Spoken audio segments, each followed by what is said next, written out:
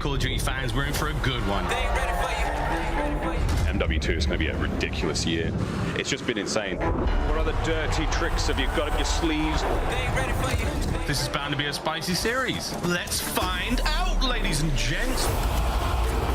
Oh! Dad just making them pay. Oh my! I do not believe what we are seeing. Here he comes! Oh, it's Shotzzy! Knock it out the park, yeah, show in it. Oh my word! aBeZy pounces. I know you say you want it. Now you gotta get up on it. Whoa! There is no place to hide. They ain't ready for you. I cannot believe what I am witnessing. And that will be the game. It is over.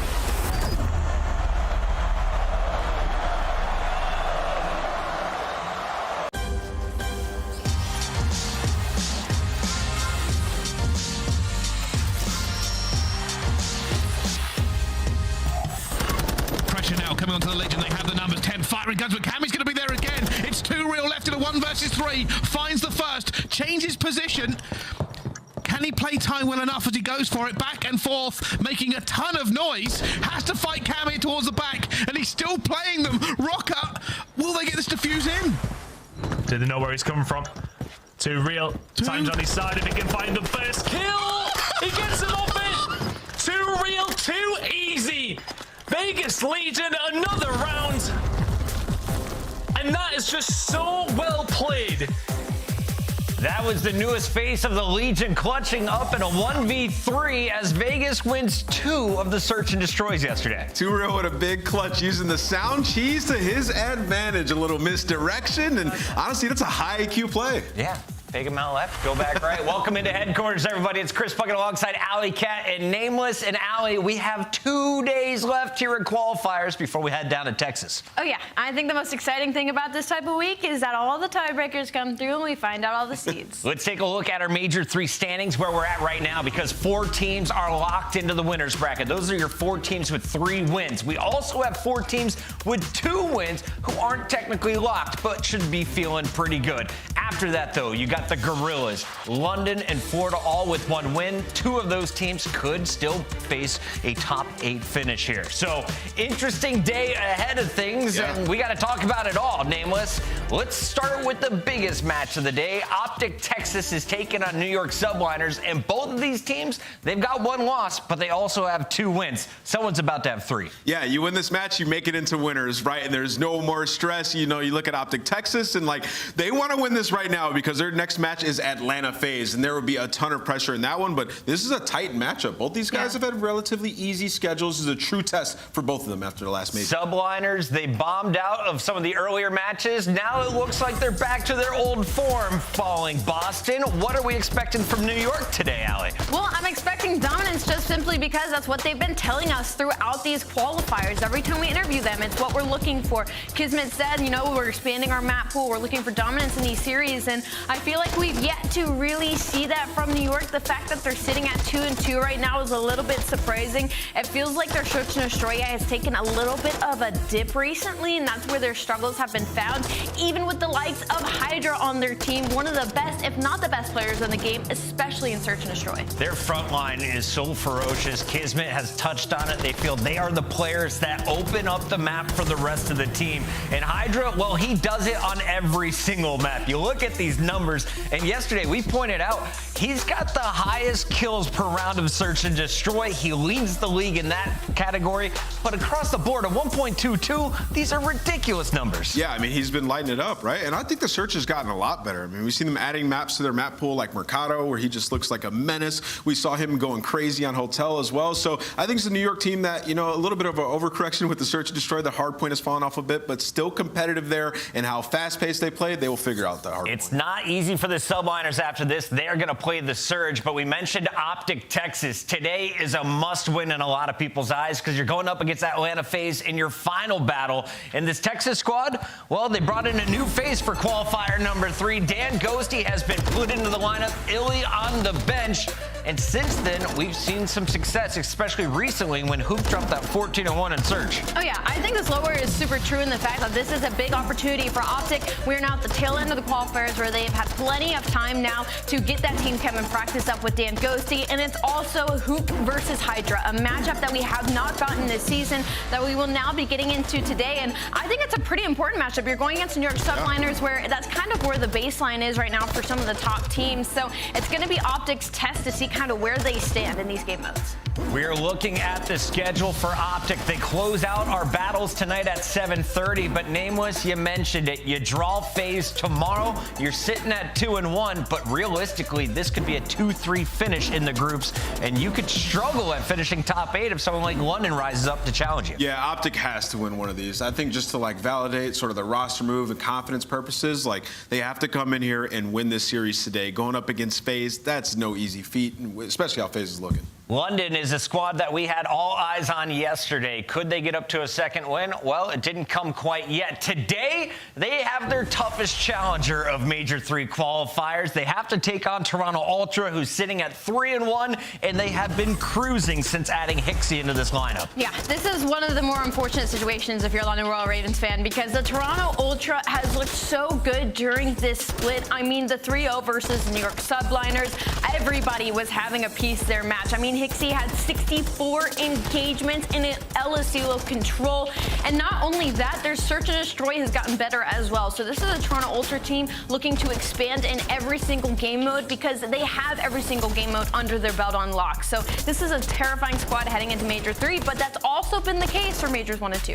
Looking at the numbers here, they are frying their competition. Hicksy, he's below the 100 mark, but everyone else 1.0 or better, and you can see the hardpoint domination is across the board here, Nameless. Yeah, I mean, they're 9-1 since making this roster change when it comes to map count, so clearly Hicksy's doing his job. This team has so much confidence. I think outside of Atlanta FaZe and the LA Thieves, like, they're the team going into this event like, we can win this championship. We're in a position to do it. London is going to be their opponent today, and we got to talk about the Royal Ravens because they play everyone tight, or at least show potential to. They went to a Game 5, Round 11. They win that against the Guerrillas, their 4th win of the season. So they're at the very bottom of our standings. They need to start climbing back.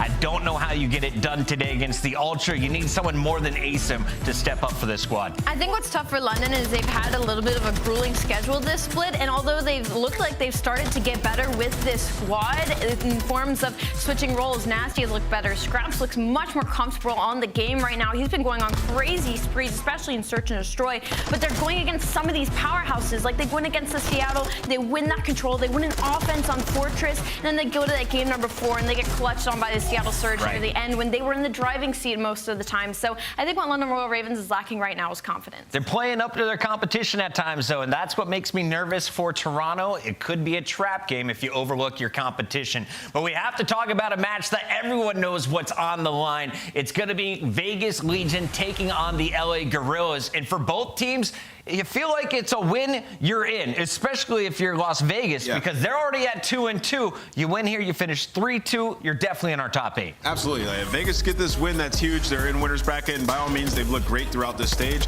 These guys have played before with these same rosters. I mean, I guess besides Pro Luke, but it was a 3-2 win for the Los Angeles Guerrillas. So Guerrillas have experience here. They came in, they were able to beat them, and it was in the control, I think, was the major difference. Now, since 2 Reals come into this Vegas Legion squad, the control has looked better at times, especially defensively. They're now playing Hotel much more often, and the search and destroy, what TJ was able to do yesterday, he needs to bring that once again into this series. I think Vegas definitely have the edge here, but it's just been stressful. In all these series that we've seen from the Guerrillas, it comes down to these tense final moments. Can Vegas just avoid that and close them out early is what we'll be looking for. Vegas needs to clutch up, and TJ needs to play like he did yesterday. The man was on fire in search and destroy. For the LA Guerrillas, your wins, well, they've been non-existent to very rare here in the last 2 qualifiers, but let's see if they can make a run towards the end of Major 3. They just got their first W. How do they pull off back-to-back wins? I I think it really comes to these hard points. I think they need to get that back into being one of their better game modes. When they first entered to the scene,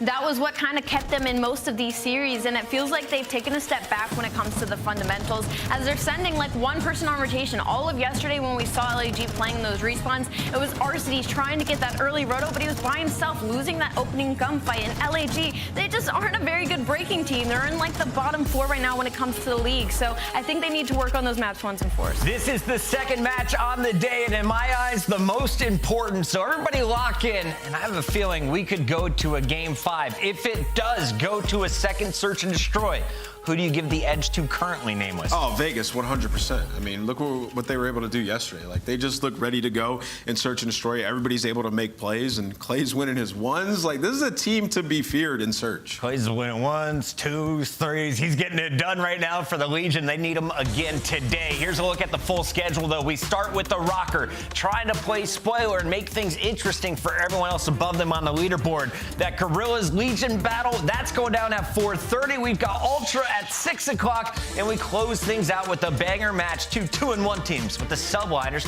taking on OpTic Texas. A jam-packed Saturday, 4 matches underway, and it all starts after the break. When we come back, we're kicking things off with a good one. Minnesota top 3 in Boston. Can they play spoilers against the team that knocked them out? It's Thieves on the stage next.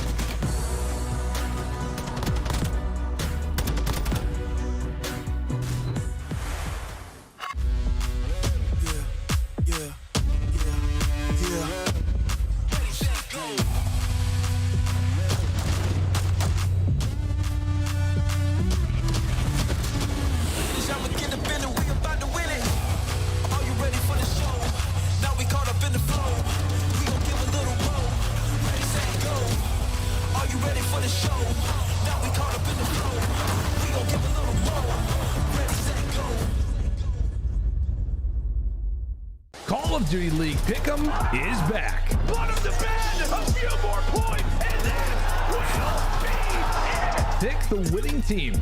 Pick the final score. Now with 2 new features.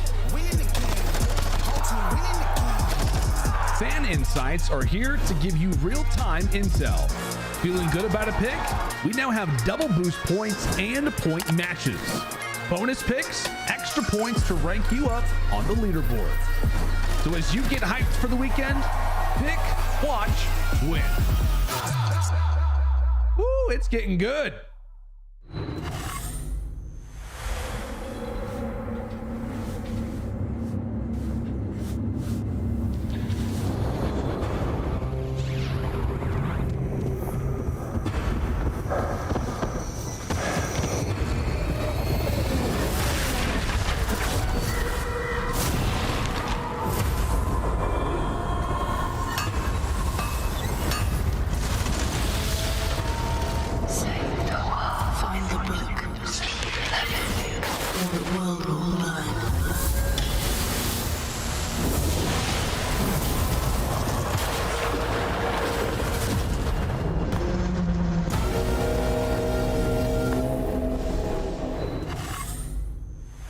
So what's the plan? Same crew, but this time, we take everything. Dylan Allen has picked up 3 in a row, looking to take care of the entire squad, and he's done it. Long, here we go. Number 6, that's what we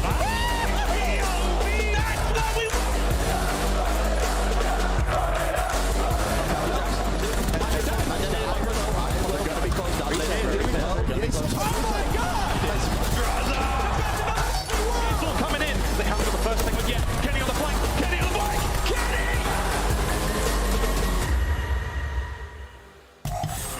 Here we go, baby. Super Saturday starts right now with the LA Thieves taking on Minnesota ROKKR in our first of 4 matches. Let's start with the Thieves here, Ali and Nameless, because this is a squad that beat the ROKKR back in Boston. That was the battle to see who would move on to the championship match.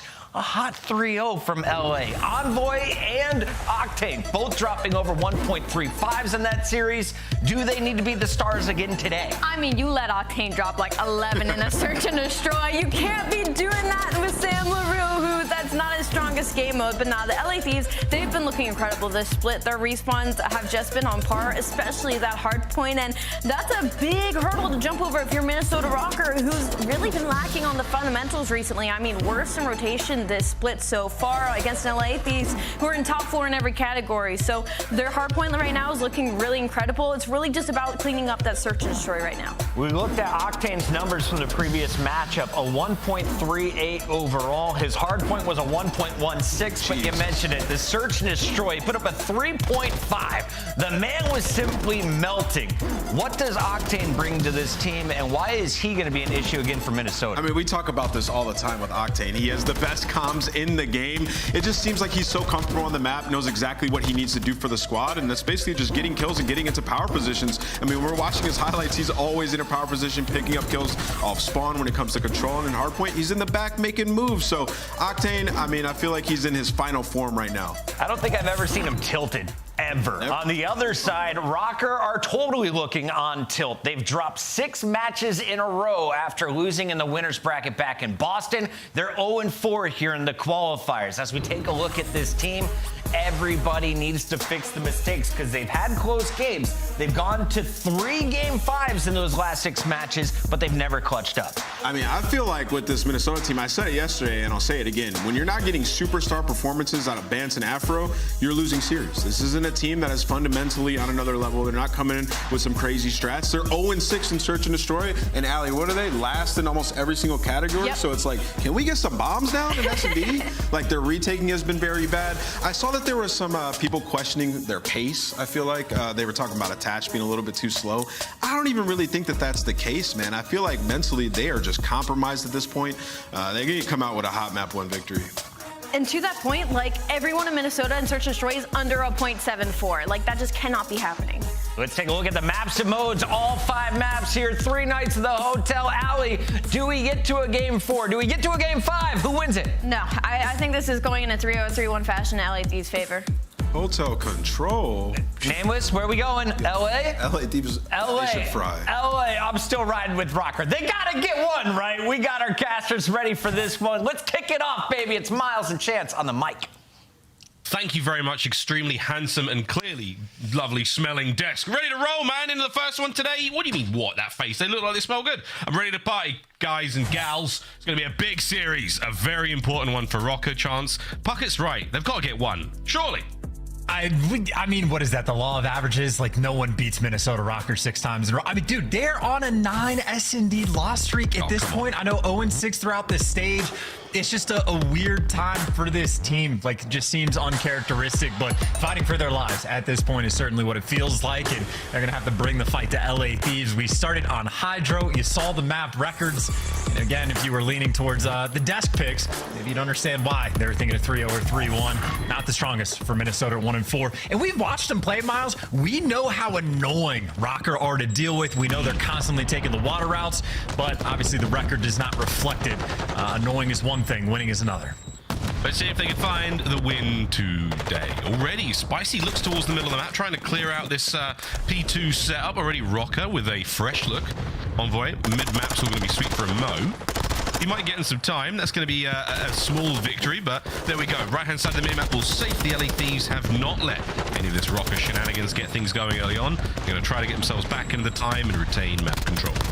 And I would say all things considered, ROKKR did a halfway decent job off the opening break, making things mixy, keeping LA off the time. But when all is said and done, Thieves able to stabilize, keep those right side spawns, and honestly not really give up any time at all on P1 and collect a little bit themselves. But the water routes commence.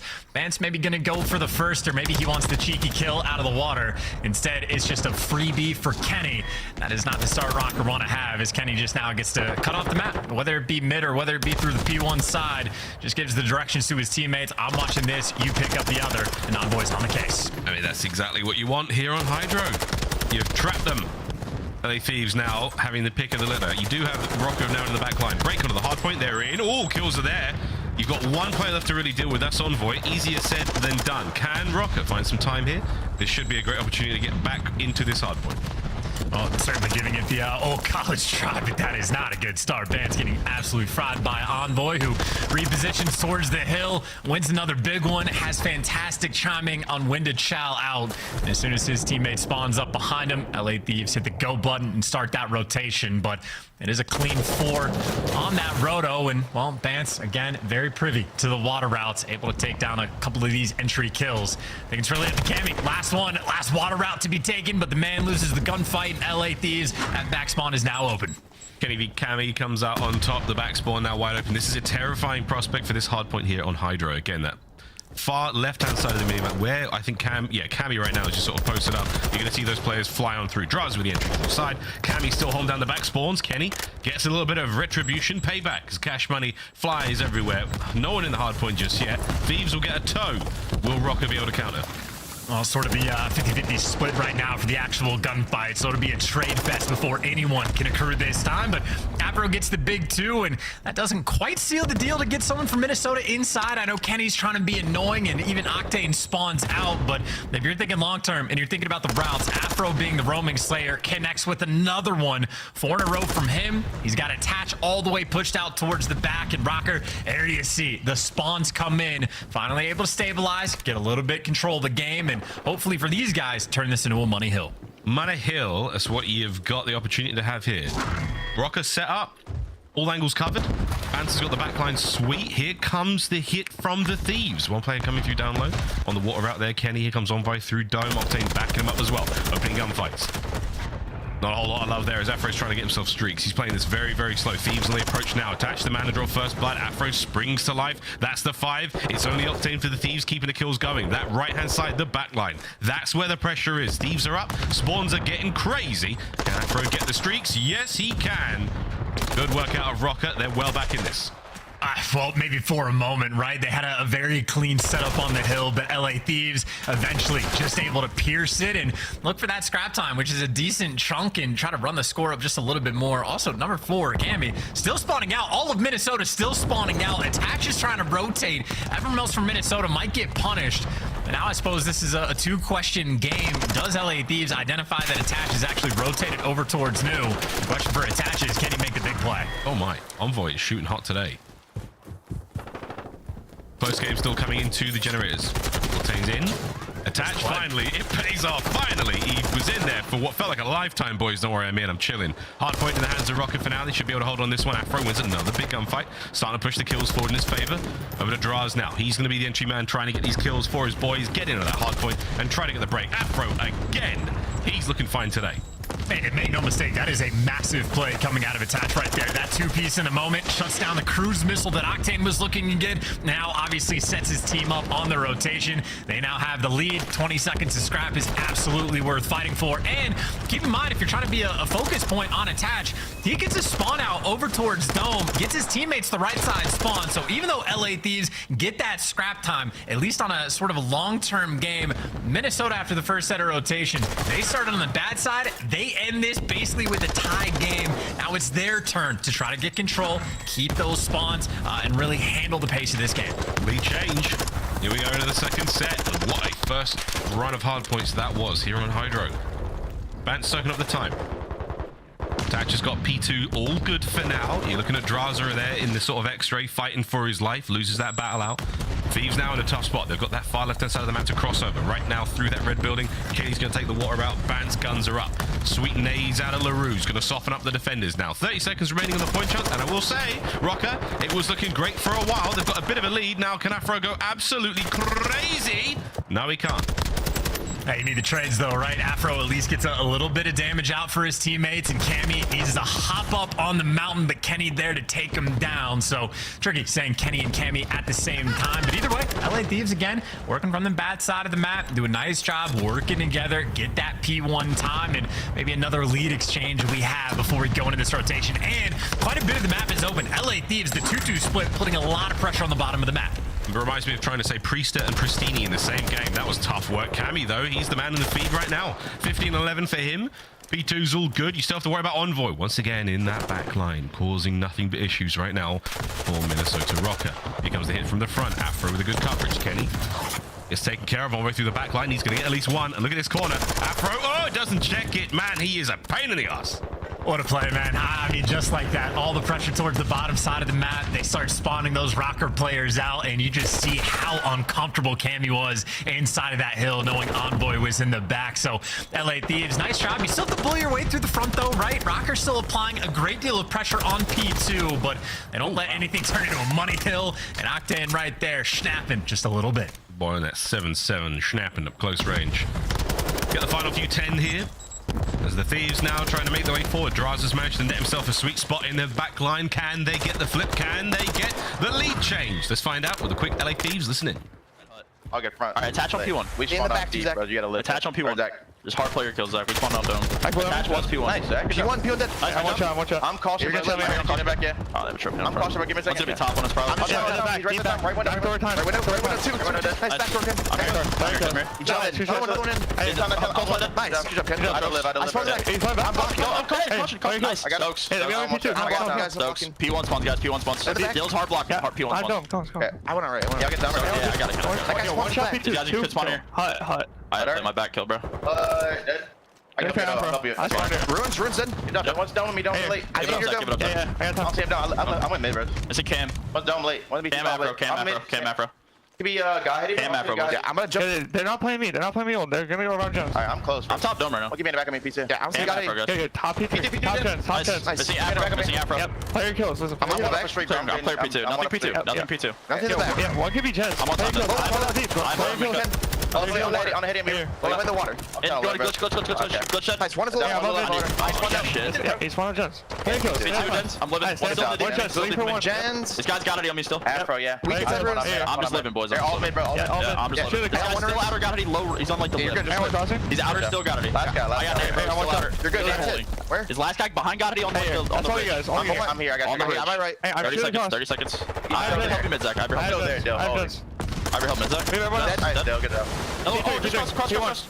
He's going in ruins. I got you. In or top. I can't tell. In ruins or top. I can't tell. 20 seconds. I have door, bro. They can be mid of me. He's in here. Great time here. I'm here. Great comms with the LA Thieves there. See how difficult it was to deal with Afro and the communication it took just to try to grab him, pin him down, and take care of business. Tough work, but LA Thieves now starting to walk away with the lead. I mean, all of that like annoyance that Afro just brought to the table just didn't matter because Octane's comms are fantastic. The dude is the main slayer, like the hill soaker, and he's calling out every single player, constantly identifying spawns where they're popping up, players that are missing, and Octane truly MVP in the comms category. And obviously, if he's slaying and getting the hill time, Mr. Do It All. We human turret, we can go with human UAV. The absolute motor mouth indeed as well. 202 there for the LA Thieves now. 170 climbing for Minnesota ROKKR. They've got a bit of a foothold here in Nu. Can they keep the time ticking? Envoy through the back line. Here comes Octane to support him on the approach towards his hard point, and it's just trouble, man. Drazah's there to help get the trades. That's the backline sweep. Oh, howdy diddly doodly. Cammy on the fence line there. Somehow managing to find that kill. Less than 20 now to go. You're doing everything you possibly can for the Thieves to slow down the approach now from Røkkr. And Røkkr doing everything they can to try to get back in this game. The Drazah taking the routes just to hunt down the killer Cam. And now inside the point, looking for the three-piece, little cherry on top. But no, Afro with the vast Nev there to shut him down. But obviously, we're talking long-term. Røkkr, the side of map that they want. But it is going to be chaos around this P1 hill. Bance kicks off the action, but LA Thieves, there for the trades. They get the wipe, and they're going to get this hill time. And talk about how every single second is going to matter. Forces Afro to use the cruise. Cruise in. We'll clear the point for a moment. Trophies are going to be there. Keep the site safe. Røkkr still within a stone's throw of pulling this one back. Envoy is already looking towards P2, and it looks like Røkkr maybe let him slip through. I think the attention, yes, it was. Far too focused on the hard point. Far too focused on P1. They've flipped. That's a huge moment and potentially a game winner for the LA Thieves.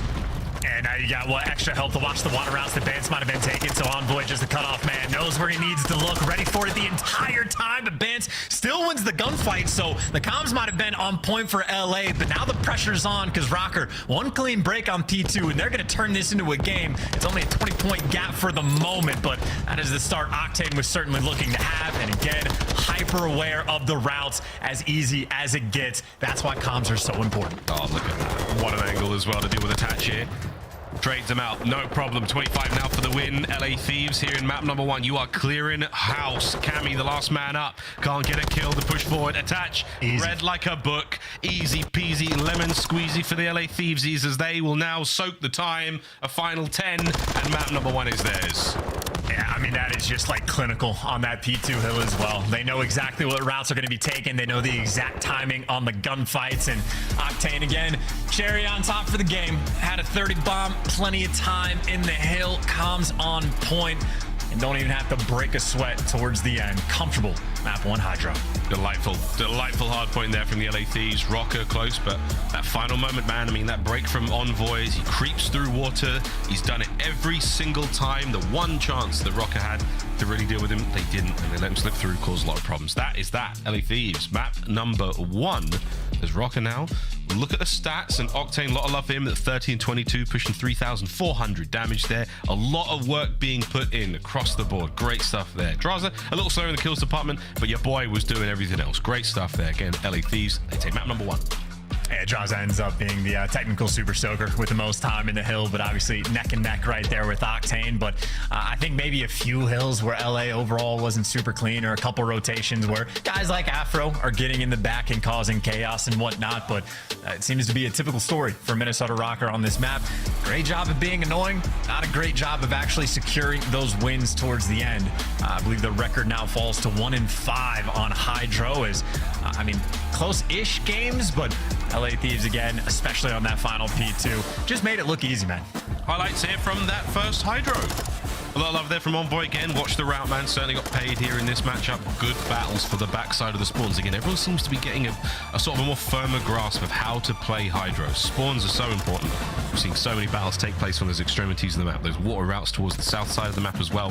Very, very important indeed. LA Thieves are running up the kill feed, running up the time, as they're going to comfortably walk through there on that map number 1 finish. Neck and neck though until the last 2 hard points, I think, Chance. Great stuff either way. We'll see if Røkkr can find the bounce back in the upcoming search. Nearly. And I know you brought up the Envoy flanks as well, especially towards the end, taking the water out. I forgot about the first one he had on like the P2 hill as well, where he's the guy that gets in the back, makes guys like Cammy super uncomfortable inside the point, and almost effectively solo breaks the hill himself. So I think LA Thieves showing off the best of a few different, you know, tools they have in the tool belt. Obviously Octane, I was gassing up a little bit, but Envoy as well, massive threat on the map, and really sets his team up for success. Yeah, it's a tough one there to lose for Røkkr. A lot of learnings from that one. We saw Afro winning some huge gunfights. Very, very important moments there. Unable to really pull it together as a team. And that's what we're looking at. Team accuracy for both squads. Still, Chance. Uncanny how close these stats are for most squads throughout the entire year. It's so weird. I find it weird. It's unusual to me. 2 1,000% almost dead accurate. And I think the biggest like change you'll see in teams is just on maps like El Asilo, for example, where you can go for the wall bangs, and there are just certain players that'll absolutely just spam ammo through walls. So I think that's really the only time you're going to see a massive gap between teams in the accuracy department, because obviously if you're a pro player, shot's going to be on point.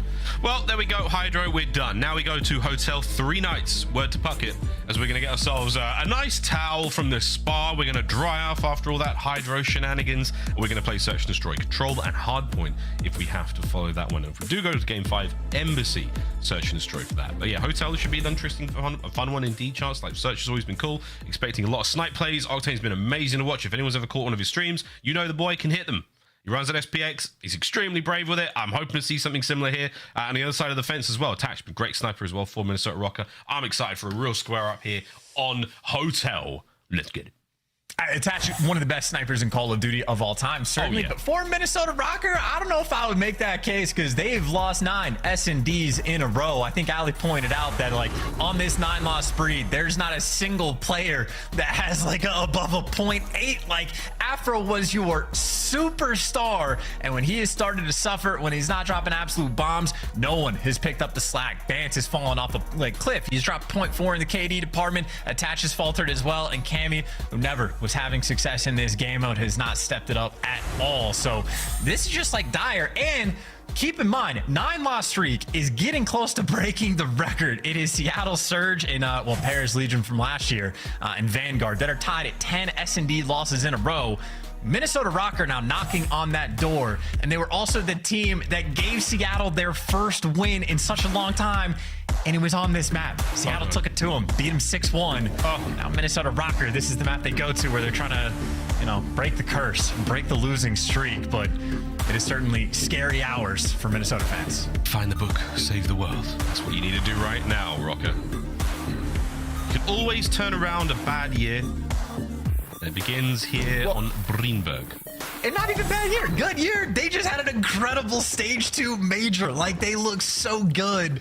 And then in this online stage, just something bad happened. So not even a bad year, but trying to prevent the bad year from occurring. That's fair. Well, it's an explosive start to the search and destroy. Everyone's nades and lethals have been thrown out. Not a whole lot of success. Aha! But Afro finds that first blood, takes care of LaRue, takes care of Octane, makes mid-map that bit safer. Crazy trades now abound. Kenny somehow finds his way out of bedroom.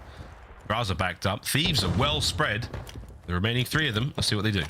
And look at that, dude. The bomb goes down at A. Now you get bedroom pushed out. You get complete control, and even Drazah gets to watch the flank. So a lot of noise is going to be made. No dead silence is rolling through for just anyone. So Drazah can hear everything on the full flank. He goes to blue. Hears it from a mile away, but Cammy does win the gunfight. That's the opening ROKKR needed. Envoy's posted up. This is a great spot. Players call this lights or secret, I believe. And you're going to be able to see that bomb right there. Here comes the hit. He's going to be able to pass a lot of information over. That's going to send Kenny in for the fight. And that's the check. Wait a minute. Afro's on it. Can he get the kill? Kenny now springs to life, does get the player off the bomb, and that's the round. Good work, LA Thieves. And that is just quite literally the value of pushing out towards the bedroom side of the map. And obviously, I think ROKKR very much feeling the pain of not having dead silence in that moment. Did a great job of winning the gunfight against Drazah. And then another 20 seconds go by before they actually get to the bomb site. And obviously, you see the work between Envoy and Kenny. Envoy is like, yeah, he's on the bomb. I can't kill him. If you can get him for me, that'd be sick. And Kenny says, yeah, that is not a problem. I will deliver. So great teamwork. And again, sort of similar to the HyDra. It might have seemed like it was close, like ROKKR had a slight advantage, but I think towards the end, fairly comfortable for Thieves. The importance of that bomb placement. When you do plant it, it's not as fun as just get it down. It's where you put it as well. Thieves, great work there. Bomb now in the hands of Cammy. Looks like we might be going to B. Dead silence at the ready for a lot of these players. A lot of the ROKKR players didn't die in that last round, so they're going to have access to those field upgrades. Envoy, though, he's hearing something. That headset may be backwards. But here comes the fight. Things up. Tags are in. No joy. Afro wins it. From the backline now, LaRuski with the sniper. What's going to happen here? Oh, my God. Wait for it. Wait for it. He's going to make some magic happen here. Yep, there's one. Bance going to check this out. Afro's got the inside of the still cover. Can LaRue find another? Ooh, nearly, but not enough. Røkkr. Stay alive in kitchen. And that is just a good aggressive play call. Make sure that the trades would have been in, even if Envoy got a first blood, because they had plenty of presence around kitchen. But as soon as Envoy just doesn't win the gunfight, makes it that much easier after the fact. And Octane was certainly there for the help, but a little bit too late to actually support his teammate. So aggression was key. 0 time wasted in that round, and ROKKR certainly with the 9's bounce back.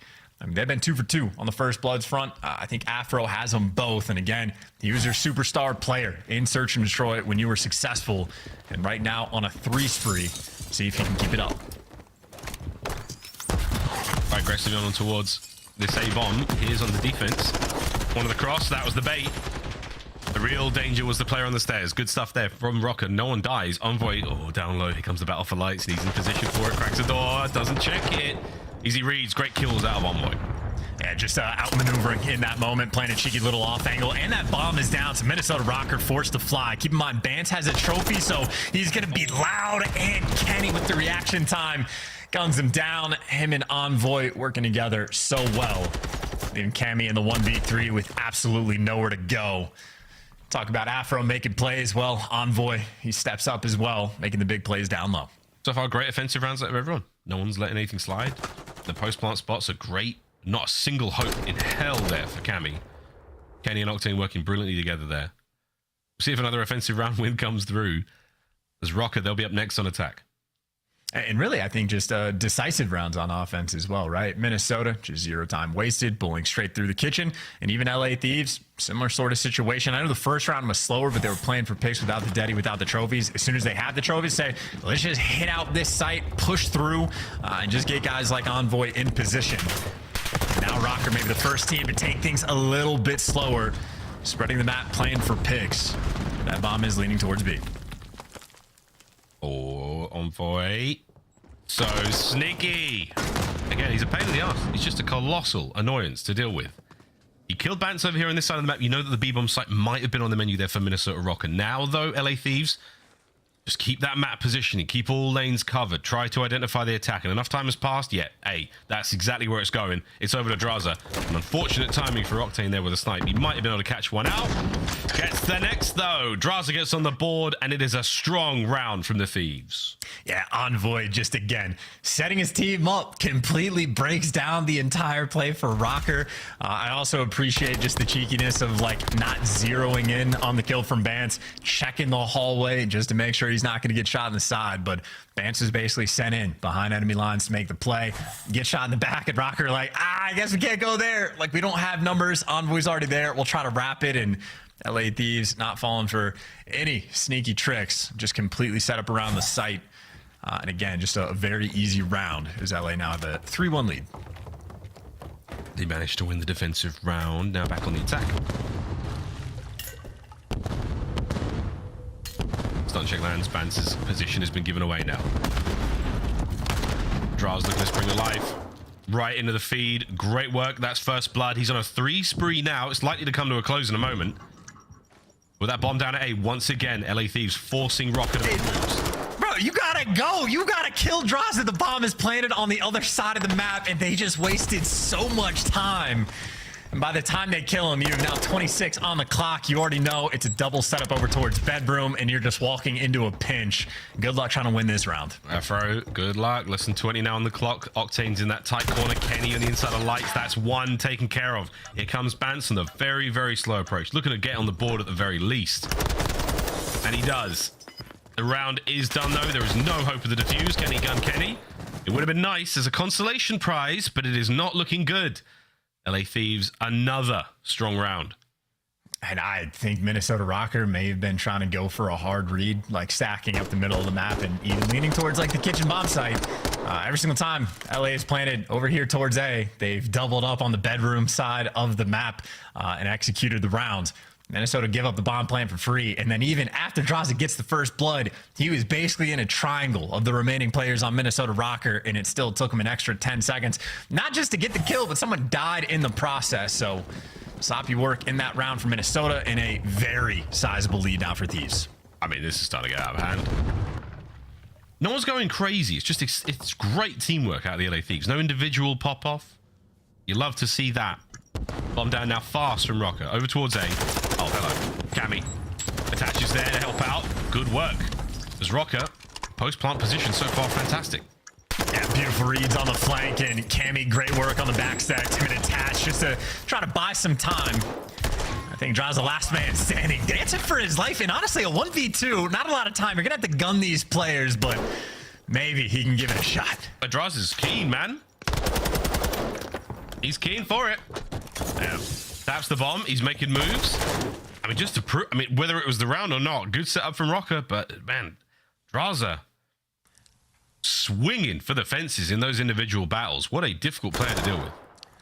Just, you know, showing off a little bit of speed, but obviously nothing he can do. As soon as Bance is throwing shoulders like that to get the information, pretty much done and dusted. So Minnesota ROKKR, stabilized, great reads on the flank, but you see sort of the difference between the two teams. If LA Thieves are giving up that A plant, they're going to do something decisive and try to be quick to go on something like the double flanks.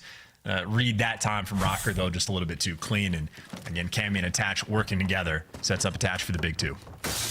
Ooh, so it's no over yet. 3-1 split for the LA Thieves here. Envoy's playing this slow, and he's going to be the guy going towards that A-bomb site. Cammy with a pick, in and out like a light.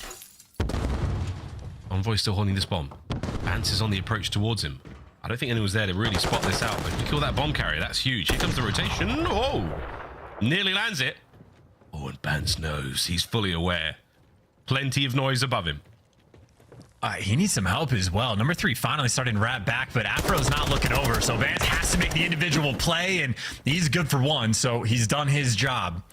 And 48 seconds left on the clock for the 2v3. Octane with the bomb. Well, had clean shots, but attaches just a little bit cleaner. And now Kenny left in the 1 versus 3 with bomb down in a bit of a tough spot. We'll have dead silence in a moment, but it would take something magical to win this round. I don't know. I feel like it's almost more worthwhile to hold on to the deadie. Keep dead silence in your back pocket. If you get a kill, it's going to push that forward. You will have access to it in this round, but don't use it. Hold on to it. I don't need to tell Kenny that. He's well aware of it. Here comes the fight. Cammy's going to hold him still. Attach might be coming through for this one. Final 15. Dealing with Kenny. Easier said than done. But Røkkr bounced back. This search and destroy is not over yet.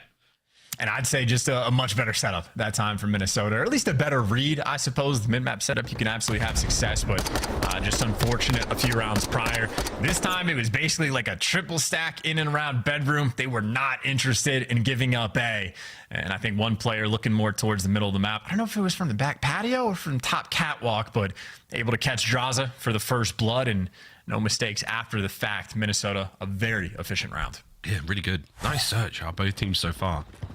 I think a lot of us had this open and shut for the LA Thieves, but hey, Røkkr, look, great signs of life. Good work out of Afro again. 7 and 4 from him. Tatch is starting to heat things up with that snipe. Can they find the equalizer in this round?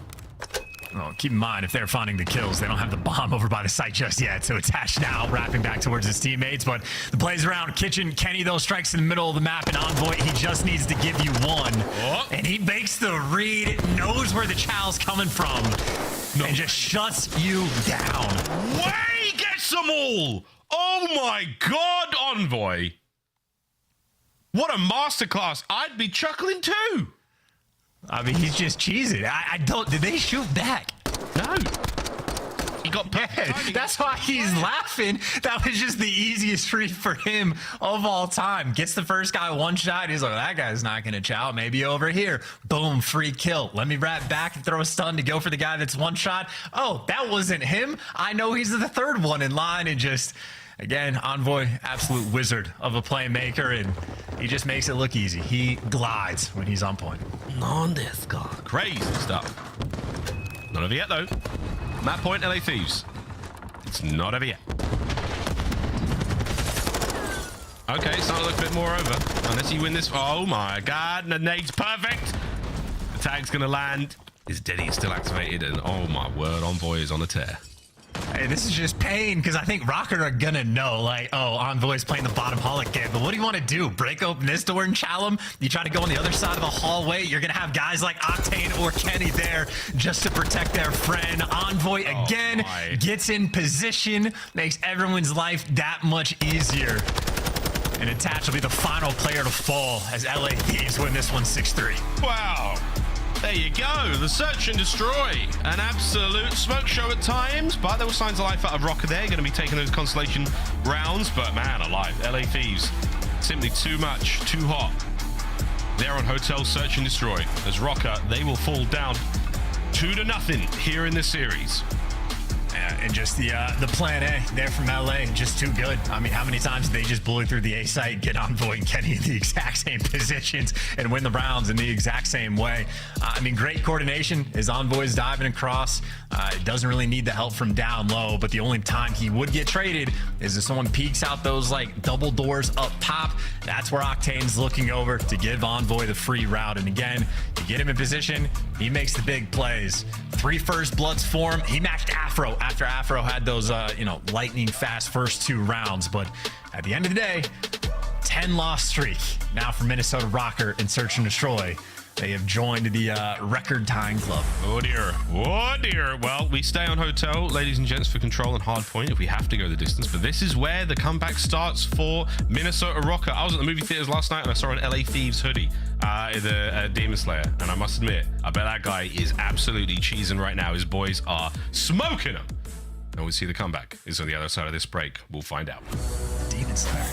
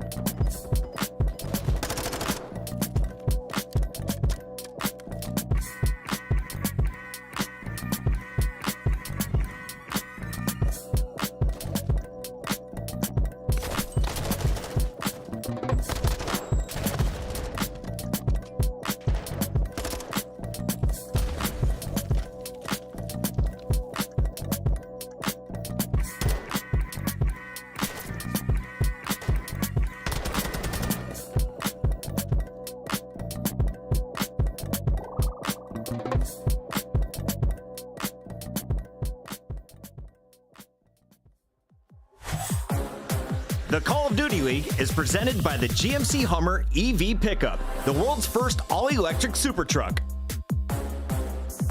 Upgrade your game with the Scuff, the official controller of the Call of Duty League. Oh, come here. And backdoor.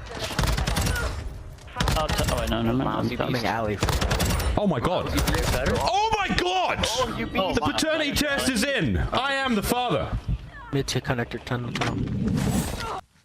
Wow, those rank play players are good. I was not ready. I was not ready for that. Man.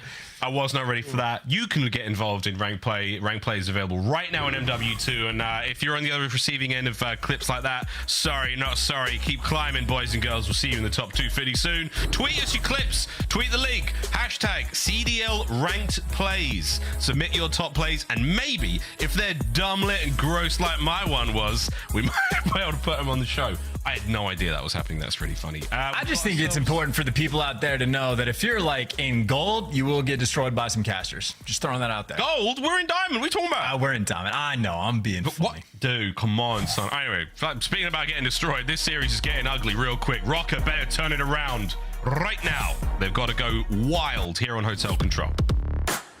Absolutely wild. I mean, this is their most banned map versus LA Thieves' most played map. So LA Thieves love it.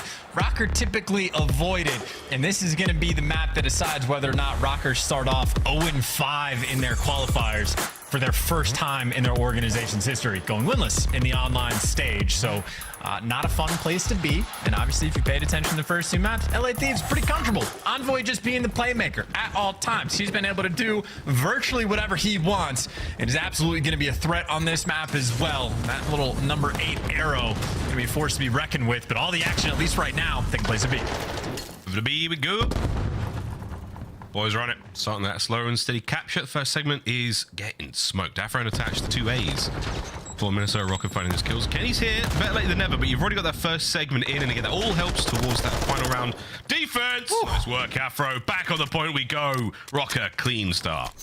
Yeah, and for a team that is so alphabetically sound, the teamwork right there going to match that sort of chemistry. Easy cap in the end. And now for LA Thieves, they don't even have this setup in this moment. Attach is being the cutoff man to at least take down 1 player.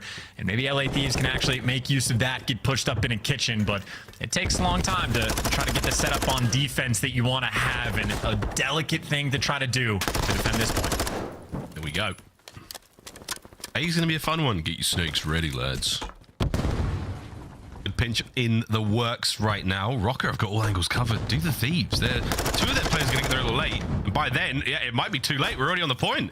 3 players up for the LA Thieves now as they approach towards that zone. ASAP, Octane's there in red. Big win out of Afro, looking to get himself streaks. Oh, stay alive. Afro can't get it done. Envoy's there. Attach cut down before he can get involved. Bance is up next. Just about 1:30 to go. Oh, this is so tough. Bance just needs to stay alive, though. I mean, the goal right now for Minnesota ROKKR is just to keep that presence in kitchen so you get the close spawn, because look at how much further LA Thieves are spawning away. So for the moment, you had like a 3-on-2 around the site, and now Afro doing the dance and taking down 2 to try to keep his team in it. Unfortunately for him, all of his teammates, his ARs, lose the gunfight, so he has to put in an extra shift. Here we go. Through the back line. All sweet. Oh, nice snap out of Bance. Somehow stay alive there. Keeping the capture going. It's all onto Benjamin Bance's Envoy. Man, he has been the Reaper here in the kitchen. Straight Ramsey vibes. Throwing a little bit more than harsh language. This time, though, it's the Afro who finds the kills. Pressure is still on. Can Kenny get him off the point? Doing everything he can. The kills are in. That's got to be it. Good work, ROKKR. Last-ditch attempt. Not enough. They take round 1. Yeah, just outslant him. As soon as that B cap comes through, Minnesota ROKKR seems like they're just wheeling and dealing, and they deliver. It took an extra couple pushes to make it happen, but again, as long as you're keeping those close kitchen spawns, you are going to be to that point so much faster than LA Thieves. So eventually the dam breaks, and Afro, main slayer on his team in that round, putting in some serious work to get that first one in. Confidence is key. We've talked about this with quite a few teams here in the league right now. It's the belief that you can win. And right now, ROKKR, with that round under their belt and a nice start from Afro at 9-2, you'd hope they've got that belief. Heading now on the approach towards B. No gunfights. All of them going the way of Minnesota ROKKR. I'll take it. I will take it. That's a lot of time gained. They were very ready for that push. Let me tell you, 2 SMGs down low, the ARs over top, and look at how quick ROKKR are on this rotation to go and defend this A zone. And I guess being quick is one thing, winning the gunfights is another. Afro last man standing, and he adds up actually taking down 2 before he falls. So Afro still spinning to winning, and I mean that Wheel of Fortune right now is 12 kills. Afro trying to do it all. He's doing a great job. Getting 2 before being brought down there was massive. Not enough though really to save the A point here. We're going to see this zone get captured. ROKKR not willing to commit for it, but what they are doing is they're covering all bases, so that attack towards B is going to be tough for the LA Thieves. They're going to have to win some mean gunfights. Taking his time here as well. Doesn't have a lot of teammate support, so I don't think he's going to be doing too many dolphin dives off the map, but he is drawing a little bit of attention from Bance and Cammy, but you see Cammy making the reads from those back steps. I mean, wins a gunfight on Envoy. In the meantime, Bance ends up delivering, and everything nice and stable right now for Minnesota. Even Afro behind enemy lines in that traditional bottom hallway spot, sort of the safety check if LA Thieves ever dive out to the zone. I love this out of the LA Thieves as well. It's slow. They're taking the gunfights they know they can win. They're not letting those lives go because it's no good if only one of you gets on the point. Hey, that's good work out of Envoy. That might be it. Drazah wins another. You're on the point now. Surely. Stack it up. Attach has to win these fights alone now. His teammates are getting kills either side, but you've got to clean these boys off the point ASAP. One man's going to be a 2 and a mo. You need the coordination as well, because everybody challenged sort of one by one. Last man through couches, Afro able to do enough damage to try to create the opening, but it's still just a flood through the front. Kenny back on point has the teammates for the help, and now middle of the map is secured by Envoy. So LA Thieves, no issues, guns up, take the easy gunfight to get this round. Should be it. Second done. All crossfire though. Bance is in. Kenny still capturing the point. You've got to make a move happen ASAP. The timing was a little bit off. Here comes the reinforcements. Nades are good. You're off the point. Oh, baby. It's not done yet. Drazah, he's still in a position to get himself onto the zone. Loads of time here. Over a minute. 11 lives apiece. They're back. They're on it. No, contest. Kills. Cammy. What's going on? No, he couldn't find Octane. What was happening there? Wait a minute. I was all wound up getting ready to call the round nearly done yet. But what was that? Looking at everywhere but the point where Octane was towards the end, but just a little bit too much pressure, and even just like perfect like sort of routes off spawn by Envoy. I know like after the sort of opening salvo goes through, eventually LA Thieves are like, hey, we got 3 bodies to the point. All guns need to be forward because Envoy goes and filters in towards the middle of the map, and it still gets mixy. I think someone on Røkkr took a bit of a distant route to sort of wiggle his way around Envoy, but all that time wasted for all that extra pressure on the zone, and right now, hey, 2 for 2 on offense. Exciting hotel. You need this one, Røkkr. Here we go. 14-8 from Afro. He is putting in a shift. 14-9 now. After those gunshots from Envoy. Bance is still on the outside of this playing it. He's got to go toe-to-toe with the Dark Prince. Win that fight, and you've got yourself a lot more space to work with. There we go. All right, a zone should be captured here. Or at least a couple of segments at the very least. I really feel like as soon as you kill Envoy at any given point in time, you're just able to breathe. Like as soon as that happens, the annoying guy behind enemy lines is taken care of, and now you see the round much more stable for Minnesota. The slow cap on A. Slow cap from Minnesota. Let's see how the comms are going with a quick listen in. Wait, one's dead. Oh, I've got that one. That one. Yeah, okay. Okay. I have one now. Yeah, just ran out side. Nice. I got him. Nice. I'm gonna start working through P2. Go. It's close to me, Marcus. Nice. Go, Marcus. I'm going. On to anything on the heady, you can jump. Spot. Wait, 1, 2 spots. I'm gonna pinch. One's gonna pinch. I've got you deep spot. Yeah. Let's double it. Yo, I'm one shot. Yo, okay. Octane's pushed out our deep. Where were they? Our deep bed. Kenny's top bed. Wait, listen, they're gonna play tight, by the way. I spawned along. I'm in the corner. Let's go now. We focus this done. Spa. Not hurt. Ball dead. Nice, good shit. That guy spawns out. Octane was low, man. We'll be checking. Octane's top bed on me. I spawn low. I'm playing the top bed. Play for the spawner, Marcus. Yeah. Octane's top bed, bro. Nice, Octane's top bed. Kenny was there as well. Kenny was top bed as well. Drazah's lead. I'm low bed. Play spawners for me, Ben. Octane low long dead. I'm gonna get on time. Kenny could be low bed. I can kill crossing mid. Kenny's gonna be lower top. Kenny lower top, yeah. I got top. I'm watching top long. You got P4? Couches right now. Couches. He's P2 on me now. Couches, probably dead.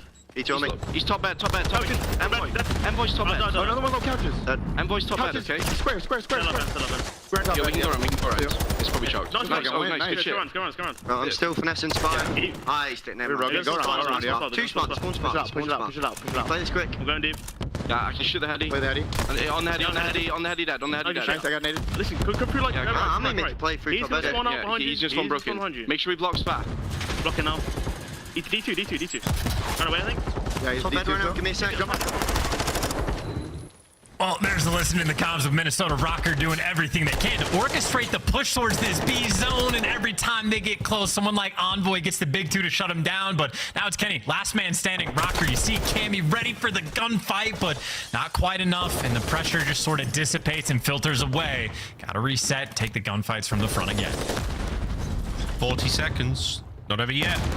Good nades. You clear out the god heady. Now you're onto the point. There's the cross though. Drazah gets tagged in. Not enough for the kills. No trophies to be found. Bance is going to eat that one. Oh my word. Off the top rope though. We're in. We're on the point. There's 36 seconds remaining. Oh, Cammy was avoided mid. We're in. I don't care. We're in. Stack it up. Find these kills. Envoy though on the flank. Gets one. No more. Over the top comes Drazah. Gets killed. Last man. Oh my god. What a manic. Ah, wow, Kenny. What's going on? Bance cut down. Kenny's a hero. Gotta wait for that fat lady to sing. Miles, LA Thieves are fighting, but the bad news for them is only 3 lives remaining. So treat this like a round of search and destroy. ROKKR gotta coordinate. They gotta play for the trades, and every trade they get could seal the deal. It's not over yet. 15 seconds. Here we go. Thieves run out of lives. Oh my god, that's huge. And a stick. Oh my, Drazah. Unbelievable. We may have won the round right then and there. The tags are in. Kenny, loses the fight in the back stairs. A few seconds to go. Dive onto it. No, what a play. The LA Thieves steal a round they had no right to win. Yeah, and the heartbreaker in the head snapper. Both Bance and Afro did the characteristic throw the head back in the moment. I mean, this is like every single player on LA Thieves like providing in these final moments, right? You get to look at Kenny with the big 2 because if he doesn't win either one of these gunfights, obviously that is the round done and dusted. But even just the setups before that, Drazah had to be the player to get the stick. Octane had to throw his body on the point just to slow down the clock and get Kenny enough time to swoop in. And even Envoy, the one who started off when he was basically 1v3 on the point, wins the first gunfight on the steps, does enough damage to the next 2. That is all 4 players, 4 world champions getting the job done. Man, that was something. Kenny checked every single possible body, every single possible corner in like a 2.5 second moment, and won a very tough gunfight against another professional player. That was an outstanding moment. Well, LA Thieves, match point. They win this round on offense, and that has been going very well so far. Smoothly, you might say, and the series is theirs. One segment down. And I mean, in all honesty, that is just such a heartbreaking round. Minnesota, I don't know how the vibes are going to be trying to bounce back from the moment. And I think LA Thieves is going to be feeling a little bit better. 2-front war, pressure on A, pressure on B. Kenny gets to dance, dodge some nades. Why 17 times? Because of course he is. And he's got the teammate Envoy there from the help. They're just pushing the pace. LA Thieves doing everything on the map. Cammy there with the trades, gets on there. Last man up though, Drazah still keeping the capture going. 2 members of Røkkr coming forward, trying to get into the fight. Drazah though, these back desks, not this time. A's gone. And you're halfway through B now, plenty of time and even more lives. Now they're just flying at him too. Envoy, yeah, challenging that, trying to get the extra damage. All 3 players from LA Thieves working through mid as well. Octane with the sub, can't quite find the timing, but they're trying to get the boys in through the front. Kenny for 2, Envoy for the follow-up, because by the way, he's still alive, has been this entire time. Finally, Afro gets him shut down, and Afro for 2, maybe to stabilize. And finally, Drazah gets cut down, and Røkkr, for the first time this round, can breathe, except for the fact that they're down by 7 lives. I think for now, yeah, the Thieves have thrown enough individual lives at this point. It's time to pump the brakes, remember the teamwork. Røkkr, it will be a miracle if they can hold this one off. They're down 5 lives. Plenty of time to go still, but a solid work out of attacks there. Cammy as well now in the feet, keeping this position safe. All it's going to take is a couple of clean kills now from the LA Thieves. They should be able to get onto this one, but Røkkr are dug in tooth and nail. I still think this is just a live sort of count right now for Røkkr. They have to be so particular about how they play this, have to keep the pace very slow, and LA Thieves trying to keep the pressure up. I mean, a double flank for the moment. You see Envoy, again, being annoying, getting the kills on the back line, but that was a 3-for-1 trade for Røkkr. They were down by 7 lives, now only down by 3. Still a minute, though, to play. A very delicate balance. How will the Thieves go for it? You got options. 2 of them are hitting the back line now. It's all in Afro to take care of that player outside. He's tagged. Cammy loses the fight over towards the middle of the map, and here comes Envoy just cleaning house. Afro, though, he's behind him. He's got making 2 plays. That is massive. Oh, damn! That was all with Kenny. No way. No way. Gets this as well. Kenny stays alive. Final 4 lives for Røkkr. His attach is swinging. I mean, this is it. 30 seconds on the clock, and Cammy now completely out of the picture. Couldn't get his one. You still have Bance, the sort of safety net behind enemy lines, and I think you wait for the pressure to come and send Bance in on the flank. No trophy, though, down for attach. He's eating all these shots. He's eating the nades. Bance, though, from low lights, he could go wild here. Kenny's on. Checks it. No, he gets gunned from behind. Oh, that's the round. Afro, what can you do? There's 1. Tags into the second. The capture is nearly complete. The round is done. The series is closed. LA Thieves. Another day in the office for them.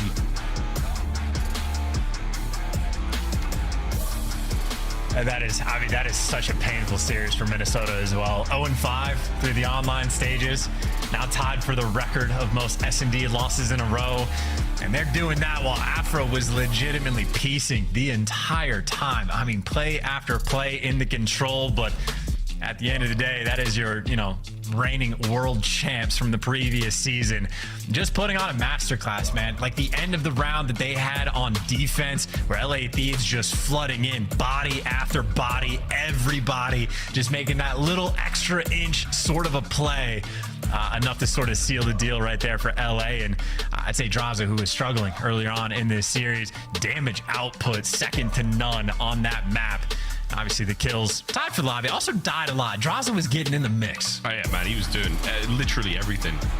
And that was a very strong showing from the LA Thieves. Røkkr, I mean, I can't even be too disappointed in the performance. I mean, this was ultimately a blowout of a series. There's a couple of moments of magic there from Minnesota ROKKR, but it seems to be too little too late for the squad. Will they be able to go now into the major with their heads held high? Confidence is going to be shot after a series like that. It's going to be tough, but we'll see what the pros are made of. It is going to be a wild run for the major, but that's it for ROKKR. GG's 3-0. Desk, take it away. Congratulations, Ali and Ant, on your correct prediction. 84% of the chat joined you for that win, and 250,000 channel points went to Dire Raven. But let's break down why the Thieves are amazing, because that looked like championship caliber gameplay to me, Ali. Yes, although we do have to take it with a grain of salt because Minnesota ROKKR has had an 0-5 showing in this split. But I will say, for something that was really impressive for me for the LA Thieves was their control, that they decided to play Hotel, a heavily attacking favored control in that map number 3. LA Thieves is 9th overall in the league right now during the split in their attacking wins. So they're pushing themselves and they're trying to get better heading into the major, and so I tip that. Nameless, I want to relive the end of this control because Please. I've never had anyone on my team in ranked pull off something the way the Thieves just did. Let's revisit this. This is, of course, Minnesota with 1 tick to go on B and just a clutch from the Thieves. Everyone chiming in. I mean, Minnesota was just getting slammed. I was saying it earlier throughout this map. It feels like every time there's a moment where Mini has a grasp on the game and they need somebody to make a big play to get that big 2-piece, it is literally not happening. You can see here they try to send 3 people through single. He gets 1 kill, and then the next guy gets stuck. Like, it's just super unfortunate. I think you need, like, you have like 20 seconds. You got to slow it down, throw a couple of shoulders, try to gun that guy, maybe show some face mid, but it just isn't it, man. Like, they even prior to this clip, they were getting absolutely gunned. They were fully stacked on the point. Afro needed to get 1 kill. He's not able to do it. Just a tough showing for Minnesota, man. No confidence in that camp. 9 lives to 3, and it's the Thieves clutching up with Envoy picking up the final kill. You can see his numbers monstrous today. A 2.5 in hardpoint, 2.0 in search, and he closes out that control with a 1.18. Definitely my MVP, but who else do you need to look at here from the Thieves? Is the whole team dangerous right now, Ali? Oh, absolutely. I think it's Kenny, it's Drazah, it's Octane, it's Envoy. I think the entire of the LA Thieves look good. We were talking about Envoy's dominance. Well, here's one of his best plays. It's your scuff play of the game. It's S&D. Walk me through this one, Nameless, as Envoy picks up the 3K. Yeah, I mean, he's in kitchen here. And first of all, Thieves did a really good job here sort of adjusting in the middle of this game. We saw Minnesota rattle off a couple of rounds, and on their offense, they love to play over towards B. So Envoy's like, I'm just going to play in kitchen. They come here, I'm killing everybody. Gets the first kill off the sound cue, pushes into Freezer, gets the stun check, and then hits the 180 for the last kill. Just a beautiful blind counter. I mean, where's the trades? I mean, to be honest, like the fact that he even gets that 3rd kill, I mean, you'd think that second guy there in Freezer insta-chows the second Envoy turns his back. I mean, Christ. We now have 5 teams with 3-1 records. They're all battling for a top 4 seed, and this man has 1 match to go. We welcome Envoy onto the stream. Who's that flexing behind you? It's got to be Shane, That's right? Sam behind me, man. He's heading out. He doesn't want to talk to me. Sam's getting rowdy tonight. I love it. Well, Envoy, first of all, congratulations. Can we talk about the end of control, though? Minnesota looked like they were going to lock it up, and somehow with 3 players left, you guys get the job done. Walk me through that final round. Yeah, I mean, that round was super intense. We just basically all kept hopping on the point because they were probably half a second away from capping it. Ken ended up getting a huge 2-piece, and that is why we clutched up. Well, congrats on the big win. I mean, you guys look phenomenal in all game modes right now. It seems like your Search and Destroy is not struggling at all. I want to ask, during that 3-piece, like, why did you recheck Afro? Was it a sound cue? Was it a stun? Or did your teammate see him? Well, I just figured that he would have been coming from the trade, just like the second guy was. So we were all laughing afterwards because I told my team the first round I kind of costed dying in B, and that I knew what I was going to do the next time. So yeah, I'll just take the 1v3. Dylan, congratulations on the win. You guys look great. I want to ask you, like, it seems like you're in final form right now, this LA Thieves squad. Where does this current level that you're at compare to the World Championship LA Thieves that we saw last year? You guys feeling better than that? I still think we're working our way towards there. I mean, mostly last year, I think our map pool just expanded to all the maps, so we're still trying to do that. And obviously, we've been having good searches lately, but there's still a lot to iron out there, especially versus like the top teams. Like people know how to capitalize really well, but the big success for us is we've been capitalizing on our man-ups and not losing those 4v3s. So if we can keep doing that, I expect us to keep going up.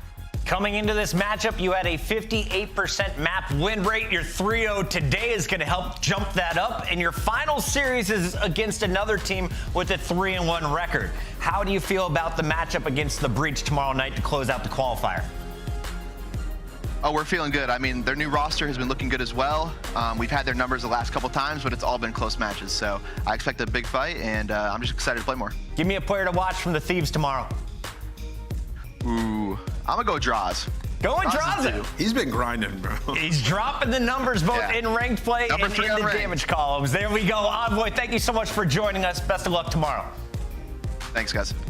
That is the LA Thieves. They are now officially playing in the winners bracket when we head down to Texas next week. And we've got to talk a little bit about everything that's going down at that major. You're going to see the top 8 playing in the winners. The bottom 4 are still there, but they have to start in our elimination bracket.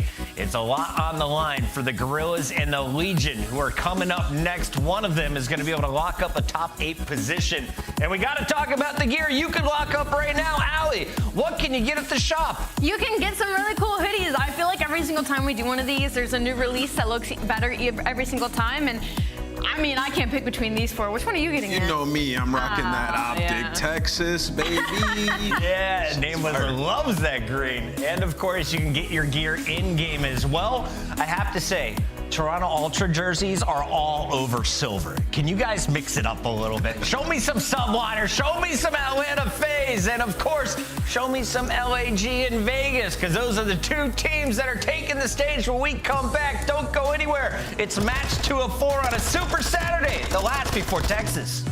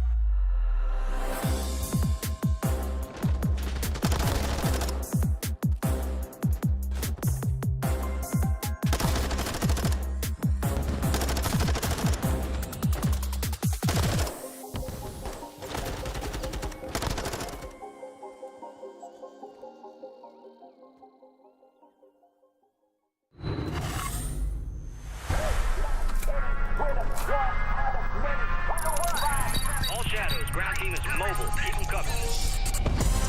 watching for the opposition, out there crushing any competition. Long range, yeah, I got the vision. When I'm in the trenches, anyone can get me. I'm with the team when they need me. Or out on a dolo mission. Nigga rocky riding on this road to riches. If I catch you slipping, then it's over finished. War ready, crew coming through heavy. Aim steady, lights out as the gorillas. Not any winner, one out of many. Side talents empty, lights out as the gorillas.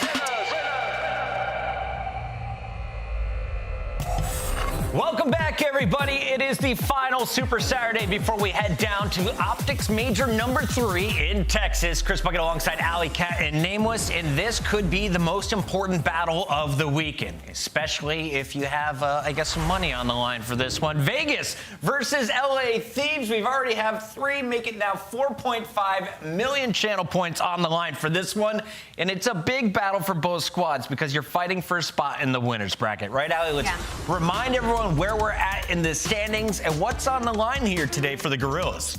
It's on the line to make it into winners brackets, to stay into that top 8, and they need to have a dominant series for that to happen. 3-0, and they could pull it off. 3-1, things maybe get a little mixy, but anything beyond that, the LA Guerrillas are not in contention for that top 8, and this is a newer squad where they want to get into that winners bracket to give themselves that double chance there on land. And of course, we saw the Guerrillas giving themselves an opportunity. They've been to 3 Game 5s out of their 4 matches so far in this qualifier. They clutched up in that round 10 against the Mutineers. Man, and they would be in just a much better spot if they were able to win that 1v1 at the very end versus the London Royal Ravens. Just these nail-biter of series. I mean, think about it, yesterday, even that game 2, it came down to the wire, 3-piece by Joe Deceives. So by no means has it been easy cruising for these guys, but they get out of the hardpoint drought yesterday, finally getting a hardpoint, even though RC's had a tough series. I'm expecting him to bounce back today.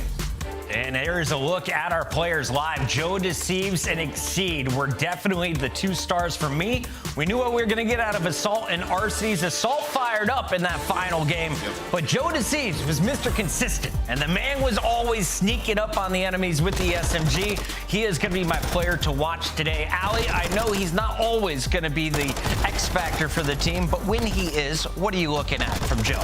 I'm looking at him just dropping the absolute numbers, being that route man. Joe Deceives is an incredibly intelligent player, and I feel like we have yet to see truly what he is capable of. I feel like we've seen some glimpses of Exceed, but we have yet to see both of these two on the same page at the same time, and that's something they're gonna have to do against the Vegas Legion. I feel like both these teams are very similar right now when it comes to strength. Yeah, if LAG are to beat Vegas, it's going to be through the hard points, right? LAG bounce back hard in this series, and they can get a win, and it's going to be through the SMGs. When Vegas gets slammed, the other SMGs in the opposing squad are going crazy. That's where they can get an advantage in this series, because we've seen Exceed really come into his zone throughout this stage, and Joe Deceives, to me, he's a confidence player, right? Like when he starts the series off hot, he usually continues it on through that search and destroy, so expecting them to go off. So the Guerrillas are looking to get the head-to-head tiebreaker over Vegas if they can win today, but also you kind of need a 3-0 or 3-1 map count to stay in the running if it's a multi-way tie. On the other side, you've got Vegas with a lot of pressure on have to start an elimination,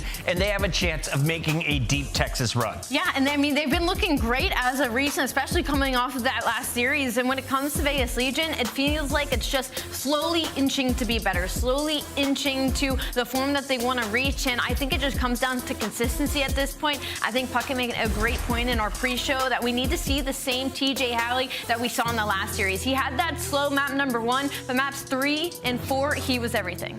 Let's take a look at TJ and what he brings to the table. Search and destroy numbers through the roof. Despite Vegas's win record, TJ has been consistent in that game mode at least. Yeah, in search and destroy, we saw it in the interview. We asked him, we're like, yo, what's the search and destroy preparation been like? He's like, my team just lets me do whatever I want in that game mode, and for good reason, right? Like, he's getting behind enemy lines. You can see right here, they had no idea that he was sitting in top cantina, right? Making plays with Deddy, and they're playing maps that really are working into his favor as well. Yesterday in the series, we saw Mercado and we saw Fortress. Those are 2 maps where TJ can really take over. Today in the series, we have Asilo and Hotel, so it'll be a little bit harder to get super mixy with an SMG as the spots are a little bit more obvious, but I'm expecting him to play well regardless. Clay was looking like Batman dropping down from shelves as well. The man's going for all the nerdy spots. They're pulling out all the stops here in their final 2 series. This is their last match, and here are the final maps they will see before heading to Texas. I have over 10 million channel points. In fact, 10.5 million now just ranked flying in, and 7 of those 10.5 are all on Vegas. Really? What are our chances that the fans are going to be happy with the outcome at the end of this series? I think either way, I think the series could be a win-win situation for both these teams. I think the biggest map for me is going to be that El Asilo. Clay right now has a 1.46 in Search and Destroy, whereas Salt has a 1.2, so I think that's going to be a little bit of a head-to-head battle El between those two. Asilo is going to be the match to watch there between the ARs. Let's go to predictions, though. The matches are just a few minutes away. Yeah, I mean, I was looking at the maps and like in the hard points, I think these guys match up. They are just squaring up on these maps. Like, we're looking at Mercado, we're looking at Embassy. Vegas likes both of those, so I actually think they have the edge in HP and in S&D, so I'm going Vegas in a 3-1 fashion. 3-1, Allie? I think LAG in 4, Vegas if it goes 5, but I'm leaning LAG. LAG in 4. That would make me the tiebreaker. I'm feeling a game 5. The 4th out of 5 for the Guerrillas, and they get the win. They're playing for top 8. We got our casters ready. Let's see if I'm right or terribly wrong. Lando and Studdy, take it away. Well, there's only one way to find out, Chris. That is for sure. Vegas versus Guerrillas. Jay, there's a lot of stock in this one. There's all kinds of storylines, but the biggest one is all in focus of winner's bracket. The desk has already touched on it. A big spot for the Guerrillas, but on the inverse, Jay, for Legion, a win today would guarantee winners. It would be the first time in Legion franchise history that they would start off a major in the winner's bracket side. No pressure, right? Yeah, definitely no pressure. If you're definitely the Vegas Legion, this is your first time that you have the potential to make it in towards winners, but it's all going to be with this series. You see the players that stand out in hardpoint. Donnie 10, Mr. Don 1.12 KD, going up against Exceed, who has been stepping up so far in this stage, man. Really starting to make a name for himself, sitting at a 1.03. Both of these guys are tremendous players in their own right. Obviously, it stands out a little bit more for Temps as he is running that AR, but what Exceed does on the map with that SMG is very much impactful as well.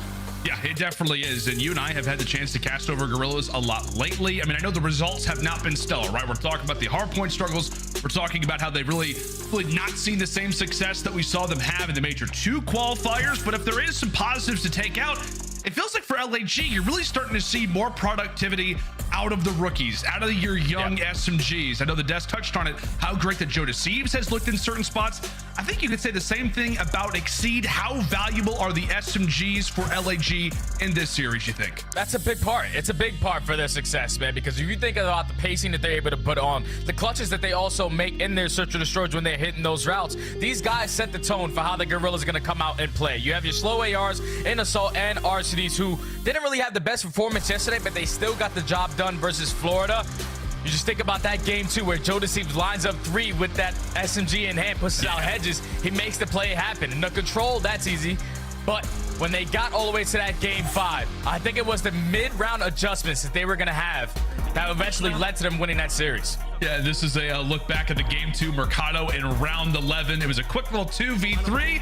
You see the looks of Florida Mutineers. They're feeling good, all right? We got ourselves in a clutch, rather a situation where we should clutch, and then Joe Deceives runs through with a 3-piece. You can see it there from Mack. So tough. Tilted, bro. Tilted is the word of the day, it feels like, but for LAG, all smiles. Maybe reminiscing on the wonderful clutch they had yesterday.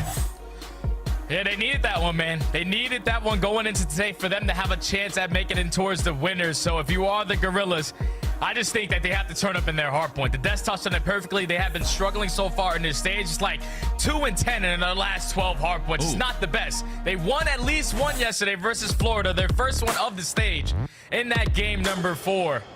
But this map number 1, pretty sure Nameless touched on it. At least both of the hardpoints that we have in this series are basically a square up. This is going to be the best hardpoint for Vegas Legion, even though their record says otherwise, sitting at 4 and 5. And then for that map number 4, when you get to that Embassy, that's where LAG usually like to set the tone. That's their best hardpoint as well. So this is going to be a battle, Lando. Whoever wants it more, whoever's trying to get that winner's bracket is going to come out swinging early in this map 1. Indeed, he's making a swing, and I think I saw 2Real hitting some wonderful stretches actually coming into the map, so he's making sure that he is nice and nimble coming into a game where they are desperately going to need him. TJ go? Is he there? He might. It just might be too dark in the room. I don't know. Wait, he's moving around. Hold on a second, Jay. There's a figure moving on his camera. It might be a ghost, man. I saw something. Is he actually there? I have no idea. Regardless, though, we got to be.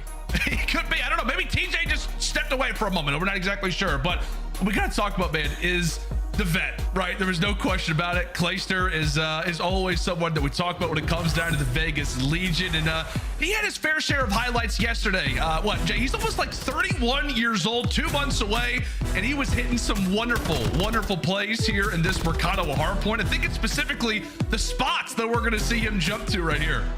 Oh yeah, this is the crazy thing is that Clay was the only guy off the rotation. We were sitting there watching this game in the green room and like, yo, Clay's got to go big, man. Old man has got to step up for the young squad. And when he finds that initial 2 kills, he puts himself in a nice little spot to close out the game. He had himself a wonderful performance in that series yesterday, a 1.2 overall KD. And if you just think about that map number 2, he had 2 huge one-on-one clutches. So any question, if my friend, old man Jim, still has it, ain't no question about that, man. He's still here. He's still putting on for the 30-year-olds. Yeah, that's exactly right, my friend. That's exactly right. How about this matchup, right? 2 guys that have been against each other on when it comes down to the main stage. They've seen each other on the same side, and now obviously they face off head-to-head. Clay versus Arsty is always going to be a fun battle to witness, and you can really see the numbers so far in our Major 3 qualifiers. Not great from Arsty's, but on the other side for Clay, I mean, take a look at that S&D at 1.46. Goodness. Oh my God, man. And he does it sometimes with a sniper in hand, but keep in mind, he's also that guy, the majority of these rounds, running that trophy system. So he's making clutches happen without having that dead silence in hand. He's just got the ice in his side. And then going on the side of Arsenal's, obviously they struggled. They went in this stage and started off 0-3, so their numbers aren't going to be the best. And then even in this series yesterday, he drops a .86, but they clutched up in that game number 5. And it wasn't really about the stat line for me for Arsenal, because in the game 4 where he needed to step up to extend this series, he did that. And then even in the game 5, when they found themselves down 0-3 in that search and destroy, Arsenal's the leader that he is. He changes his gun. He goes from attack 56 to the SMG in hand, and he was basically shutting down that B push every single time. And that's what allowed the Guerrillas to eventually chain 5 rounds in a row to eventually close out that search and destroy by just great leadership in Arsenal's, knowing what needs to happen for them to turn it around. He made it happen. Well, I think we bring up a very interesting, comparison between the 2 players who sit on the far right side of the screen for both rosters. We compared the KDs, but we also have to consider, Jay, what both of these guys do for their team. Both Clay and Arsty's. I know you touched on it. Arsty's, a lot of pressure on him. All eyes are on to him, considering that he, departs from Atlanta FaZe last year. It very much feels like, the investment that LAG makes into him, they kind of go hand in hand. Like you're looking to see what life is like after Atlanta FaZe. On the other side for Clay, I mean, what a moment this would be if he can manage to get Vegas Legion, another, I don't know. I mean, it feels like it's really been like a record-breaking season for Vegas so far throughout this year, considering the placements that we talked about at the start of the season. It may seem small to some, but I mean, if he was able to lead the Vegas Legion to their first winner's bracket position in franchise history, that says a lot, right? Yeah, it definitely does, man, because like you said, they've been breaking records all year. The most series that they have ever won as a franchise was with Clay on the team. The highest placement they got at a major, which was top 6, was with Clay on the team. So you don't want to change anything if you are Vegas Legion. You just want to improve upon it. You've seen so far their road throughout Major 3. They started off hot, man, with a 3-1 over the Thieves. Then obviously you go up against Toronto Ultra, who are 9-1 ever since they make that roster change. Atlanta FaZe just won the recent major. And then even in the series versus Røkkr, it got a little sweaty, but in that game number 5, it was all TJ Halley setting the tone. But enough of all that. It's time to get into this one, baby. Whoever wins this one, if you're Vegas, you guarantee that winners. If you're LAG, you got to get it done in at least 4 to make it a lot better on your side. Yeah, we talk about pressure a lot for Vegas. They just got to win the series. For LAG, you got to hope and pray that you close things out in a 3-0 or a 3-1. The positive for LAG is that they start on our more preferred side.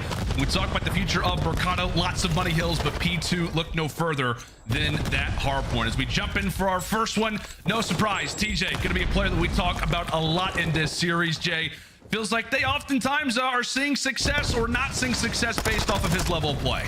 Oh yeah, TJ Halley, when he's on, he is on. He's usually only on in search and destroy. Hardpoint is where he does tend to struggle, sitting at a 0.8 overall KD. But if you can get this young man to really turn up to a whole different level early into this series, then it's basically gonna be done and dusted. But into the P1, it's scrappy. We all know that it's all about the fight over towards P2, and it's gonna be Vegas. At least with the more bodies on this side of the map, can't win any gunfights, so it's a clean 4 dead. Guerrillas win a rotation. Yeah, there it is. Okay, not a phrase that we say all that often, man. LAG able to win the rotation. They can start to sink their teeth into this game. Is really for Vegas. Not a second awarded over at P1, despite a few little efforts there last second from TJ. Also for LAG, you're going to have one player off the spawn in Thieves who's going to be able to play the pinch. So it is 1-4 down that very well could lead into another 4-down situation as a few players from Vegas begin to halt their progress, waiting for a bit more of support. Some reinforcements are on the way, and they cannot get here fast enough. Oh, they can't get here fast enough. There's a bunch of Vegas players here trying to contest as Arcitys and Exceed combined for 3. Arcity's already starting off hot. Didn't have the best performance yesterday, but 7-0 already earns that cruise missile. Gets a little bit of assistance right there from his teammate, but so far this is a perfect start to the game. If you are the Guerrillas, you have a cruise missile to work with towards the later half, and Arcitys is not missing right now, man. Jay, he's not missing bullets. Like, we're talking about clean shots. It does not get much cleaner than that.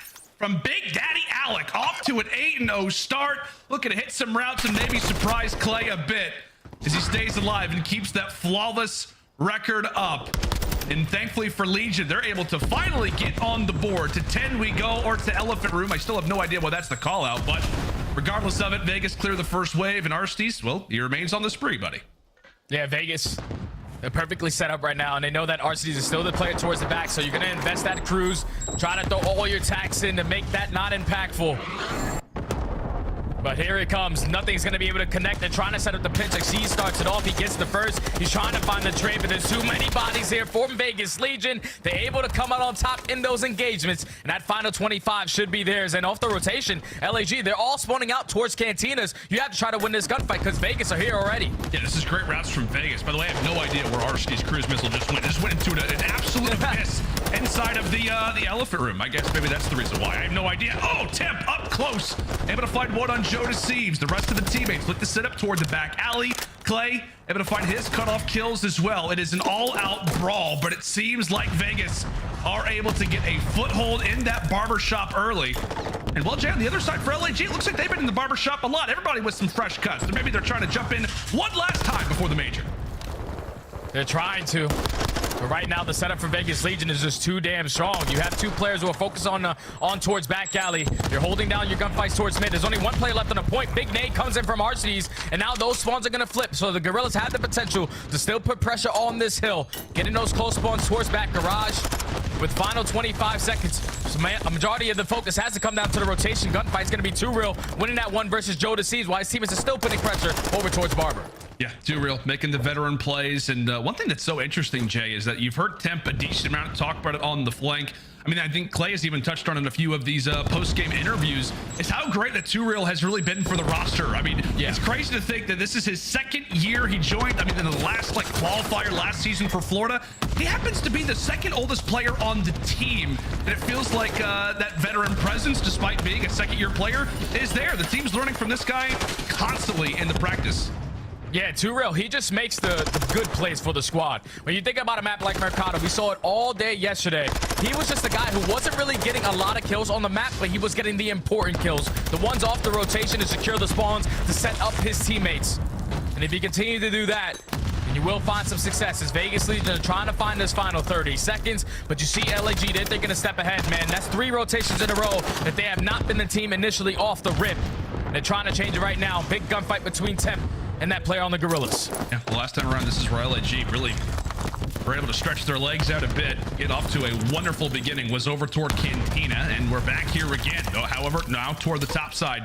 Temp has been waiting patiently for a few of his teammates to arrive. He happens to run into the iron boots of Assault, who, as we said, is sporting a very nice haircut, by the way. Meanwhile, Arcitys, the AR, is doing a great job of locking things down nice and early, and you can just tell, man, Vegas uncomfortable to get inside of that point. They are getting cleared out left and right as they finally have some forces again. There's 45 seconds to fight for. Nice stun. The tacticals, the utility is in play. Arcitys eventually drops. Vegas contesting. Vegas contesting, and they are eventually able to find the break. And if you are the Guerrillas who are continuously spawning out towards Hedge, you have to try to find this because already Vegas are setting themselves up properly for that next rotation. All out brawl in towards the cantinas. Exceed is able to find one with the stun. The pitch is here from Assault. He finds 2. That's 3 dead in the feed. Vegas now have to cut their losses, and you have to win these gunfights because you have the potential to spawn out. Archie is putting pressure through the middle of the map. He is indeed. I apologize, Assault. I was giving him the Iron Boots name just previously. Goes and hits the round. Lovely stuff. Coming in from Adam Assault Garcia. Mr. Beams is Arcety's looks to get involved. As we said, final hill, the first set of rotations. We head toward the parking lot. It has been a back and forth brawl so far, but right now it is LAG sitting in the driver's seat. Nice snaps coming in from Assault. However, he gets made into a quick little 2-piece there from Temp. Legion looking to be in a prime spot to get right back in this game, Jay, and maybe even take the lead. Oh yeah, Legion, they're perfectly set up right now. They know where the Swans are coming in right now for the Guerrillas.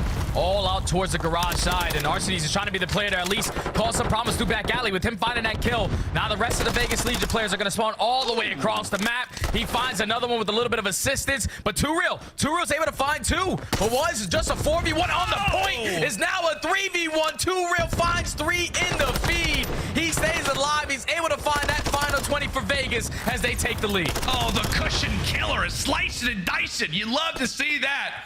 Too Real with some absolute fire reactions, whether with the gun or the knife, it does not matter.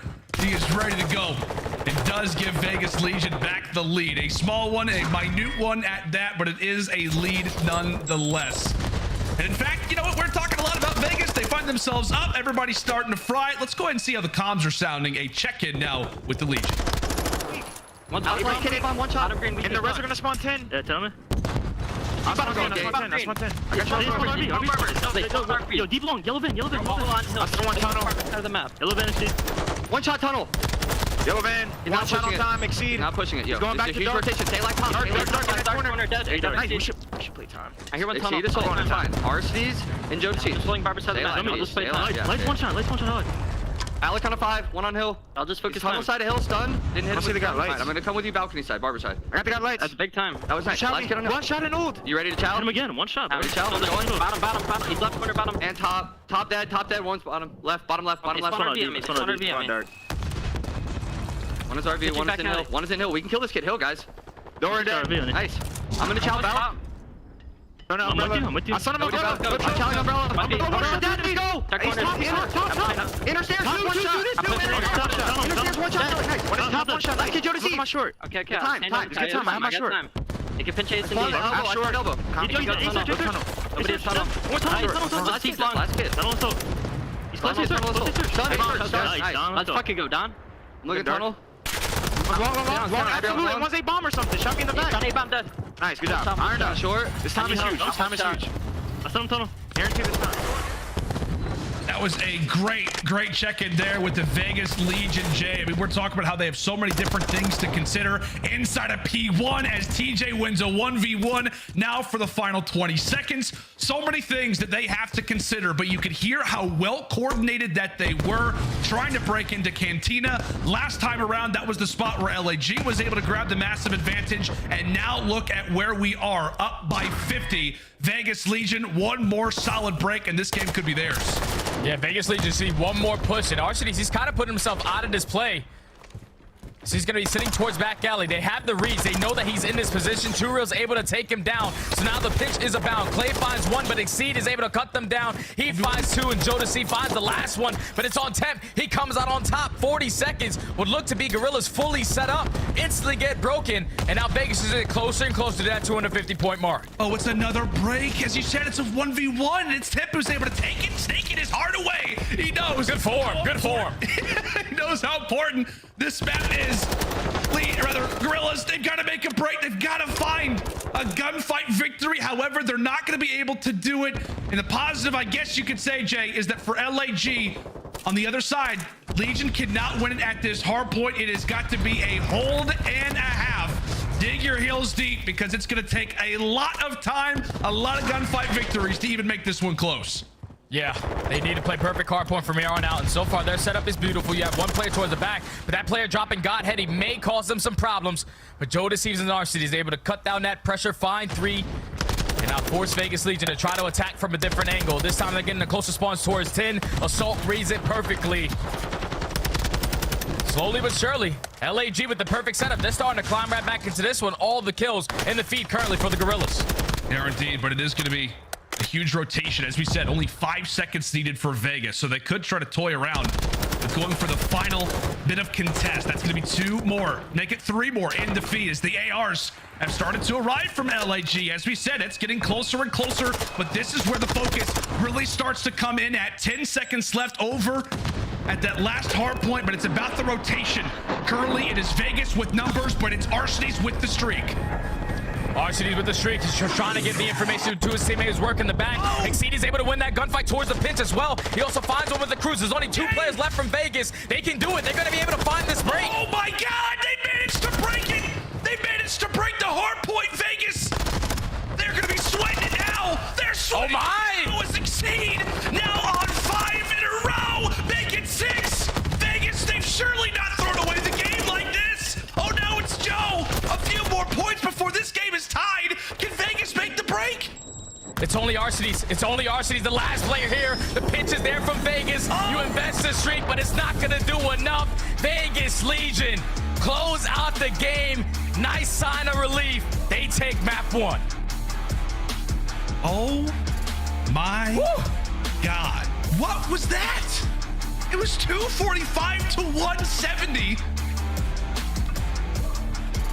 I have no words for that. I mean, thank God for Legion making that final break happen when it did, because Jay, if they don't win a few of those last second 1v1s, that is an absolute collapse. As we said, it was 245 to 170. LAG goes on a run, makes it a 10-point game.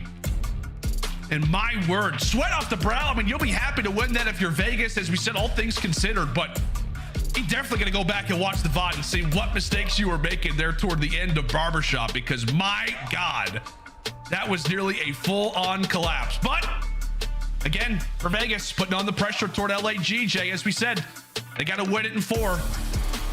And with that being the case, for Guerrillas, they've got to be perfect now. And if you are the Guerrillas, man, you're just thinking about that one play over towards the parking lot hill. You lose the game by 12 points. And with 2 Real popping that 3-piece when there was 3 of your teammates on that side of the map, eventually was a game changer in this one. What a great opening hard point between both of these 2 teams who are trying to put it all out on the line.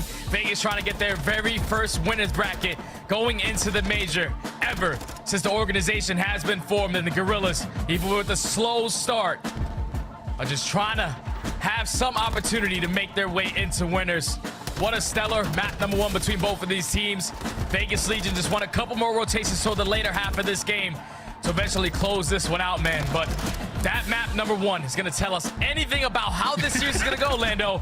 We're definitely going to a game 5. It just totally caught me off guard, Jay, because we were, at that point as a caster, like, you're looking at it and you're like, okay, this one's probably going to be cleaned up. I mean, LAG have got to play perfect hardpoint, and they nearly did it. I mean, they nearly play perfect hardpoint. TJ ends up finding the last 2, and from there, Legion relief is what they feel. It's not, crazy, hyped up, fist bumps, even though they're not in the same room, but you see it there from Clayster. All right, 1 down. Take a breath, old man. 2 more to go. Take a breath. 2 more to go. We can't be doing this to Clay at his old age, Jay. Can't do it. Can't.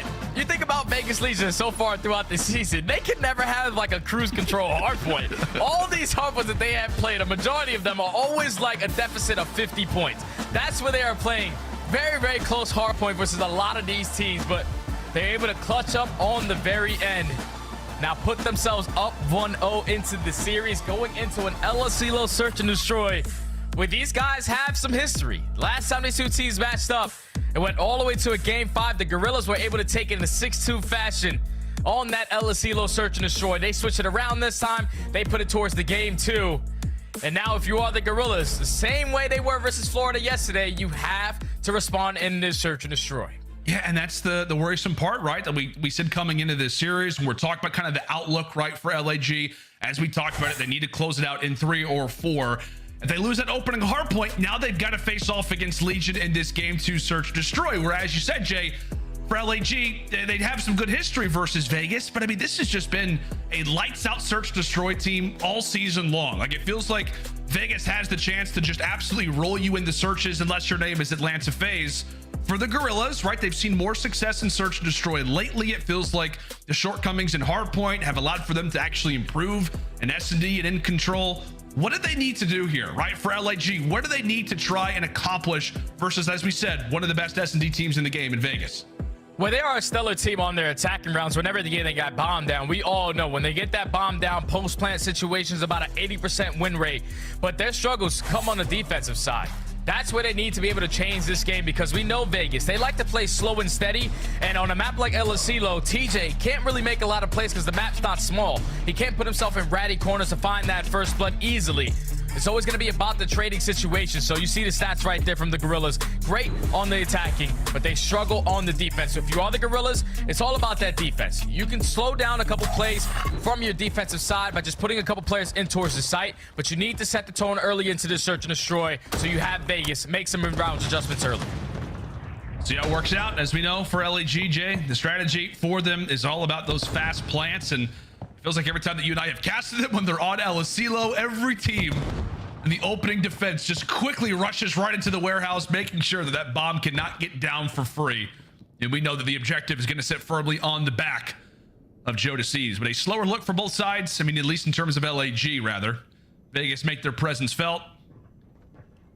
And really, now the question calls for Guerrillas. Can they find that opening first blood? Can these tacticals, can the utility give information? Or will TJ be able to strike? Exceed's able to snap with the sniper off the start, and now the pressure comes on to TJ. Can he win the gunfight? The answer will be no. 2v4. 2v4 now, but 2Real at least puts himself in a great position towards bottom. Kegs, Clay is able to line it up, take down Assault, make it a 3v4. You get all the information onto this player on site. The nade is to be able to connect, but it does not. He's not able to find that kill. Now it's all Clay in the 1v2. Clay, snipe in hand. Shots are coming through the walls. Oh my God, I thought he was about to fire that bullet. Would it have killed Arsenes? I don't know. Pistol is out and LAG prepare. And right now for Clay, it's just a matter of, will they try to push this out? Will they get a tad over aggressive? Utility tossed once more. The sniper bullet will rain forward, but the Guerrillas should win this round. They need to win this. Thank God they checked that. Wow. This is way too close, Jay. These are way too close to situations right now. I can't handle it. Yeah, that was a very, very close round right there. If you're the Guerrillas, somebody just throw a body or just go for the double chow, because you know he has a sniper and pistol in hand. Unless he hits a collat or something like that. Finds the ace on the round. That's the only way that Clay's able to clutch on up, but almost got a little scary as he stuck towards the defuse. Just think about it. Maybe if he would have probably hopped it a little bit earlier, he probably has a better chance, but with the time ticking, Guerrillas eventually find that final kill and get the first round on the board. Great on their attacks, but it's all about this defense right here.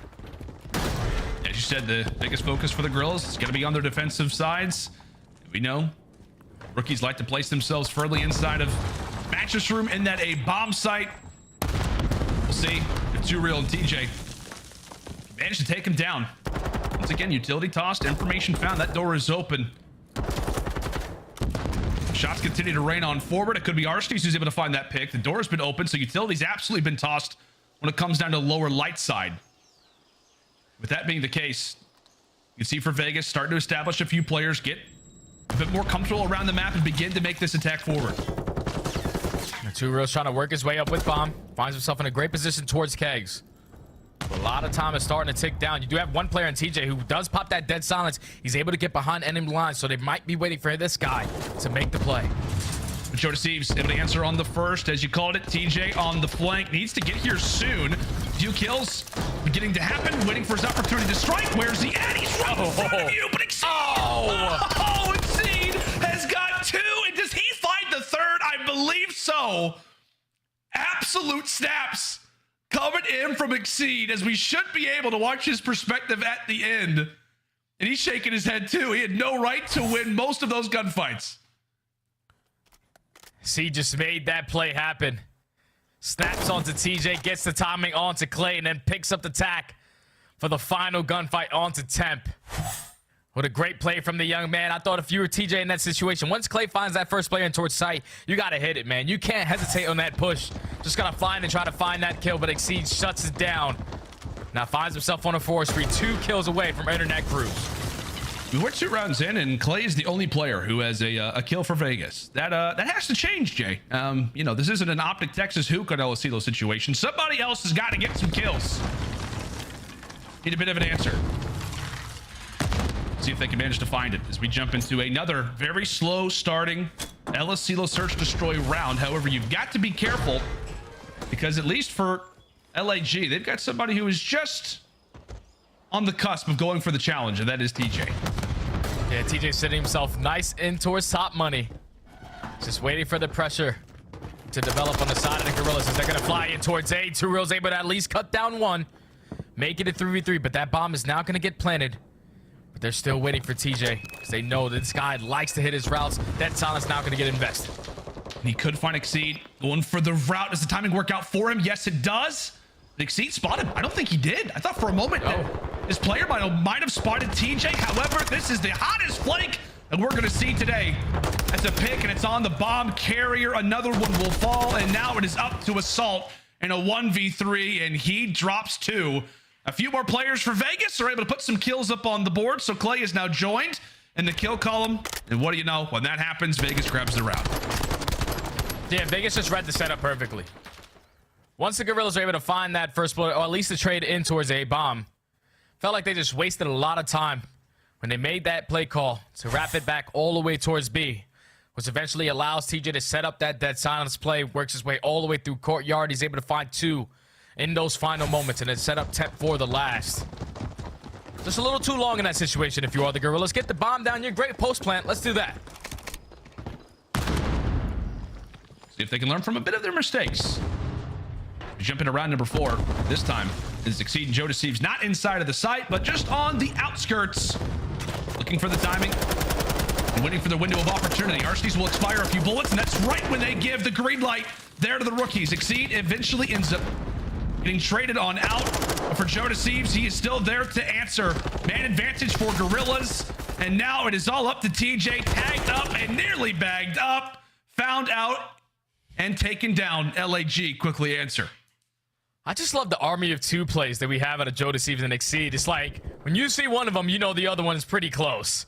If they're not going to be playing in towards sight, both of those guys are trying to make a play together on the opposite side of the map as they find the timing by pushing through courtyard. Exceed is able to at least win the first gunfight through bottom kegs. Not able to find a trade, but he sets up Joe Deceives to take down 2Real, not allow that bomb plant to go down, and eventually clutch up on the man advantage. So far, that's 2 defensive round wins for the Guerrillas. Great work. I'm not a great lip reader, Jay, but I just saw Exceed, like his face light up. It sounded like when somebody called a strat. So I was curious if we could see something nice and tricky to kick off this round. You did see a few nades tossed over the top. So that being the case, other than the utility placement, I don't know if anything's really out of the ordinary so far, but the round is still nice and early. Minutes still to go on the clock. And to no surprise, Vegas, they are ready and waiting for anybody who tries to jump inside of that A bomb site. He had a double stack in towards A. Temp and 2Real trying to hold down both angles as 2Real's getting all these sound cues of multiple players towards the right side of his screen.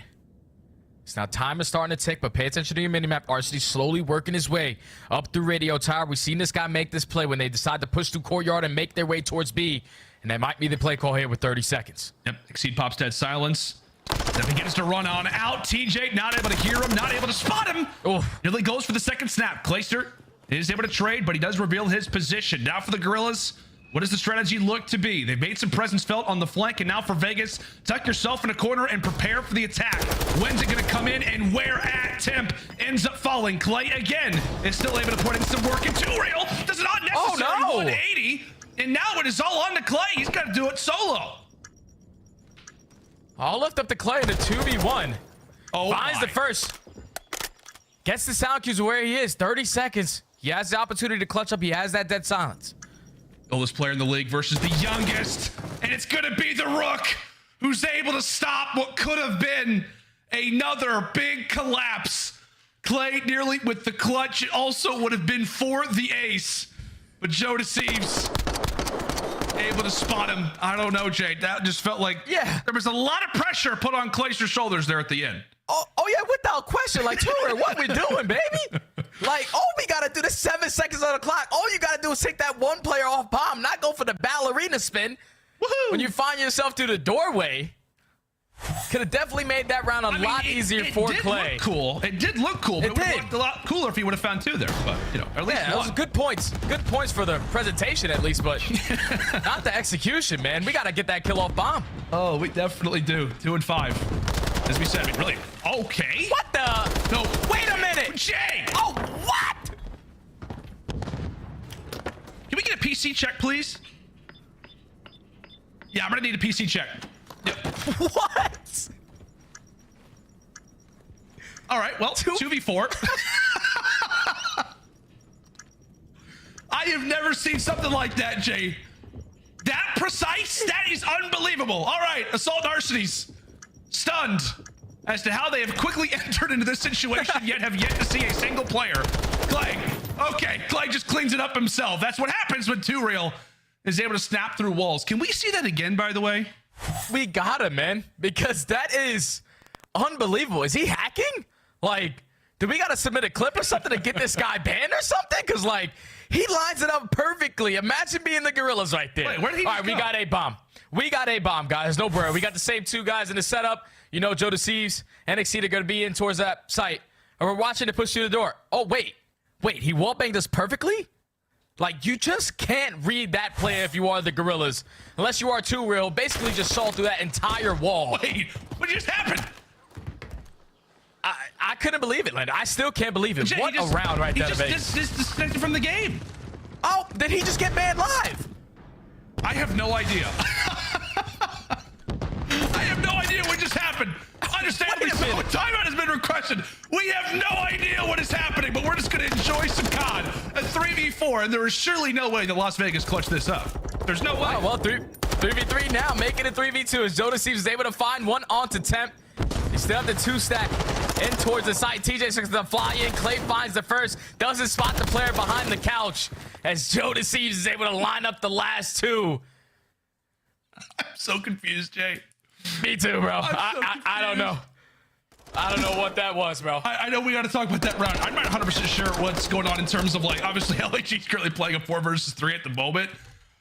But yeah, I'm very confused because we were looking at that highlight of 2Real, obviously taking 2 players down through the wall. And then he just stands up. And I'm like, wait, did they just win the... No, they obviously didn't win the game because they're down. I mean, he's just putting on a sweatshirt. He's getting warm. He can't believe it. You can't believe that just happened. I can't either. Well, we're going to figure out what's exactly going on, folks. We're still, you know, trying to outline what is exactly happening. Did 2Real just put on his sweatshirt backwards, by the way? Anyway, regardless of that, we're still figuring out what exactly has occurred. So, okay, so it's okay. Sounds like 2Real lagged out, which is interesting. But regardless, though, Jay, we got to talk about that search and destroy, man. It's wild stuff up to this point. Oh, yeah, without question, man. Obviously, both of these teams doing what they need to do. When you talk about the rotations coming in from Guerrillas, setting up properly, unless you find 2Real who can just magically see through walls on a round. Vegas Legion, they have just been starting slow in this search and destroy. We've seen that first round. Neither team has dead silence. Neither team has a trophy system. So you want to try to feel out how they're trying to play these setups. But it's Vegas Legion so far, finding a couple openings, not really leading to a lot of success, though, because the Guerrillas, they're winning their defenses.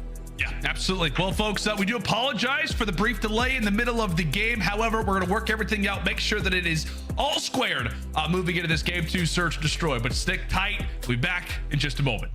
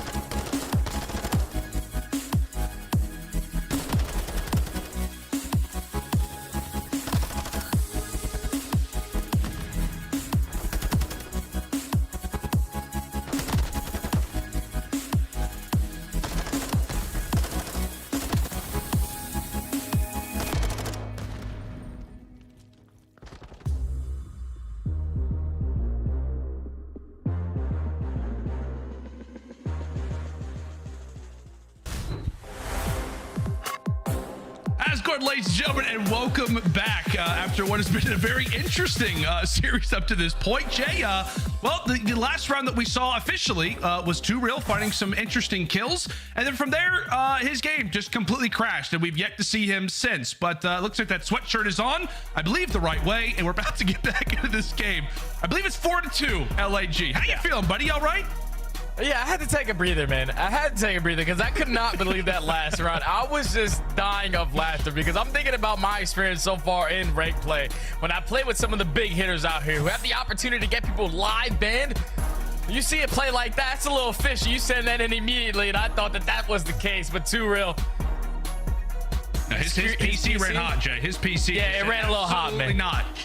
Couldn't believe it. Maybe 2Real or 2 not real. I have no idea, but... insane stuff.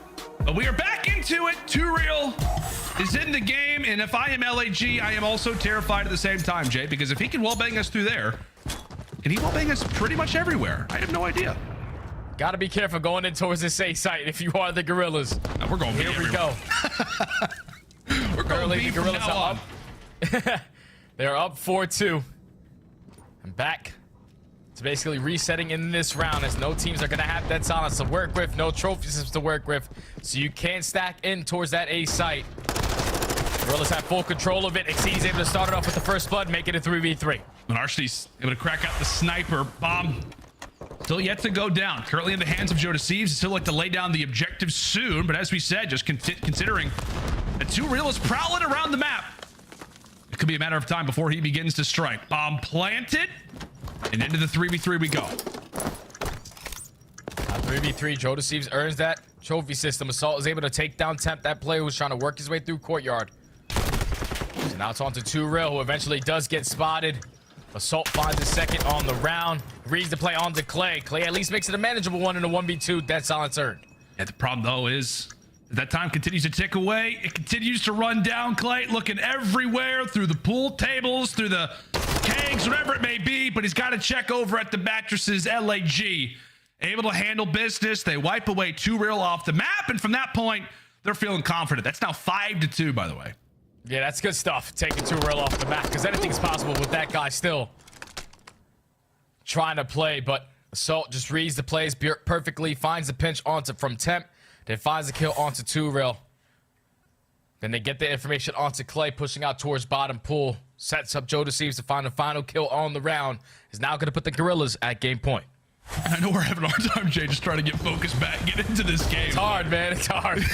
It's very hard, but we got to give a lot of props to the Guerrillas. As we said, their SD has seen quite a bit of improvement. Like we said, so early on, they were, pretty much just one-dimensional hardpoint team, but they have clearly turned up their game in Search and Destroy. How about Arcee's after that wonderful hardpoint performance, despite the loss? Is trying to close things out here. Goes for the early flank. Dead silence has been popped. We'll see if Assault can manage to put through another. Yes, he will. A 2v3. Another man-down situation here for Vegas. But 2Real's just going to commit towards getting this bomb down. They do get the information that Clay's going to be playing over towards Keg, but not the hit marker with the nade. Sets up Jodeci to take him down. So now it's 2Real, who can shoot through walls. Left in the 1v3. Okay. Can he do it again? They do it again. Spots Assault. That's an easy one. Not able to find the other Thieves with a few extra bullets. I saw that tweet near the commercial break, Thieves. Don't think that I did not. We got some fun happening. We got Arcee's even knifing his teammate, but that will be the game. Punches in the digits. And there it is. 6-2. Clean work. Wild rounds. Hilarity. Everything in between. We got ourselves a series now, Jay. Yeah, Guerrillas just came out and did exactly what they needed to do in the Search and Destroy, which is respond. They do a great job on their attacking round. Slow and steady wins the race. You get the bomb down, you find a lot of success. But the biggest turning point in the Search and Destroy was those defenses. They clutched up on a couple, forced Vegas Legion to try to win some attacking rounds where they usually tend to struggle. But eventually they could not find any success. Guerrillas closed it out 6-2, tied the series up at 1. And now keep in mind, this match is still for that winner's bracket, man. That's right. If you are the Guerrillas, you want to try to get it done in 4 to at least put yourself in a better map percentage win rate than the Vegas Legion. You will be able to overtake them. But even if they do get to a map number 5, with the other squads that they still have, you have to at least LA Thieves eliminate themselves from that bracket because they didn't go 0-2 in their last 2 matches. It's all on NYSL and OpTic. If either one of those squads go 0-2 throughout this stage and the Guerrillas win 3-2 in this series, then that eventually will knock them out. So if you are the Guerrillas, good work for them to at least tie the series up at 1 after the second map. But you're still thinking about the big picture. You're trying to close it out in 4. Yeah, without a doubt. Looks like we learned a lot in that Search Destroy. We learned that LAG is still solid in the game mode, and we all learned that we all need to get the pillow out. Make sure that you've all got yours, because I know that I have mine. Ladies and gentlemen, 2 games done. It's a 1-1 series, but when we come back after the break, we are going to some control. Make sure and stay with us, as Fortress will be on your screens in just a moment.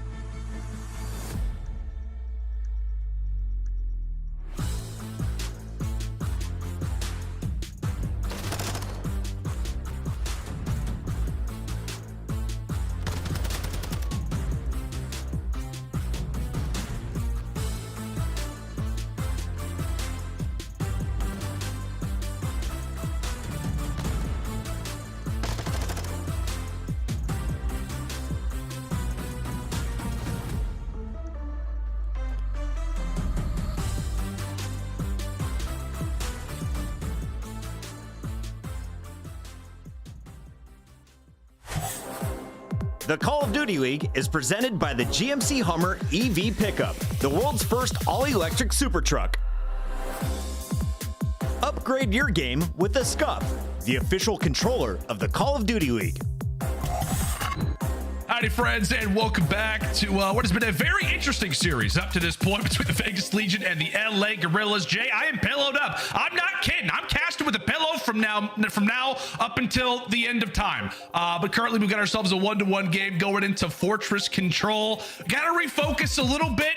Wake me up, Jay. What is the focus for Fortress Control for both these teams, the records, all the wonderful stuff? Oh, this is everything for both of these squads. For Vegas Legion, this has been their auto veto all season long. They only had the opportunity to play it 3 times. They vetoed it 11 times out of all the series they have played. That is 55% of the time they are getting rid of this map. And then on the opposite side for the Guerrillas, we know that they struggle in control. Both squads do tend to struggle in control, but the biggest thing that stands out for me when you're talking about the Guerrillas is their slaying, man. They still have a team KD of a 0.8. The only player over a 1.0 KD in control is Assault. Everybody else is kind of struggling. And on a map like Fortress, we know what this is all about. Yeah. All guys that are playing rank play out there. It's very, very difficult to try to win some attacking rounds. You're always just trying to play for those segments. But on your defenses, those have to be guaranteed. You have to be able to set up the trap. Yeah, Jack can confirm after playing quite a bit of ranked, in the silver surfing myself. I could say the Fortress Control is difficult at any level when it comes down to the attacking side. Obviously, if you have 2 of your superstar SMGs that are at 0.7s, it is never going to be an easy time. However, off the gates, we are into that A objective nice and early, and they are primed to maybe grab that opening segment nice and fast. Yes, indeed. 1 segment grabbed, and now the first bit of contest will come in for Joe to Thieves. He gets wiped away. You get awarded for 1, and can they make their way into B? Only player here is Assault. Yeah, the Assault, he's read the play beautifully. He knows what his player is going to attack from, but big nade kill comes in from TJ to at least find that trade. And now you put the Guerrillas in towards the trap. You have everything cut off. Big kill comes in from Joe to Seed, but Exceed with that team nade is now going to slow down that pressure. They're trying to get out towards stables. They're trying to get out towards maps. But so far, Vegas Legion, they're cutting them down. Yeah, after that opening start there from LAG, from since then it has been pretty much solid work. However, Guerrillas find a second window of opportunity, and now can they find their second segment? You see a few of those nades tossed there from Temp as he looks to get involved. As we said, every segment means a lot in Fortress Control, and right now Vegas are trying to prevent that full-on capture at the A zone. Joe Thieves ends up finding 2. Meanwhile, he's made a decent dent at A, and that will open up the lane once more from Assault. What can he do at B? Yeah, Assault's going to be the only player at B. He's just trying to stall time for his teammates to try to get out through double doors, but Temp did a great job of cutting them down on that side of the map as Clay finds the final kill onto Assault. So now the reset button has been pushed for the Guerrillas. Have to try to fight out of your base again. Big trades going back and forth, but they're just trying to be sneaky. You have some map presses over towards that B side. They're trying to find a couple kills, so at least extend that. Well, the third opportunity. And they make it 3 for 3 in segments. That would be a wonderful start to this control. As Joe Thieves eventually does receive a bit of fire. Exceed finally is able to get on the board with his first kill. As he's starting to make a bit of noise over at that B zone. As we said, for Vegas, a lot of things to think about. A lot of players that have been in your base so far throughout our opening round. But can they have another answer, another opportunity? Plenty of lives still to throw at this one. And right now for Clay, he looks to refocus. He's even going back and forth with the player cam. One player's made his way to the backside. That's going to be Exceed again. Try and beat a thorn in the side. Clay eventually challenged, eventually falls, and that will be the A zone capture from LAG. Good work. That's big plays coming specifically out of Exceed. He was the only player that stayed alive on the opposing side of the map and now finds himself on a 5 spree. 1 kill off of earning that cruise missile, and the Guerrillas are currently up by 2 lives. So you have a minute to work with. It's all about starting off these gunfights on the right foot. So they're going to put pressure over towards the P1 street side. TJ finds the first, trying to find the second on to Exceed. Can't pick up that cruise missile, but at least he's still pushing for it. Yeah, it's all about that second kill right now for the Guerrillas. They look to get a few down in stride. Obviously, the close spawns are there for Vegas, given the fact that this is control after all. And 2Rail coming in from the top side is able to wipe away 2. Now a 6v6. In terms of lives, 30 seconds to go. You got to have some bit of pressure over at that B zone just to make any play happen. Well, Joe Thieves could be one player to make the flank. You can see for Vegas, they are ironed up and ready to go. Another pick found. And Clay laying down the shots once more. It feels like for the Guerrillas, they cannot get a solid look at it. Farthest pushed up 2 players are going to be Arsonies. Wait a minute. Exceed. However, they're able to win a few. 2 Real and Clay able to answer back. Exceed. He'll jump on the point. He gets made quick work of, and that is the way the round will close. LAG 3 segments. So, well, they had a few decent looks, Jay, and it's not around at the end of the day. Not around at the end of the day, but at least you complete those 3 segments, like you said. It's so difficult to try to bake out of your spawn. Vegas Legion, another sign of relief. They were able to clutch up on that defensive round and at least put themselves up 1-0 on the map. Now they have to be thinking about, how do we complete 3 segments? How do we try to tie it up in that department, just in case it does get to a round number 5? It's all about this initial push, though. Big days coming in from the Guerrillas. Are there any trophy systems to work with on the side of Vegas? No, there isn't. So you have to play nice and slow if you are Temp. Temp eventually does get found out. Meanwhile, for Vegas, the 3 players are sitting firmly at that A zone. I say firmly, but with the great assault, they instantly get wiped away. A clean 4 down off rip. Clean 4 dead, and now Vegas Legion have to try to find an opening. You have 2 players from the Guerrillas who are stacked up in towards map. They know where the pressure is coming in from. Big kill, though, taking out Arsony towards Stables. Now you can try to get out towards the left side. Jodeci still cutting them down in towards maps. Assault from top is able to find the 3rd, and now the only farthest player pushed up is going to be 2 Real. You just want to try to maintain this position, find a couple kills to get your teammates out.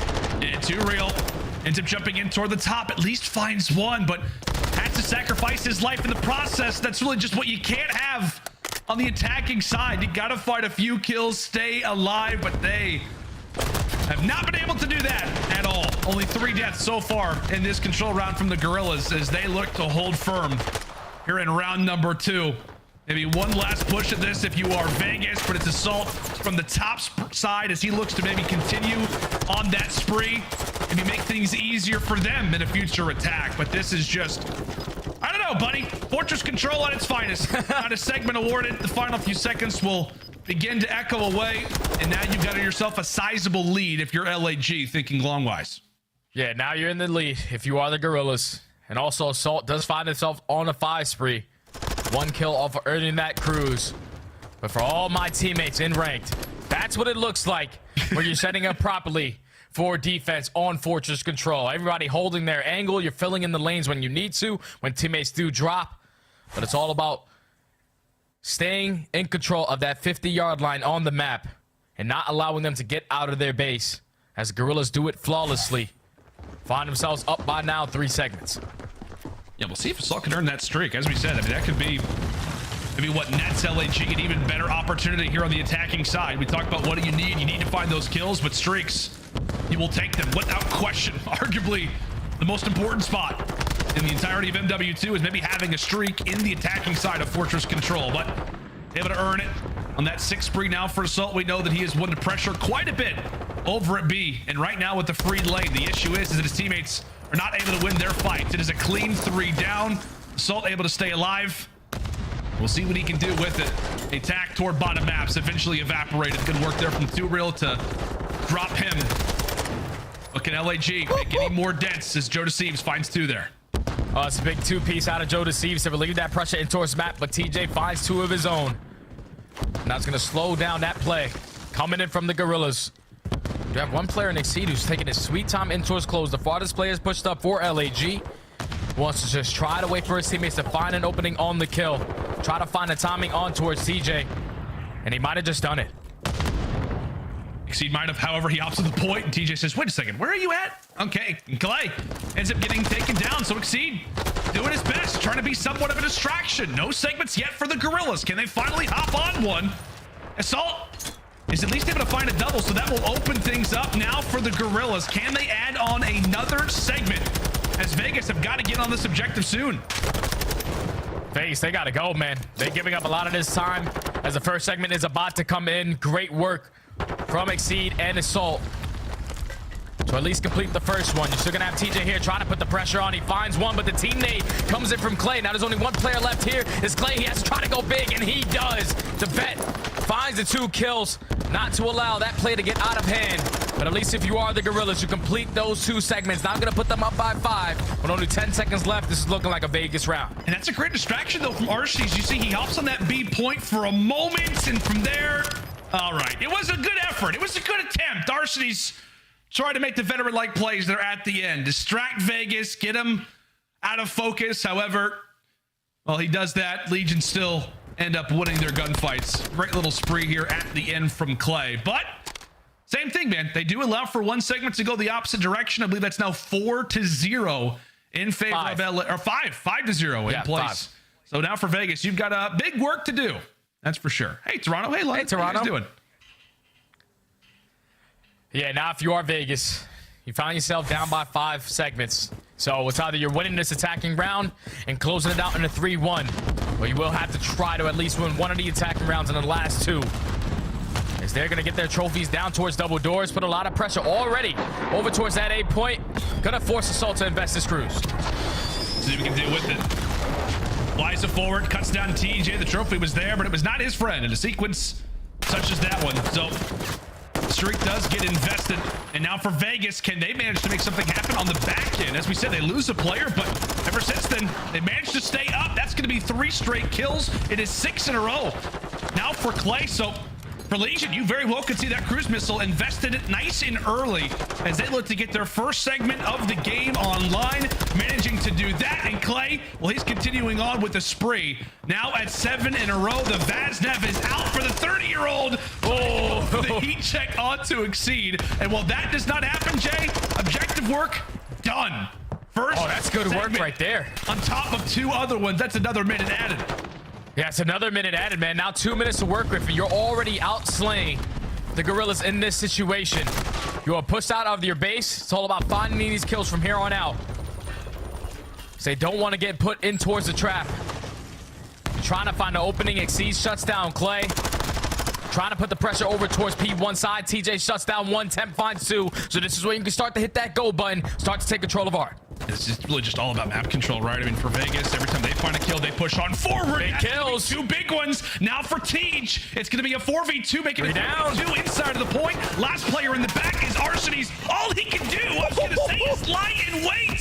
However, TJ somehow gets killed from that spot again in an absurd way. Clay sends himself forward. He eventually drops. 1 segment done at B.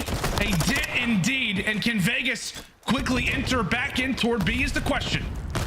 Oh, Vegas, they put themselves in a very, very great position.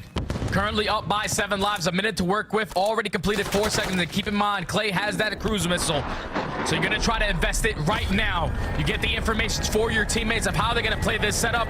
Everyone in towards art. You can put the aggression on through the front, and that's exactly what they're going to do. That's great work. However, can they find the kills on top of it, Tej?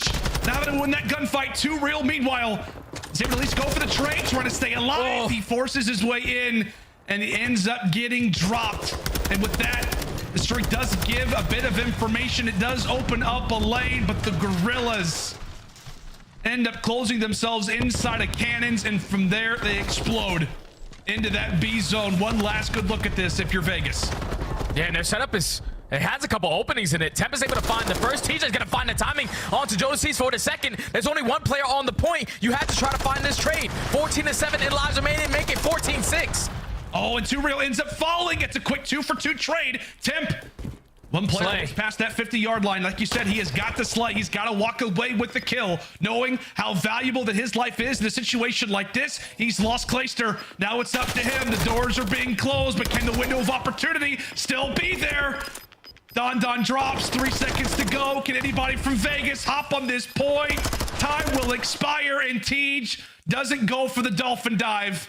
LAG hold it down, and with that, I believe, Jay, that they hold on to that defense going at around 5. Yeah, they definitely do hold on to that defense. You saw right there, Vegas, they were just trying to invest everything. It was close it out there. That's what they were thinking in their minds, but the Guerrillas with the perfect setup, able to at least answer with a couple kills in those final moments to secure the defensive round and now get another defensive round going into this round number 5. Vegas Legions need to have the same exact start off. They need to have the same exact start off if you are Vegas. To send 3 players out towards double doors. Let's try to get A out of the way nice and early. But it's all about these initial gunfights. You have to win them. Yeah, you absolutely do. All about the opening breaks, especially in these round 5s. What can Vegas do here As utility is exchanged, the nades are tossed on out. Assault, who by the way sits on a 4 streak, could have another streak to work with. He does get found out. That's 2 nice picks off the rip here for Legion, so they're already making that A zone fly. Already doing a great job. The exact same play that led to success the first go around. They do the same exact thing. They find a couple more kills. The second tick is about to come in. Clay's lining up Arseny's in towards top double. And now LAG are just forced to give up this 8-point play defense over towards B for a minute. It's all about maintaining art and 2Real. He's trying to cause some problems. Jumps up through top double window. He's able to find the first. Yes, indeed. This is the best start that I've seen to an attack in a very long time. They've lost 2 players. They've got 2 minutes to work with, and they've got 2Real. Can they make something happen? Can they cause some havoc in the back of the map? The final attack. Can anything occur? Can 2Real make something happen as his 2 teammates are able to find a few kills off the rip? That's going to be a clean 3 down, and into that B zone we go. And now LAG begin to make their prowl. They've got to jump back into the zone nice and quick. Joe deceives for 2, and now it is all up to 2Real. Can he stay up? Can he wait a minute? One of these segments online? Oh! Not able to do it, but gave it his best shot. Oh, with 2Real putting a lot of pressure, though. When he finds those 3 kills, it allows his teammates to get out of the base, and they already find himself in a great position. Clay towards that forklift is able to cut down 2. So now you're going to spawn out towards cages. These gunfights are going to be big. Exceeded assault. They're able to at least find 2 of their own. But TJ and Clay combined for 2. They're able to stop that clock. They are indeed. You can see for LAG, they're just trying to close off that spigot of spawns right now for Vegas. 2 men up, and that's all they're going to have. No reinforcements for the moment. LAG retake, and they hold. 1 segment awarded for Legion. Jay, this has been wonderful work for them so far throughout this game. Currently up 16 to 11 in lives. Can they have another heroic push? They need one, because right now the Guerrillas, they're playing really passive. They're not trying to play for that map control, not trying to set up the trap. They're letting Vegas come out for free, but it worked right into their hand, man. That's 3 dead already in the feed. When you find those 3 kills, now it's time for everybody to put the pressure on. They wipe the lives remaining and make it at least 12 to 10 now. Because now Vegas Legion have a tall task ahead to try to get out of their base. Yeah, as we said, they've managed to make some magic happen, but boy, do they need it. As you said, those lives have quickly started to sway the other direction. Nearly even. 35 seconds to go. Can Vegas find an answer? As they may have to do it through lives. We'll see if they can gain a bit of map positioning, but every time they do, they just continually are cut down. Exceed, just trying to be annoying, opens up a door, gets a gunfight win, and closes it. As Vegas Legion very well may have seen their window of opportunity begin to slip. Not a great game 3 for Arseny's, but at the end of the day, it looks like it could be a map win nonetheless. 5 seconds to go, and nobody from Vegas is going to get into that objective. Guerrillas will hold and keep that winner's bracket dream alive, Jay. As we said, they got to close it out in 4, and now they've guaranteed themselves an opportunity to make it happen. What a wild round 5 that was. Guerrillas just clutched up, man. They just clutched up. I thought Vegas Legion on both of their attacking rounds set themselves up perfectly. You close out A, you find yourself up by 6 or 7 lives with full art control. At that point, all it comes down to is the slaying. When you're maintaining art, that's the biggest position on your attacking rounds, because at that point, the team on defense, they're not going to probably risk lives of trying to flood out art to take you out from top rails. They're all just going to play around it. So when you put yourself in that position, you have to be able to take advantage of it. But once that player dropped and LAG maintained that map control right back into their favor, they put Vegas Legion in the trap, man. What a control that we have between both of these teams. But if you are Vegas Legion, that one's got to sting, man. That very first defensive round is going to come back to bite you. And eventually it did. Now the Guerrillas find themselves up 2-1 in the series. Yeah, it's just a credit. As we take a look through the highlights, it's just a credit to the way that LAG started off this game, how great that opening attack was, or rather their opening first few rounds were. It was excellent work there from LAG, and that will come to benefit them in the end. Well, it bites the other side of the screen in Vegas Legion. But as we talked about, Jay, LAG, a big spot. Can they win that control? They've managed to do it. And as we said, now we're not guaranteed to have a game 5. So with that being the case, they're up 2-1, a chance to close out Legion here in a 3-1 fashion. And when we talk about this next map that we're getting ready to have, I mean, historically, for this exact LAG lineup, this could be their favorite map in the entirety of this game. Oh yeah, without question, man. Ever since this roster has been formed, this is a map they have looked stellar on that aBeZy hardpoint. They have an overall 3-1 record, but with this roster, 3-0, taking down a lot of the Titans that we have in the CDL. The most recent matchup that they did have was versus Atlanta FaZe. It went all the way down to the wire, 250 to 233.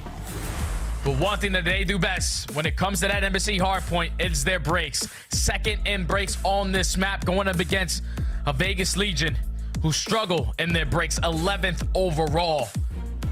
So now if you are the Guerrillas, this is exactly the situation you want it to be in. Obviously, you wish you could close it out in a 3-0, but when you find yourselves up 2-1 going into your best hardpoint map to control your own destiny and make it in towards that winner's bracket, you couldn't write the story better. Just comes down to them winning a couple rotations, but having that same success in their breaking. It's a crazy sequence. I mean, we always know it, right? When we've had series like this previously throughout COD history, you know, just the level of pressure that you experience as a player. I know Assault's been in a spot like this, you know, similarly back at COD Champs in World War II, where they had to, you know, beat OpTic back in the day, and obviously not the same stakes at hand currently, but another spot where you just know what you have to do. You know that you have to clean up Vegas Legion. You come in with a bit more of momentum, a bit more of pressure on your shoulders at the same time. But as we said, for this LAG lineup, man, 2-11 in their last 13 hard points. Not great, but the positive for them is that they have a map, that of which they absolutely love. And the weirdest thing, too, is that they have not played this map, Jay, since the Major II Qualifiers. So when this team was going on, you know, the incredible run, starting things off flawless in hardpoint with the new lineup, aBeZy was one that they were playing consistently and constantly. And so we're hoping that maybe they can get back to that same form. Yeah, they have to show that same exact form because teams do not want to test them on this map. Like I said, the last time that they played it was versus Atlanta FaZe all the way in January. We found ourselves in March now. Like, you could just tell when you're one of these teams that stand out on a specific map, and then you also take down Atlanta FaZe. In that situation, some teams probably do struggle on the map, didn't want to square up against them on their best hard point. So that's why they haven't had the opportunity to play it. But it gets into this series, and it couldn't be the best opportunity for the Guerrillas to potentially close this out 3-1. Vegas Legion, they need to find something, man. Too real, hit a couple more wall bangs. That would be nice, right? Maybe that's what you need in a situation like this. So far, Assault has absolutely been killing it. A 1.4 right now so far throughout this series. Did some great work on the Mercado, but ultimately it was the control where he absolutely took over. They're nearly at a 2 KD. But as we said, right now for LAG, the opportunity to close it out. We saw the spirits are high. Guys are making jokes coming into this aBeZy HB. On the other side for Vegas, whether it's a strategy, if it's a player, what do you want to see most for Vegas Legion that couldn't allow for them to force the game 5 here? In control of spawns, man. Just winning your rotation, setting yourself up for success, setting up properly for some of these money hills.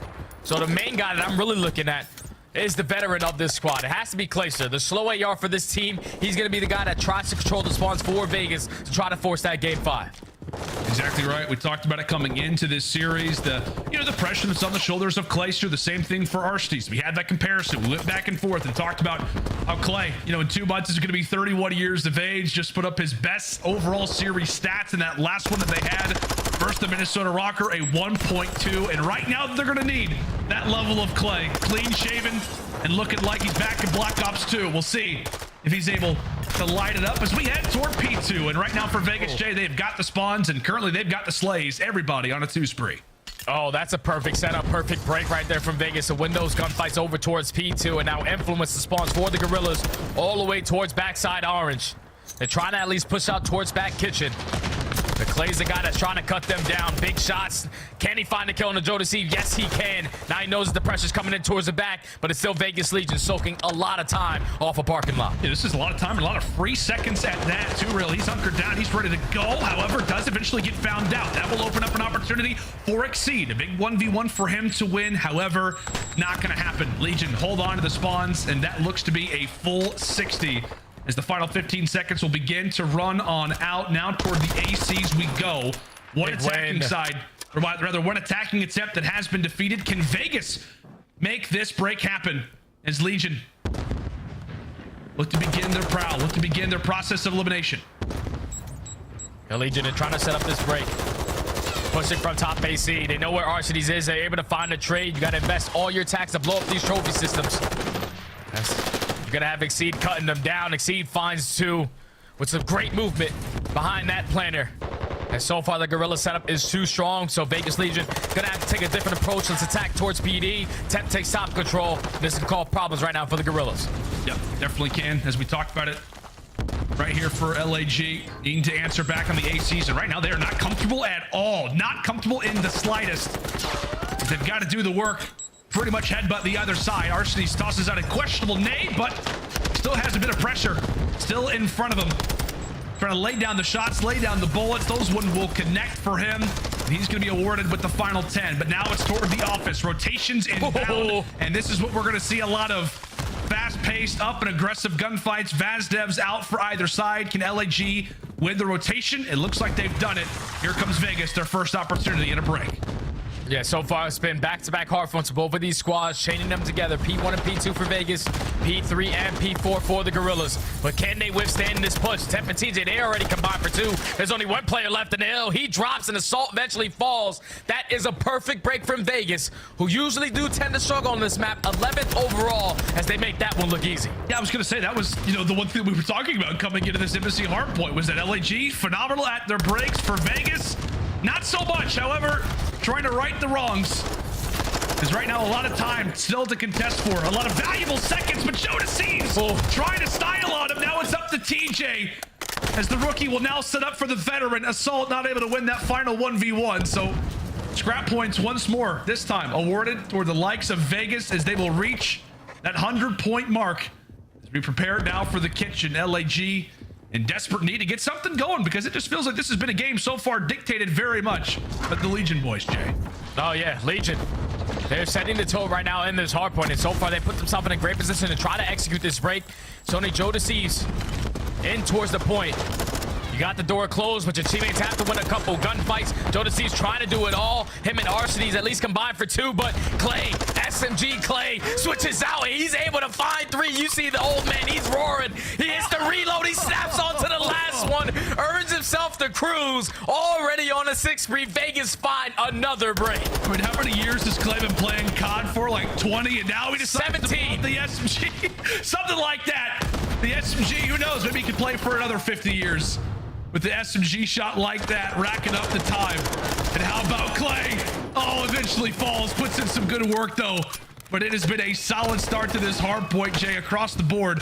Great slaying numbers there for TJ as he eventually hits the deck. Everybody positive.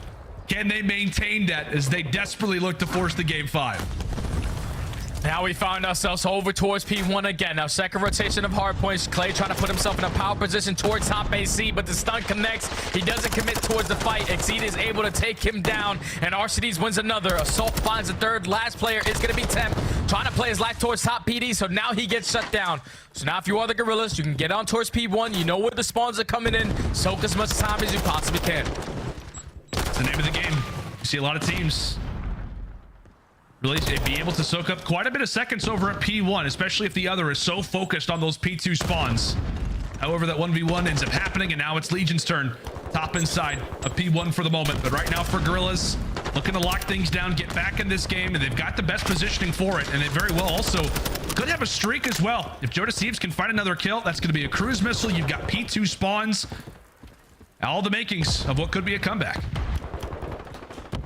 you are LAG, you just need to win these gunfights because this is where Vegas Legion were able to get a full 60. They find 3. Now it's all on the Temp trying to cause problems from top gas. He's hitting a great snake from the top plat. He's able to find that kill onto Assault, and now the spawns for Vegas all towards back alley. So they have kitchen, but you have to think about those trophy systems that the Guerrillas have. Temp is not slowing down. 14 and 8. Both the ARs come into play for Vegas. They are indeed, and they want to fight for this time. Do not want to allow for LAG to have a foothold back in this game. But will that question, or will that answer rather, be decided for them? It is TJ and Temp who come through with 2 big gunfights. And that is a lot of time that they're going to be awarded for their efforts, as they'll have 1 player that's going to be on the rotation in 2 real. But they have built themselves a hefty advantage from this point. It has got to be solid work from the Guerrillas once more over at the ACs, as Temp is continuing on a wonderful streak. Everybody has got cruise missiles. Right now, Clay will look to invest his. Yeah, Clay's going to invest his, but Temp's got to work around the map and find a gun. He ran out of ammo. So now that trophy system's able to stop that first one. And eventually Temp does fall, but that's already 3 in the feed. The break is in for Vegas Legion. They invest the crews, they know the positionings, and now they flip those spawns. The Guerrillas all spawning at P2. This is where Vegas Legion could basically pull away with this game and potentially close that post that game 5. Yeah, that's going to jar you a little bit, right? If you're the Guerrillas, you see that streak come forward. It doesn't do a whole lot of damage, if any at all. And from there, the break is in from Vegas. However, they're able to answer back with 25 seconds left. Considering how valuable this time is and the rotation, they look to invest the other cruise missile. Well, they will have at least a bit of information. Clayster gets beamed, and now all the pressure gets focused on these 3 players from Legion. They hold this rotation down. They're in a wonderful spot. If they lose it, that could spell disaster, as LAG currently have numbers and they're winning all the fights, Jay. Oh, man. The Guerrillas, they're winning their gunfights. It's all off to TJ. He drops. Only last player in is going to be 2 real. Let's step aside. The Guerrillas trying to get that winner's bracket. Currently down by 50. Let's go to elicit it. I think he's chair side. He's chair side. Back right. Yo, hit back happy. Hitting back happy. I did that. That's 2. One was back B2. Use our number. And back truck. Chair weak. Back truck. I'm good. You're good. Watch your hold. I base one. P1. They play P2. They spawn P2. Each one. He got me. He's fine, guys. Each one. He killed me. Teach. He's back. He's laying down. He's laying down. Looking at me. We gotta pressure this. Bathroom 1 shot. We gotta pressure. We have to pressure that one. Right. You're bathroom right now. That's what I had. Laundry, guys. Yeah, found me. He's dead. Top office. He jumped out white. Jumped out sign, guys. White, absolute. He's on sign. Table. Hold that. Play tight, Joe. I'm holding your gas pinch. Are they spawning orange? Yeah. They're spawning back AC, yeah. Back alley. Alley, son. Back alley. Top above me. Yeah, I'm trying to stay down. I'm leaving Scrapz. I can get your laundry. Give it up. Got it. P1. Big ass. I got your laundry and P1 I can call. Actually, what's the rest of me now? What's bottom orange right now? Bottom orange right now. Tight, Joe. Close the door. You have laundry, yeah. Both doors, that's fine. Yes, just focus gas, okay? Yeah, focus my gas. I have P1 if you can. I'm here, P1. I have P1. Well, top gas down here. I can't jump. Yeah, I don't. Back corner. It's close up. There's one more gas. I died from P1 gas. Yo, P1 still dead. Alright, he's blocking orange. I'm for the orange. Oh, you're good. Time. Heard you. After laundry, watch out. I got orange in P1. Laundry after stun. I need laundry. You can hear it at the times in the tone of their voices, Jay. It's starting to feel down, but this comeback is very much still possible. They're able to put a few away, and they do have those close spawns right now inside of the point. These 20 seconds are going to be huge. If they grab these, they're right back in this game. But Vegas, quick on the contest, quick to try and arrive. These 1v1s are going to be massive. Oh, Exceed runs out of ammo. Last 5 seconds go the way of Legion, but Jay, there is still some fight in that LAG camp. Yeah, there's still some fight for the Guerrillas. Now they make this a 40-point deficit. How much time can they get off P1? They're in control of the spawns right now, forcing all of Vegas. Try to break out from PD. Jodeci has a huge one-on-one. Great movement, but not able to find the kill. But they're doing a great job of getting back into this game. That's 15 uncontested seconds so far on P1. Yeah, Vegas, they look to go for the spawn investment. However, that does allow for LAG to set up at P1. By no means a super risky strategy, but one that could net into a bit of a negative if they're not careful. At the same time, Vegas will hop on side of the point. That's going to be a few down. A few begin to fall. Exceed and Jodeci, the rookies here for the Guerrillas, look to try to get something going.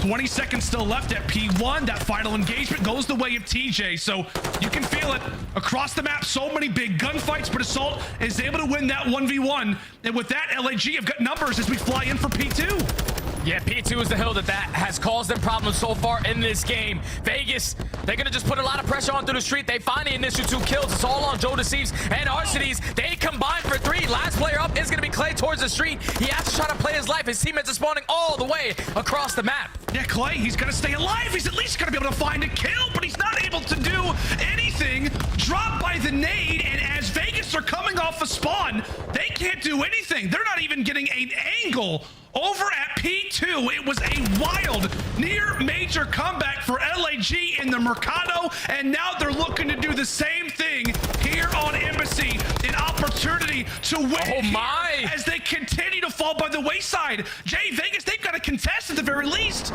They gotta get to the point. They have to contest this, but right now the setup for the Guerrillas is too strong. You invest that cruise missile to pick up all the info 10 seconds away from them calling series.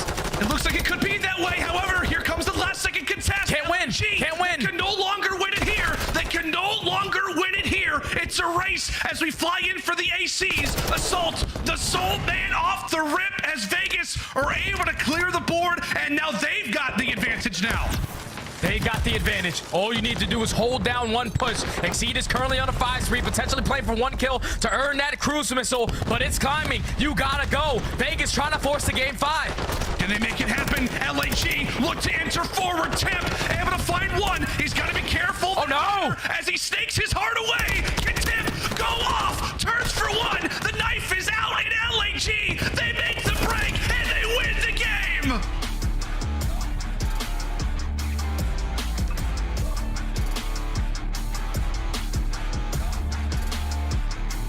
They were not able to do it in that opening hard point. They were down huge on the Mercado, and we said, what if? What would have happened if LAG would have made the comeback?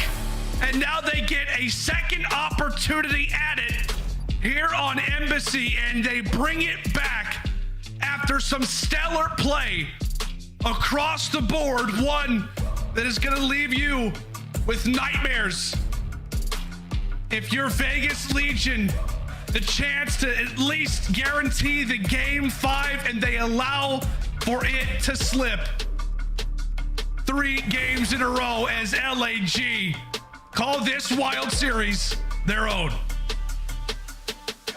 What an unbelievable performance. What a comeback from the Guerrillas in those final moments. It was like a 70 to 80 point deficit going into that kitchen hill. They get a great hold there. They soak a lot of time off of P1, and the game-changing play was them taking control of that P2 hardpoint. You saw Vegas. They had no choice, man. You had to put the pressure on because LAG would have closed it out on that P2. They put so much pressure that they only have 1 player left over towards the rotation. Exceed eventually goes on a 6 or a 7 spree to close out that game. You saw the young man. He was roaring on his chest, man, because the Guerrillas, they did exactly what they needed to do to secure that winner's bracket. Great series from them.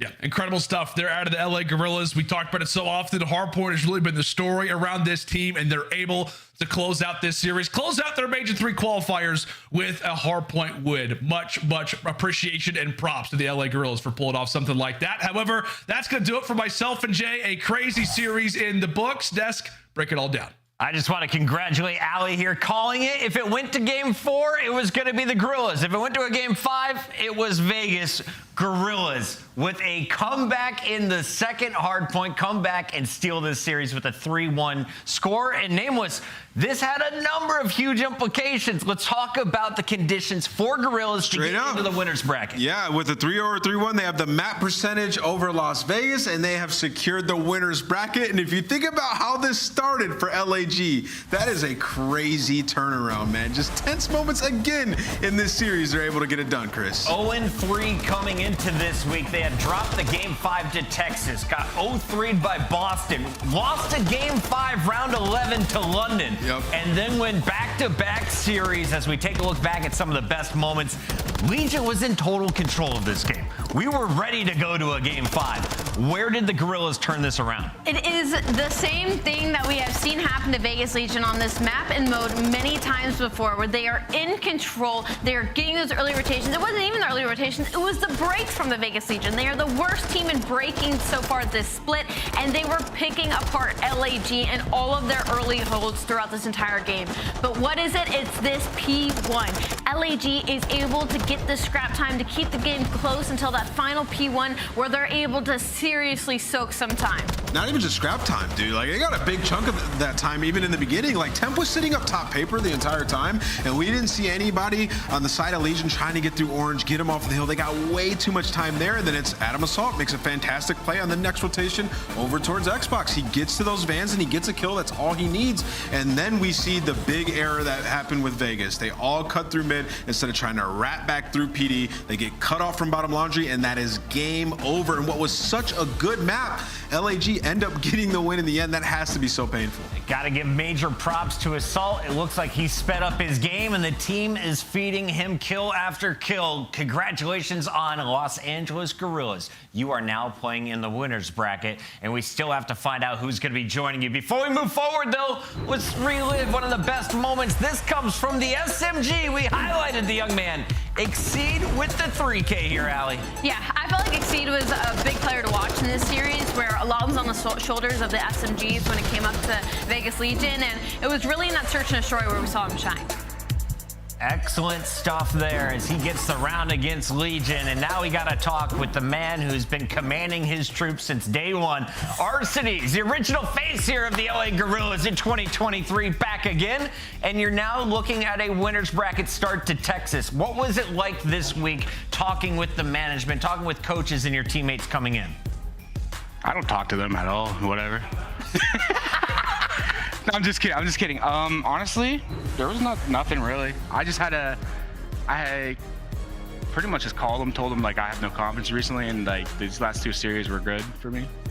Obviously the first one I didn't play that well, but I think just winning is more like a boost for me. Absolutely, and sometimes it's not about how you start, it's about how you finish. And you guys, well, you finished in winner's bracket with this win. And I wanted to ask you, during that Embassy hardpoint, obviously throughout the majority of it, you guys were down. Was there ever a moment where you felt like the tides had kind of turned in your favor near the end of it? Honestly, it's when their AR started killing. Clay has a big loogie on his forehead. He said yesterday, don't give me my bread and butters, and he gave me the butter and bread. So he has a loogie for sure. Love that. But other than that, no, not really. Like we just clutched up, iced up while they're just killhorn, like I said, on P1s. Alec, I want to ask you, first of all, you're my favorite interview. I just hilarious every time. Great answers. Bro, tell me. Yo, wait, hold on. I got rid of the gun. I got rid of the barrel or the muzzle. Trust. All right, you running high velo again? Velo was on. Okay, thank you. It was on, 100%. He wasn't running high velo, and I was concerned. I was in his chat. But let me ask you, so today it seemed like in a lot of these situations, you were like hard playing the back, hard playing spawn, especially on that Mercado. A couple of times it was a little bit iffy, and they were breaking on through. Was that like a play style adjustment that you made? Like, I'm going to just play in the back, guys. You guys get in the hill and slay. I mean, yeah, I watched a lot of BO2. Yeah, last night, Haggy, or Parasite, obviously. AX just teaching me how to play the game. I just wanted to block spawns, let my boys go rogue, but it didn't work. Like, they weren't getting kills for me. So you called the hotline 1-800 just early for a quotation? 1-800 Parasite for sure. There we go, that one too. It works, it works. He also has a scuff code, I'm pretty sure. Don't worry, Allie, I'm also lost in the sauce, but I'm moving forward anyway. Alec, before you move forward, what's it like playing against Clayster? I always love watching the AR matchup. Do you actually run into each other often on the battlefield, or are you guys doing different jobs around the map now? I don't know. I'll tell you when I see the stats after the series, but like I'm pretty sure he was just getting slammed. There you go. There you have it. Alec. No, I'm kidding. I love Clay. I'm messing around. He's my boy. Keep talking the smack, because you're gonna need it in Texas. That's where we will see you next. I mean, I was on 3 before this. All right. I can't talk smack anymore. That's Arcitys. We're gonna let him go party with the team. We gotta keep this party moving, though. When we come back, we have a third series on a Super Saturday. Major 3 standings, though, are updated. Shout out to our graphics team. They are swift. Let's take a look at this one, Allie. We now have 1, 2, 3, 4, 5 teams with 3-1 records. OpTic and Subliners still have to play tonight to see who's going to be number 6. I know we talk about it throughout the whole season about how close the competition is and anybody could play to anyone at any day, but I feel like maybe there is really some separation between maybe like our top 6, top 8 teams and those bottom 4, specifically that bottom row 5. And of course, Nameless, as we head to Texas, it's all about the watch party. Shout out to our friends and family around the globe who have been hosting their own in front of the community. How do you get involved? Man, you can host your own watch party. You can apply for a spot, man. CallOfDutyLeague.com/co-streaming. Watch parties have been absolutely amazing. One of the best things for our scene in quite some time. When we come back, we have another team vying for a 2-3 record, but you're going up against one of the best in the business, Toronto, London. It's all going down here. Match number 3 on Super Saturday, part of the final week of Major III Qualifiers.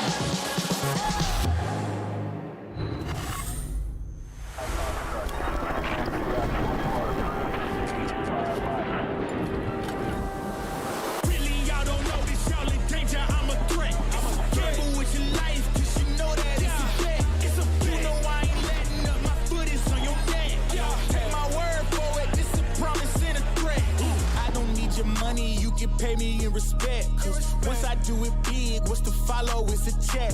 I need 100 days, nothing more, nothing less. And the ops feel away, cause I'm next, I'm a threat. Oh yeah, really, y'all don't know this, y'all in danger, I'm a threat. It's a gamble with your life, cause you know that it's a bet. Gotta run up the next, point to the sky with the run up, I'm blessed. I'm young, rich, and black, so you know I'm a threat.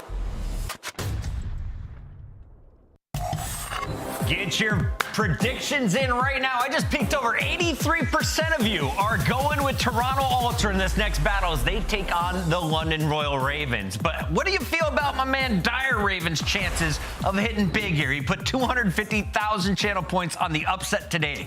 Oh, man, I don't know if I like that pick. I'm going to be honest, man. They're going up against Toronto Ultra, who look like they're a top 3 team in the game right now. It's going to be very difficult. Hey, never say never. Let's start here with the Ultra then as we talk about this squad that has been just crushing their competition since adding in their new substitute. HyDra has become a mainstay on the starting lineup, and with him in the mix, the team is 9-1. And it's not just a 9-1 record. It's 3-0 wins over teams like Texas and New York recently. Yeah, I mean, they've looked disgusting. And I think the scariest thing that comes about the Toronto Ultra is the fact that, once again, they don't really have a weak game mode. They are strong across the board, and that is something that has been added with the addition of HyDra, because their search and destroy has been cleaned up. And what's funny about this situation about HyDra is he has a 0.54 in S&D right now, which is funny because their S&D has gotten better. And when we interview them, they talk about the fact of how much he does add to search and destroy. And that proves that sometimes it has nothing to do in the kill department and just what he does for the team. Ultra, of course, is going to be one of our favorites to finish in our top 4 seeds as we head to Texas, London, looking for just their second win. But it would be back-to-back here as they close out the final week of action. Royal Ravens, the underdogs nameless. I just looked at our numbers, and as we take a look at the maps and modes, I need to know how you can surmount this comeback, because it is 83% to 17% right now. I mean, hey, listen, if you can make it towards the end of the series, you got the fortresses where London looked good yesterday, barring that choke at the end of the last one, but I still think Toronto will get this done. And also showing some quick love to Insight. I feel like he's one of the more underrated players. We said we wanted to show him some love, and I'm looking for him to fry in this series. Watch Insight on the AR for Toronto. On the other side, it's my guy aSim, and we got our casters ready for this one. Miles and Chance, take it away. Oh, take it away we will, Puckett. This one, Chance, is an interesting one indeed. The seedings are still up and about. There's still a potential for change, but that change is statistically unlikely. That is absolutely one way to phrase it. But I'm with Amos, honestly. I'm excited to watch Insight play this series. Underrated just because he has like a very particular role. It is kind of interesting. I guess like HyDra and Insight truly are just like the setup players, right? I know Ali pointed out HyDra is like the 0.54 in Search and Destroy. Their S&D got better because he just setting his teammates up by getting the bomb down. And Insight literally on the map always is just like the hardcore anchor sort of player, or the guy on hotel control that's always going to be pushed out in bedroom, that just gives his teammates the freedom to fry. And CleanX and Scrap have been doing exactly that. So dangerous forward team. Toronto Ultra looking class right now. We'll see how they do on Mercado. Pure class. Just like those shots from CleanX, nearly the third. Asino will end that run. Is into Mercado. We are now firmly gone. And there you go. Yeah, Chance called it. That's the spawns. Yeah, they got the spot. I was going to say, I don't know how aware Paul X is going to be because it took a while to turn, but he actually delivers with 2 pretty big kills. Now Scrap is actually going to be potentially in a bit of a pinch. Good news for him, Insight spawns up towards New. Bad news is Nastie is there and ready and frying. It's still a 50-50 fight for the spawns, though, and there's still scrap time to be got. So Toronto's going to be able to get the scrap, and it's only Scraps actually, funnily enough, now behind enemy lines. So many scraps. Wow, that is unreal. Scrap time, scraps, and Scrappy. What are you going to do? Way too much. But we thought we struggled earlier today with the Cammy, you know, was it the Cammy and yeah, whatever. Crazy Mack. Good time though, out of P1, Nat from neither of these teams as we now roll into second. Ravens full of control. This by the side of the map. Big wins there from Paul X and Scraps. They get them kills. As everything's worked out for them indeed. That's a 3 spree from Scrapz. And the perfect time, by the way, for him to go on the 3 spree as well, because he was the sole player that was able to really just spawn behind enemy lines on the side of Ravens, but pops off, makes a big play. But it's one thing to make the big play, it's another to actually get the time. There's been 27 seconds collected. We're in a hill and a half deep, so a lot of scrap time, honestly, being traded back and forth. Yeah, it's an interesting one. Ravens holding the lead for now. 20 seconds left on this one as Matty Marshall, aka Scrapz, is making a lot of noise. He's managed to pull players to and from the point. Kleenex is out now. Who's up top as well? That's going to be scrap on scraps action over the scrap time. Over towards the new hard point we go. Now you got the snakes for HyDra out and bound with Inside watching over. So it's this setup men who need to get the kills. And nice little read from Insight, checking the middle alley. And poor Paulex is left one shot and waiting as his teammates, by the looks of it, just dying around him. You had Scrap going out to hunt these players down. But a 2v2 and Paulex stayed alive long enough to get back in the point. Him versus HyDra. And where's that final trade? Maybe nowhere to be found. There's the battle. And HyDra delivers. 3 spree and the time collected. A moment like that can go a long way. Ultra with a sizable advantage now in this game. And that advantage should turn into a much larger lead unless someone can get close now for the Ravens. Asim's going to be that first man into the point. Wins the fight. Kleenex is here immediately. Straight into it. Up and about. Asim wins another. So next 20 seconds are going to go the way of the Ravens unless Scrap can have his way at his scrap time. And so far, yeah, he does get that one. So over towards the new hard point we now look. Here comes Ultra flying in forwards towards Paul. Takes care of him. Nasty from the flank though. Might be able to soften up these players before they can really get nestled in and set things up at Barbershop. Oh, good night as well, just to back that player down. And they're going to know 2 are actually in the back alley. So it's Scrapz that Ultra now are going to be looking for. But Scrapz stays alive long enough that a pinch is developing. Asim does get traded, and Scrapz is getting kills in the meantime. This is great awareness by HyDra, though, to trust his teammate in the hill, watch the middle of the map, and even Scrapz now gets taken care of. Little mixy moment right there for Ultra. They handle it perfectly and continue to collect this time. Well, they handle this hit, though. Ravens, 3 players through the back alleyway. It seems cleaned up one. Straight on the point, we don't got pull. It's cut down by a hail of Bance lit fire. Nastie's up next, and HyDra is the man. Flies around that corner. He's on a 5 spree now. In and about. Unfortunate timing on the stun. He's going to stay alive. Might give it. Oh, no, nearly got the kill. What a challenge it was. He'll take him. Doesn't quite get the streaks, but that's fine. Rotation's already underway, and you've got a couple of players contesting over new. 3v3 for the moment as well, so big opportunity for London to try to make an impact play. Insight head on a swivel, but everybody's inside. At least forces a team kill, but Ultra get forced to back down as well.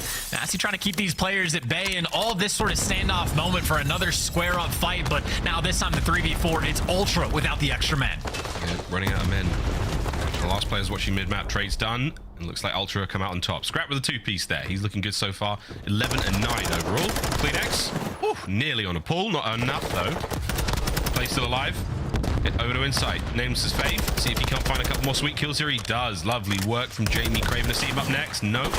But good trades either way. Ravens in the point now. A solid chunk of time to be had. And they should be able to get it. Rotations down the bottom side of the map again. We're fighting over new. So far, so good.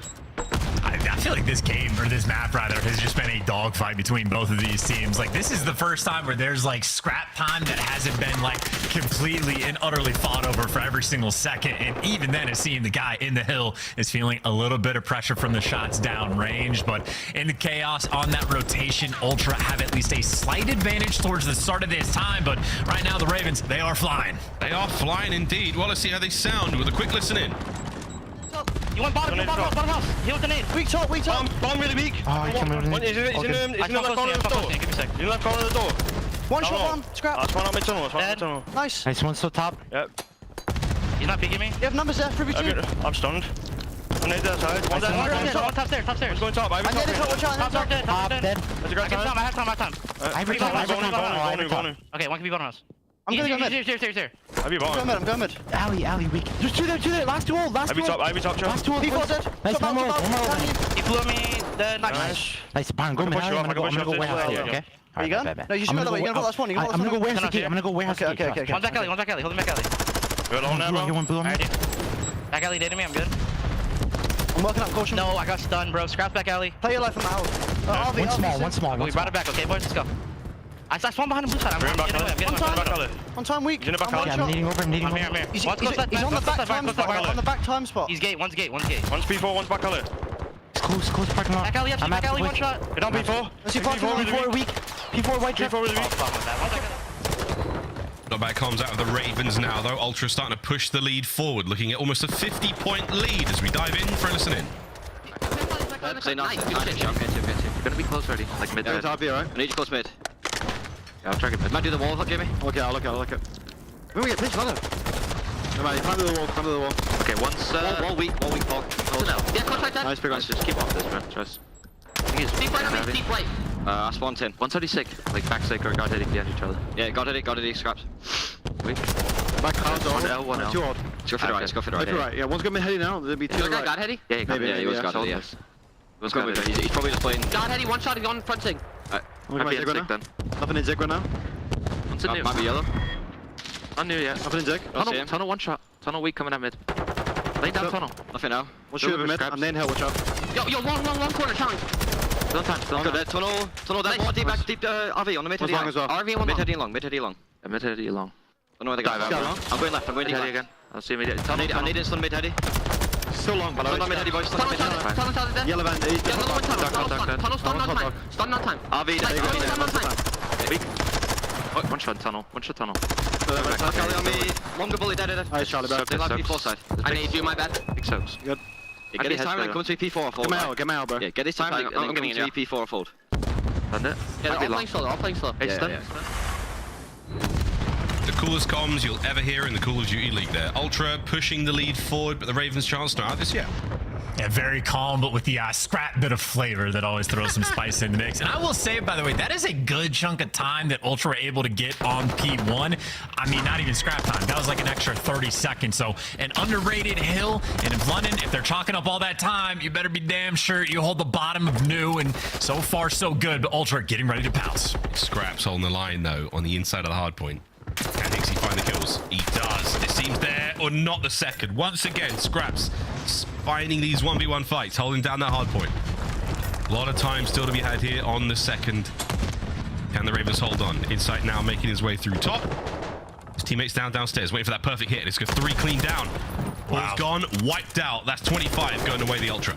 Yeah, and again, there was so much time sort of given away for free on that old P1 hill to try to set yourselves up for new. But now that Ultra have broken through, and it was off the back of a massive play from CleanX, getting a cutoff kill before doubling back towards the actual point that sets him up. And talk about the setup, man. Hixie back in action, made the big play on this hill last go around. And if he makes a big play here, it's going to put the stamp on the game. Yeah, we go. Hixie from upstairs. Not a lot of auto aim found through those railings. CleanX on the spree, looking for number 5. Great corner to be in, catches a seam over the top. What a play out of Tobias Juhl Johnson, gets another, and we're well over the 200-point mark now. The business end of the hard point, and Ultra are looking for the win. And I'm fairly certain this is a 6-3 from CleanX, where he just broke 2 hills back-to-back and hasn't died since then. Just finding the big pieces, and again, being the difference maker in the game. Is slang second to none. Literally, in this lobby, he is leading everybody with 25, and maybe finish off the game with a little addition to the 7 spree. Scrapz next up in the hill, final 10 seconds now. Ravens got to get in there quick. CleanX, the 8 spree closes out. And you've got a bit of time now for the Ravens. Oh no, the trophy system. Jesus, son. The lineup in the middle is not going to count for much. Final 5 seconds, and Ultra have taken Mercado Las Almas. Map number 1. It goes to them. Ravens. It was a hard-fought battle, but not quite enough. As CleanX, bottom right-hand side of your screen, he is a menace. And I think there were just a lot of plays sort of early on. Like, obviously, CleanX is just a consistent slayer. Him and Scrap doing things the entire time that obviously it makes everybody's life easier. But even for that, like, first hill in 10, where Hixie was, like, you know, snaking his ass off onside that little desk, but winning so many extra gunfights where I think after, like, 3 or 4 hills, Ultra built themselves, like, a 60-point lead. London had plenty of fight in them, but it just seemed like those big sort of pop-off plays, whether it was Hixie doing it or whether it was CleanX repeatedly getting the 2-piece to go on the breaks. I just think Ultra a little bit stronger in the slang, and even on that sort of like exchange rate that you play. All right, we'll trade away 30 seconds of P1 to make sure that we lock down these spawns. Not even successful at that. Ultra just doing the well, making the hard things look easy. Clean game through and through, and I think the scoreboard is typical now for this Ultra team. Very indicative of how the map went. 251.57 as we look across the highlights here, and it really was CleanX running things from the start to the finish. Good work out of him and the rest of the Toronto Ultra boys. Very clean gameplay. Wonderful battles there for P2 again. Ravens looking solid in those close range engagements. Scrapz chance. We talked to him about him yesterday, I think. We've kind of given him a lot of kudos that it's not an easy thing to leave the league for what feels like almost 2 years. to dive right back in and start swinging at the highest of levels. So good on Scrapz for really bringing it and showing that he's still got a lot of life in the tank. Still a brilliant player, but no easy feat to get back in the league. Not at all. And like, I think the dynamic between Scrapz and Asim is an interesting one to pay attention to as well, because obviously at the start of the year, Asim was the fry man. He was the shining light on the squad, but at least in my opinion, that's not exactly what Asim has ever been paid to do. Like, that's the route man. That's the setup guy, like your Hixie almost style player, if you want to make that comparison for who's in this game, of making your teammates look good. And I think over time, we've seen Scrapz perform better and better and better. Obviously this match though, it's a difficult one against Toronto Ultra, who are a nightmare matchup for every team in the league. Yeah, that's a really good point. Ultra, I mean, I think Ali said it on the desk, they don't really have any weaknesses in any game modes. They are very strong across the board. A wonderful indicator there in that hard point. Mikado map 1 done. Now though, for the rest of the series, very nice different looks across the board until we get to that Fortress double dose. But up next, Hotel Search and Destroy, LSilo map number 3. And we'll see what happens when we get to those Fortress. If Ravens can turn it around, I think Chance, the big defining factor here was the Ravens needed to 3-0 Ultra in order to really change the way the seeding looks. Don't think that's going to happen now. Or 3-1. I think if London 3-0 or 3-1, which is obviously not looking super likely, there's like that weird shakeup potential. Okay. I will say though, if we're talking about stats, LSilo Control, London Royal Ravens are 0-2. Haven't won a single round. They've gotten 3-0'd both times, and I think Ultra are going to be happy to try to take advantage of that. So the dream for the series is not over, but London getting a 3-1 would be certainly a surprise to me. Yeah, we'll see if it happens though. I mean, yesterday we saw a very shocking victory over Seattle Surge on that Fortress control by the Ravens. Good on them for that. We'll see if they can't find more success. Again, confidence is key for the London squad. They have taken L after L after L this stage. It has not been a good look for them. We'll see if they can't turn things around. They've got an opportunity to do that right here, right now, on this Hotel Search and Destroy. There the boys are on screen, playing out of California. Hopefully they're enjoying themselves down there. I know Asim's posting tons on Instagram, loving life out here in the, what do we call this? That's not the Sunshine State, that's Florida. Whatever. It's glad it's that here in the West, guys. He seems to enjoy himself. See if he can't enjoy himself in game a little bit more with the squad. I have no idea what the nickname for California is. Not a clue. I used to know this. Actually, I've heard it before. Just no idea. Don't even know what the Golden State is. The Golden Apparently, oh yeah, the Golden State Warriors. How does that? Wow, that is oof. Is it? All right, no comment. Moving on. We're going back to talk about Call of Duty Moss. Okay. So why do they call it? I'm only joking. All right, Ravens down 1. Insight. Deep breathing. Scrap on the far side though. He ain't deep breathing nothing. He's letting that rage fill his veins. A boy plays hot. The rest of the Ultra team, though, as you can hear in the comms, not just because of their, distinctly British accents mostly, but it is a very, very different flavor. See what that flavor tastes like here in the Search and Destroy. We're going to Hotel. And I think the situation for Ravens is obviously on this map, one of the ones where you found the most success. Obviously, Ultra, a dangerous team, and their Search and Destroy has been certainly looking at least a little bit better as of late with the addition of Hixie. But this is where London want to take advantage in this series. This is a good map for them, and I think long term, obviously, if they do get the 3-1 win, weird potential maybe to make winners bracket if tie breaks do X, Y, Z. But I think you've had enough closed maps that you're just looking to see those signs of improvement going in the majors. So this is the map to try to find that shining light. It'll be Scrapz with the old sniper. Nothing peeking couches though. Ultra are paying this very cautiously. Way cautious. No one has exposed himself decently or indecently here on Hotel. It is a clean, quiet setup across the entire map. Like glass broken top bedroom. The Ravens now shuffling over by that bar side. Matt Marshall with the snipe. No one home there by lights. Here comes a bit of movement. And this is great timing. No! Oh, wow. I mean, it was for Hixie. Going for the stretch plant, though. I think Paul X is doing the slow crawl to get in position, but obviously Ultra, you see they're starting to creep up, right? A player in couch is making moves, shots on the guy on bomb, and he waited a little too long, and Ultra take care of the planner, see the snipe, don't want anything to do with that. Oh, nothing to do with that. You saw the angle that CleanX took from top bedroom there, pre-aims the bomb site through the curtains. Easy shots for him. Less than 20 seconds to go now. Ultra have suffocated the London Royal Ravens here. Wow. And that couple more kills go their way, and it's Insight. What a round. They do get their kills in the end. But an incredibly strong defensive setup. The Ravens had nothing there. And that is such a cheeky little strat too. The way those doors were open bottom hall, someone for Ultra went down low and stunned them open. So you just had Scrapz worried about that the entire time of like, someone's going to be behind the luggage, someone's in the hallway for sure. And it was like maybe 40 seconds of the round got wasted of looking for a ghost. And then it was literally the worst timing possible of when Higgsy actually showed up to check is when Scrapz went away. But again, just a lot of time wasted, focused on a location where a player was not. So cheeky to side of Ultra, they will take the first round. See what the Ravens' defensive hold looks like here on Hotel. Oh. Asim starts the party. Nice big kill there. Scrapz not going to fly forward for the trade as you would expect. He's going to pump the brakes. For now, Ravens, full B-bomb site control. No one's getting into that side of the map without it being known. Asim, that headset is cranked. He had Dead Silence popped. He had it popped and it ran out and Scrap. He might have known, but Asim a little bit smarter in the moment. Finding the big kills. Now Ultra, they're trying to get the bomb down, but you're going to do this in a 1v4 and all that's going to do is feed extra score to someone for London. Nastie gets the cleanup kill and now Scrapz, after the Dead Silence runs out, can hop the defuse and build it right back up. Love that. It's a little trick, but it's an important one. All you ranked players out there. Planting bomb, defusing bomb, all those score adds up to help get your field upgrade ready faster. 20 seconds there on the round, and the Ravens got it. You can see those percentages across the board. Scrapz should hit the defuse. We're going to really milk this one, lads, aren't we? Wow. And take your time. Also, why not give it to Scrapz there?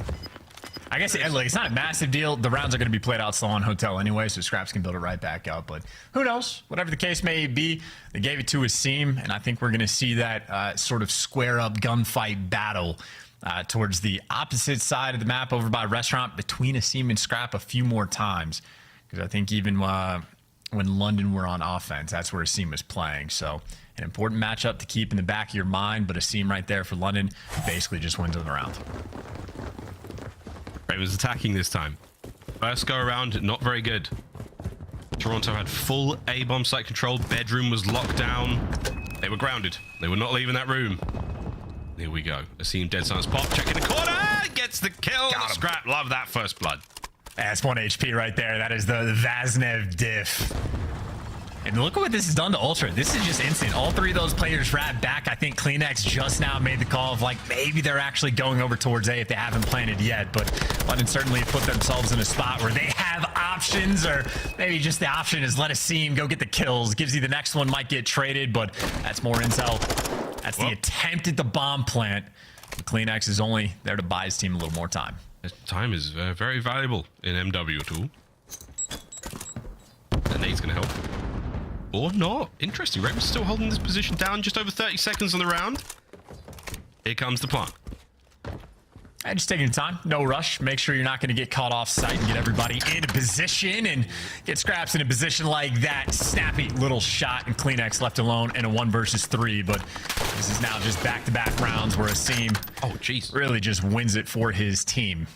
And poor CleanX, yeah, just trapped, stuck in the corner. Yeah, just sit this one out, mate. Let that bomb explode. Maybe I don't get a pick or two. Get a kill. He's not on streak, so shots are good.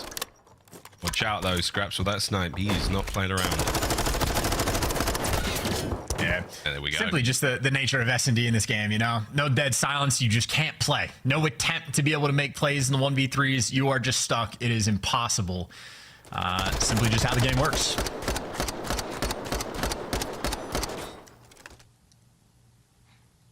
Little moment now to reflect for the Ravens.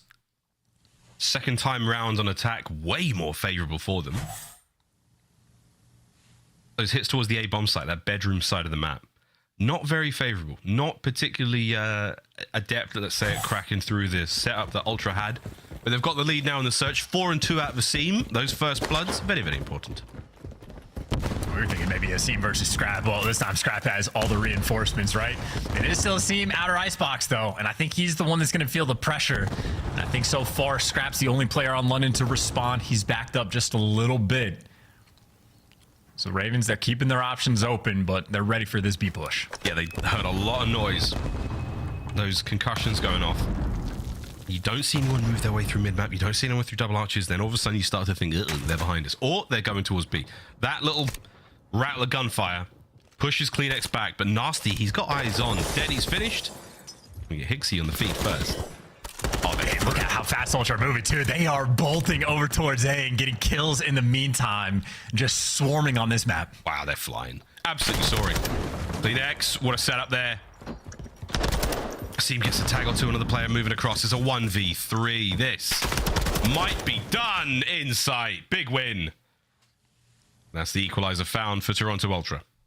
And just playing with the information they had. They knew his team was tucked away back over to kitchen. They showed enough presence over towards the site. They expect more players to wrap back. And I can't remember who it was. I think CleanX, actually. As soon as he spots out the player on patio, makes the call, baits himself out just a little bit as he's flying across. HyDra finds a kill in the meantime. And then 0 time wasted. Over towards A, get the bomb down. And no one from Ravens was left by the bedroom to stop it. So playing with their food right there, Toronto Ultra. Yum, yum. This is the battle of beans on toast and poutine. Quite hungry, I have to say now out loud. 2-2, here we go. Ultra on defense once again. It's an aggressive hit on defense, though. Here we go. HyDra's going to fly forward. That stun's going to land. Enough to get the kill. See him once again. Another solid opener. Not technically the first blood, though. That goes to Scrap. That was so much effort, by the way, for Ultra on that defensive end. It's like, what side of the map is the team going to be on? Let's just stack it and deal with them that way. But now it is a bit of an interesting push, but notice the difference. You have Insight getting left over towards A, so Ravens had no one in position to stop the rotation. Insight, though, is here, and look at how he just stops him in his tracks because PaulX too loud. And at least Asim gets the trade for the 2v2, but Insight has done his job. But Asim is moving just everywhere right now, getting all the kills for the Ravens. That perfect big brother. He's done it again. Wow. He's on a 3 spree now. So I'm like, he's to a bedroom shooting me. No worries. Daddy Asim's coming to smack. 30 seconds on the round, and it's all onto CleanX. Spot the bed. Oh my God, here comes the chow. Asim. Another for Asim. The Ravens keep it going. Was that the ace? Did he just collect them all? I know he got at least 3. I just lost count. I mean, he's on his feet. It was a 3 spree on the round, so that was the 4th. And what a play from Asim. Every step of the way, covering the boys. You saw the pop-off, like, straight up over the table. Fist bumps. Loving it. I just appreciate, like, the play call from Ultra of, like, all right, Asim is played over by Restaurant every time. Let's send everyone to take him down. And they tried. They did at least technically trade out after getting the first blood, but didn't stop him. 9 kills in 5 rounds. Asim is simply on one, and yeah, if I'm Ultra, I'm just playing over towards A. Absolutely not dealing with Asim anymore. That doesn't matter. He will go where he goes. Update from Tim. Don't forget, everyone, that Asim currently has the S&D record for kills at 17. Not sure if he's going to be able to do it here on Hotel, but wouldn't be too surprised. Here we go. Oh, that's a cheek. That is one cheek at least. Part of a pair, usually. Hold this angle, Scrapz. Look at how aggressive Ultra are. They got the bomb. They got players, two players in bedroom now, trying to cause some damage. Scrapz first blood takes care of Asim, takes care of the Wonder Kid. Big advantage, Ultra. And Ultra everywhere, by the way. Yeah, you had HyDra up top with a well-placed frag. You had CleanX down low, who at least Nastie takes care of them. But Ultra, they're in your base. They've got Dead Silence popped. HyDra can now free roam, and the bomb is down. Good luck to Paul and Nastie to try to retake this one. Ooh, tags. Backing him up. Causes some problems. HyDra, just listen out for the play now. Paul thundering his way through top bed. You kill one of them, that's a huge moment. But PaulX and Nastie clear out HyDra. That's not the way to do it. He picks the right corner. Nastie now 1v3. 2. Yeah, PaulX checked every single corner except the correct one that HyDra was hiding in. So Nastie now needs gun a player, and again, not incentivized to move, but Insight does. He gave up the snakes to get absolutely popped in the gunfight, but trades were out and bound. Gets hand delivered to HyDra. Again, making plays on the map. Might only have the .54, but a lot of that is getting killed after getting the bomb plant. And if he's not getting killed off that, he's making plays after the fact. Clean work from the new kid on the block. Yeah, this is what Ultra needed in their search and destroy game. A sort of playmaker, someone who's able to really get... We call it dirty work sometimes, but it's that first guy in. It's the guy who makes a bit of noise, has that map control. Doesn't play too slow, doesn't play too fast, just gets everything done in the right way. That is exactly what you want out of HyDra. 4 and 3 so far, 2 spree for him. Here we go. Scrapz back at it with a snipe. Scrap, by the way, on the flip side for Ultra has made the adjustment yet to try to have the counter snipe. I was going to say, not dealing with the seam anymore. Wants to look through the crack in the door to see if he can find the freebie, but this is a delicate shot, to be sure. He's the crack of the door through the window. Oh, yeah! Nice. Scrapz takes out Scrap with the snippety snaps. Less than a minute to go. Man advantage Ravens. I mean, winner of this series gets to keep their name, so that's an important gunfight. Oh my god! Oh my god! Nearly lined up. Ay ay ay! Kleenex. It takes care of Nastie. That bomb's still going to get planted though. But look, a lot of map space now to play with. If you are Ultra, oh, I love this. No, do it, Kleenex. Yes, do it. Third time's a charm. Oh, you timed that one brilliantly. That's unfortunate, Tubi. Either way, watch out for the flank. Ultra are all over the place. Yeah, surprised about the hesitation, but now it's about just timing out this pinch. No dead silence for Hicksy, so he has to do this incredibly slow, but it's a freebie kill for him. He's going to crack that door. Will Scrapz hear it? He doesn't, but he's backed up. That's amazing timing. Amazing timing. And looking at the bomb now. Oh, Manny Marshall. Wow. Oh, no. No, no, no. Can't happen like that. His teammate does lose the fight as well. So just like that, Ultra, the man advantage, the map positioning, you name it. They got it all done there. What a retake. Yeah, not sure if that was Windy City for Scrapz, if he just had a pistol, or if he was already trying to get lined up for the second gunfight. But just great adjustment by Kleenex. Knows that there's a sniper on the map, so just gets that instant revenge. And that would have been too clean if he was able to pick up that collat. But no dice there, but they get the round either way. Mid-round adjustments on point from Ultra. Now the Windy City also, it's worth saying, anytime a team has died, I think they've lost the round. Yeah, that's fair. That's why we call him Daddy Asim. Going back to the Windy City, Chicago, nothing to do with the weather. More on that in the next round. Here we go. Ultra, a big advantage. And they are feeling it. This is the perfect kind of round for them to just absolutely bulldoze their way towards that B-bomb site. And they're going for it. Asim doing the smart thing and backing down, and Nastie doing the great thing and winning the gunfight towards mid. There's your first blood. And Ultra, again, a little bit scattered on the map, forced to play for picks, and I think Hicksy's not going to push. He's going to wait to see if a kill falls in his lap, but that's the kill they were looking for. Scrap finds it and evens up those odds. You have Insight worried about the flank, but he's starting to make moves with dead silence just a little bit. So that bomb rotating over it. It's for the Chow on Paul X, but finds the big one. Advantage back towards London. That's such an annoying gunfight. Insight. No shenanigans. 2v2. Scrap and Insight versus Asim and Scrapz. Oh, wow. Timing on that. Does he know the bomb's down here? That's another question. 25 on the clock. Scrapz makes it up a 2v1. And that is brilliant positioning from Asim. The Ravens back in this 4-4. Yeah, a little too short. Get some hand claps and heard the footsteps coming from a mile away. Very difficult to move in this game, especially so in Search and Destroy. It's not a game that appreciates movement. No. Unless you're on a heady. Get on a heady and shut up. You'll be fine. 4-4. It's a very tense Search and Destroy here on Hotel between these two teams. And to me, it really still feels like this sort of like lives and dies by Asim. He wasn't the biggest factor in that round. I know everyone from London contributing, but as long as he's not getting picked off by either Insight or Scrap, they've been on point. Switch up the bomb carrier, give it to Paul, and right now, Scrap is the lone defender. Has the Vaznev as well. Wait a minute. And pays attention to the school of Benjamin Bance, but you do have to be quick about this. You got the spot. That's such an annoying spot. What a TV. What a TV. Yeah, you're good here, bro. You just plant it here. What's on TV? Scrap is tonight, honey. Kleenex pops dead. He's making moves. Inside, spots a couple out in mid. Few hit markers. Paul's getting into the fray. Nades there. Insight right back at it. 40 seconds remaining. Here we go. Wow, they had Insight tagged up, but didn't trust to go for the Chow. And Insight didn't really have any help in that moment either. But I think they made the smart decision to not deal with Scrap because you would have no success over towards B. And as 3 players from London, by A, Kleenex has the bomb cleared, but not for long. Not for long. Scrapz gets it going.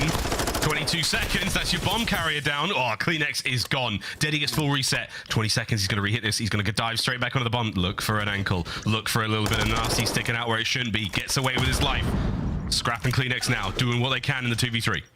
And you have, again, aBeZy versus Scrapz. This has been the battle the entire time, and Scrapz is waiting for the chow, so it's a standoff, but time is on aBeZy's side, and so is the man advantage. Scrapz trying to play this so smart, but just going to get pushed into death. A wonderful setup by London. They're going to go up 5-4. And it's Nastie's first kill. It should seal it. Will he get the second as well? Mr. Plumridge nails the pair, gets the plant. What a recovery from the Ravens. It's just such smart gameplay, man. Again, they're getting the picks, not overcommitting to insight when they have them weak. And I think it was Scrapz that finds that first blood. Very quick on the trades or the repositioning to get the bomb down, even after CleanX trades out Paul on the actual site. And then just for that little standoff moment between aBeZy and Scrapz, like it's very heads-up gameplay from Scrapz to know that aBeZy is going to be going for those late flanks, but aBeZy knows he's got the timing on his side, doesn't have to overcommit, doesn't have to chow, and just sets his teammates up for success. One round away to tie the series. Map point, here we go. And look who it is. It's aBeZy, and he's rolling right forward. Classic aBeZy versus Scrapz fight here. Oh, he's walked right past him. No way. Scrapz will be infuriated by that kill, but that is a first blood when you solely won it, London. And now look at what Ultra has to do. They have to wait for a kill to come their way. They have a little bit of bedroom control, which is great, but they haven't actually planted the bomb and have to be so concerned about the flank. And even aBeZy has just found the perfect position. As soon as this bomb gets planted or he hears a footstep that's a little bit too loud, he can just jump on it. Yeah, it ain't too much. It's not fancy. It is what it is. Insight, you're in trouble. Here he comes. Nastie's there though to pick it up straight away. Man advantage Ravens, and now it should be over. CleanX, good luck. Not even the Great Dane could stand up to the Ravens there on Hotel. GG's in the chat. They pull it out in the last few rounds in a convincing way as the Ravens tie up the series 1-1. And look, impressive stuff the whole way around, but that game felt like it was just run through aBeZy. First blood's completely on point. I think he was like maybe 3 or 4 to 1 on the battle that he was having with Scrapz on the flank side of the map, and even just the positions he finds himself towards the end. Insight, one of the better S&D players in the league, might have the perfect read on aBeZy making that play and guns him down, but aBeZy is feeding the intel to his teammates. Nastie knows, I'm not getting flanked. I can sit in mid and watch the cross. I know everything that's going to happen. aBeZy just orchestrates the map, hand delivers rounds to his teammates, and even Scrapz putting up some first bloods as well. London again on Hotel. They enjoy the search and destroy. They really did it across the board as well. A lot of damage from everyone there. They're really pulling their weight. Super solid stuff out of the Ravens there. Hotel search and destroy goes their way now to El Asilo Control, where the boys in red have yet to win a round, offense or defense. Will today be the day where they manage to crack that one and start a brand new chapter here for the squad? Let's find out after this quick break. When we come back, we're playing Control. Don't go too far, Call of Duty fans. It's going to be a banger.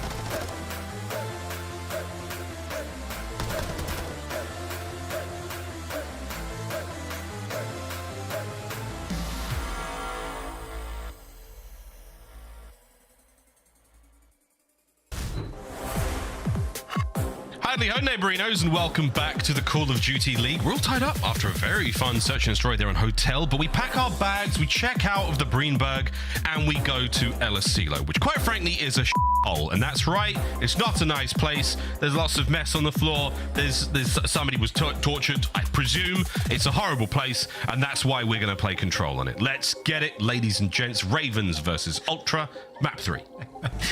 The biggest difference between you and I, Miles, is I do not play the campaigns anymore, so I'll take your word for everything that you just said. I do not disagree, and I think on sort of hinting on what you were talking about for El Asilo, that might be how London feels about it. Again, 0-2, yet to win a round. However, obviously, made a role swap. Paulx now running the Vaznev. You got Nastie on an AR. Scrapz is making improvements over time, so it's not the most preferred map for London. Maybe in scrims they've getting a little bit better. It'll be a brand new look for us. And obviously we're just looking for shining lights for London because they've played a ridiculous number of tight maps against basically every single team that they've played. Start playing ultra close. Positive signs going into the major. Let's see how it goes. And again, the big story here is also getting that first round victory on El Asilo. They've been 3-0'd every single time so far. Let's see if they can find it here. As far as the standings go, though, I do believe it's a 3-1 still. We'll trust that to the others in the league to confirm what's going on here. But CleanX and Paulx, the two X's on these teams. Those boys had a lot of fun in the last one. Quick look now at their control stats overall and chance. I'll leave this one to you. Well, this one is not difficult to break down. CleanX, especially again since the role swap got made, and obviously these are the Major III Qualifier stats, has been one of the best slayers in the game. The sort of CleanX we have all come to know and love in the gameplay we expect from him. Offense, defense, does not matter. CleanX always on point.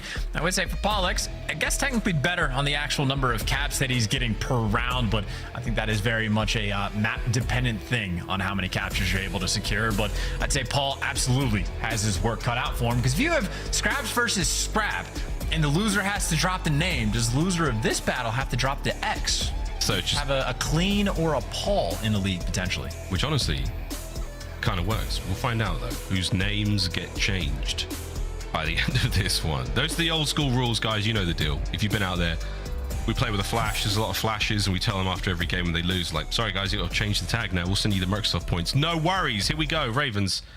Get off your phone, Asim. And I apologize in advance for bringing this up, but Method Sick did beat Methods in a 1v1 back in not a 1v1, but Heretics beat him and whatever. And that was the square up.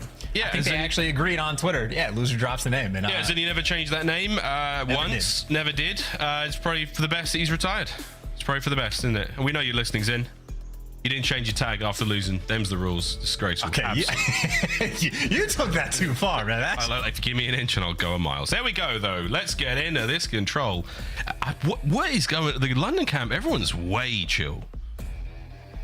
Way chill. While we're looking at these player boxes, let's have a dive into the standings and see where we're going into. Of course, this is the run-up to Major 3 next week, Charles. Can't wait. This is where like the funny business kicks in. If London get the 3-1, the map count makes a situation where like Vegas could potentially get through, or London could potentially get through, because like sort of the crux of the matter is New York and OpTic play against each other next. One of those teams is guaranteed to end up 2-2 because someone has to lose. New York plays against Seattle, dangerous matchup. OpTic plays against Atlanta, very dangerous matchup. So there's very real potential for one of the teams in 6th or 7th to end up 2-3. To be tied with LAG, to be tied with Vegas, and maybe even tied with London. And then, of course, the head-to-head, map counts come into effect. So that's why London needs sort of a dominant win. But even then, they don't have great odds, because I think both OpTic or New York, whichever one loses, would have to go 2 or 6 in map count or worse to not end up in winners. So there's a bunch of particulars around this, and obviously by the end of the series, things will be a little bit more clear-cut. But there's always that wild back pocket 0.1% chance that some craziness happens for your favorite team to get through, or your least favorite team to get eliminated. We will find out. OpTic New York Subliners match will take place right after this series here on twitch.tv/Call of Duty. Get your pals in here, whether in here or in the watch parties across Twitch. We hope you're enjoying yourselves. We're almost ready to get into this Control. Map number 3, we will be seeing the hard point. We're going to Fortress for that one after this. I'm not quite sure what's going on here, but the Ultra Boys, they are cool, calm, and truly collected. The first family of 4 we've ever had in the CDL. Yeah, I mean, if Boss and Breach used to be a sort of Pokemon evolution chart of one another, I mean, Ultra could honestly be family. Truly. Insight and Hixie for sure. Maybe Kleenex could be a cousin. And Scrap is from New Jersey.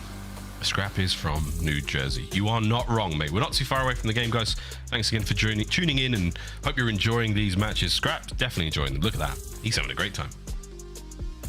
Game's ready. Hixie might not be enjoying himself as much. He's been a lot of fun to watch, though, since joining the team. Again, a contentious team change, I think, for many people. They thought, Stanley was definitely a better fit for the team, but Hixie has slot right in, and it has not been a bad run of things so far. And here we go. We are ready to load in. LSCLO control, map 3. Let's get it. Fist bumps out and bound. Always a happy sign. Always appreciate seeing it almost as much as I appreciate the Asim hand claps anytime he gets excited or trying to get well prepared for a game. But this is going to be a dangerous map for London to contend on. Obviously yet to win a round, and obviously Scrap incredibly dangerous, not on this map, but control as a whole. Best KD that we have in the league on attack, on defense. He is on point the entire time, and I know it's very much a map specific thing, but if the dude's throwing up a 1.4 on defense, that'll come in handy on a map like this. Here we go into control and LSCLO. Insight with that big bad TAC 56 will be taking the highest of high grounds here on the map, and Scrapz will be contesting it from the far side. Insight gets there a little bit quicker. Will that pay off for him? Let's find out. The answer is hell yeah. And truly, just like the orchestrator, he is going to play this spot because it makes his teammates' life that much easier. They know when they can make plays. They know they got the safety net. Even if they fall, he's in the back pocket, and Scrap will be the AR that is very much more so in the mix. But a lot of B pressure has been left open. Scrapz has actually already popped dead silence and tried to get behind enemy lines, but Nastie a little bit too slow. Hixie there to take him down. I'd say right now it's kind of up to Scrapz to try to make a play, but he can only pick up one, and looks like, well, he gets the second as well, so he's keeping the B side open. B side wide open. Ravens still making their way forward. A lot of space there on B. They should be able to get some bodies on this point. It is down to Scrapz to slow him down. Gets the job done. There's a few more. His boys are getting it all sweet and safe over by B. The capture continuing. Oh, Kleenex wins that fight. But Nastie's on the B zone, still keeping things going. Second segment done. They're still putting on moves as well. Oh, those are crisp shots coming out of his seam, but now the problem is he doesn't have any trophies. He got nades landing on top of him. He's trying to slow everybody down, but eventually does get caught. But London not wasting a lot of time, continuing to try to put on this pressure. Scrap, though, wins a difficult gunfight. And Nastie gets cleaned up as well, so it takes a long time to stop it. But London only get those 2 ticks, but it should come in handy. If they ever capture A, they're going to be in a phenomenal position in this round. Oh my God. Kleenex. No way did he get that. No way. Helps from Hixie. Ball's on point. Oh, not enough to snap, though. Time ticking. Here comes Nastie right into the eyes of Insight, who plucks him out. Still looking at that 1 segment remaining on B. Big win from down low and Asim. Can you pull some of the defenders away? Ultra turtling up for the hit now. They've spread out across the map. All bases covered. Yeah, I was waiting to see where London actually want to go. They're trying to fight a 2-front war. They are playing split, and that is not an easy thing to have success with on this map if you're not playing with your teammates. But Paul X at least on point to stop the clock, but there's only 5 seconds, so right now London, they are forced. You gotta hop on it. Everybody gets cut down, and not enough time left on the clock. Ultra clutch up in round 1. 3 segments captured, though. That will go into the bank for the Ravens. We'll see if that helps out later on. Air of frustration, though. Paul X shaking his head. They're not so happy with the way their round went. Little moments like that, unfortunate for them, but wow, Kleenex brought the gunny over by A. Same with Asim. Outstanding individual wins. Yeah, I think the problem for London at like the tail end of the round is just sort of like hoping that the individual plays were going to pop off. Looked like the arrows were still like trying to decide what direction, what zone they wanted to go for. A little bit scattered in the moment. They played a little bit split and just ended up getting picked apart. So the teamwork certainly at least a little bit sweeter there for Toronto. Even opening for both squads so far. Paul gets his second kill of the game. Immediately cut to pieces by the firing squad of Toronto Ultra, and they're now going to be able to get themselves closer towards A. Not quite on it yet, though. Scrapz and Asim cleaned up. Last man to contest this is Nastie. Backed on up. Cleaned up, and it's Kleenex on a 5. Yeah, Kleenex with a AR in his hand. That's a dangerous combination. He's going to be the tower guy instead of Insight this go around. And similar sort of situation, just makes the lives of his teammates that much easier inside the hill. Hicksy and Insight both just looking at double doors, everything up top. Kleenex can help him out with these gunfights. So the teamwork on point, it's a great setup. You've got down Scrap Insight. You're doing a lovely bit of work, boys. You've taken care of the A zone. Nice capture, no problem. Kleenex on a 6 now. He's got streaks. This is going to be very helpful. When they try to hit that B zone, they're already on it. Yeah, this is 0 time wasted. The SMG is just oscillating the map, but Asim takes an extra cut down of a player of Insight, and Hicksy just that next man in line. That is an unfortunate teammate, though, and maybe an opportunity for Scrap to start making moves. But obviously, Nastie not easy to root out. I think Ultra going to play for positioning, and if they ever get that opportunity, call the cruise missile for sure. Throws are out. We're sweet. Just waiting for the numbers now. Can you get a kill now? Ravens lined up. It's that strong base of fire. They're not letting anyone get that close. Scrap sneaks in, though. No way can he watch all these possible angles. So, cut down immediately the Ravens. Good looks here on defense so far. God, Nastie is just a constant annoyance top AC. Yeah, there is no way that Ultra can push forward until they root him out, and obviously that just allows players like Paul to get in position. And Asim's getting kills in the feed. In the meantime, he finally gets traded, but there is 0 map presence right now for Toronto. Again, they're just looking for that one moment to strike. And they got a little bit more pressure towards B, and funnily enough, London, no one wrapped back to help Nastie. Everyone else more so working the flanks. Yeah, they're working their flanks. Asim gets his. Scrapz is out there as well, but all that noise is close to the B zone. Ultra are really waiting for somebody to make a mistake here. This is static gameplay, and Nastie is number maybe finally called. Oh, damn, son. Hicksy gets gunned. As Nastie has been a brick wall of defense here. No one's getting a B when Nastie's here. That's huge. Well, keep in mind, Nastie only has 17 more bullets in the clip. I don't think he ever picked up a secondary weapon unless I missed it. But there is potential. If Nastie just like runs out of ammo, if Ultra are able to orchestrate a push, maybe they can make something happen, but doesn't seem likely. Pollock's down low, picks up a big 2, and Ultra, it is too scattered, and there's just simply not enough time left on the clock. Anchoring things down, London very clean on defense. Hey, we'll take they got the first round win. Woo. There it is. History made. The Ravens win their first LSELO round. There's some major claps taking place, and an LFG came out of Nastie's mouth. This is a big moment. Can the Ravens keep it going? What a ridiculous series, Charles. I mean, you got hand claps and leg slaps coming out of his seam, so he'll mix it up if he needs to. And again, I mean, he's pulling out the tack on occasion. You had Kleenex pulling out the tack. I think for that entire round is what Tobias was rocking with. But I say the biggest difference maker right now, just the cruise missile. Helps to have. I know the B zone, when you try to capture it, a lot of bodies stack the point, but if you get the tacks and you get the nades over, the cruise missile can be hyper effective on that zone. It's all about timing, coordination. Great timing from Asim there. Good trades, though, as that was Scrap from up top. He's still fighting for this map positioning, looking to take care of those players in the power spots.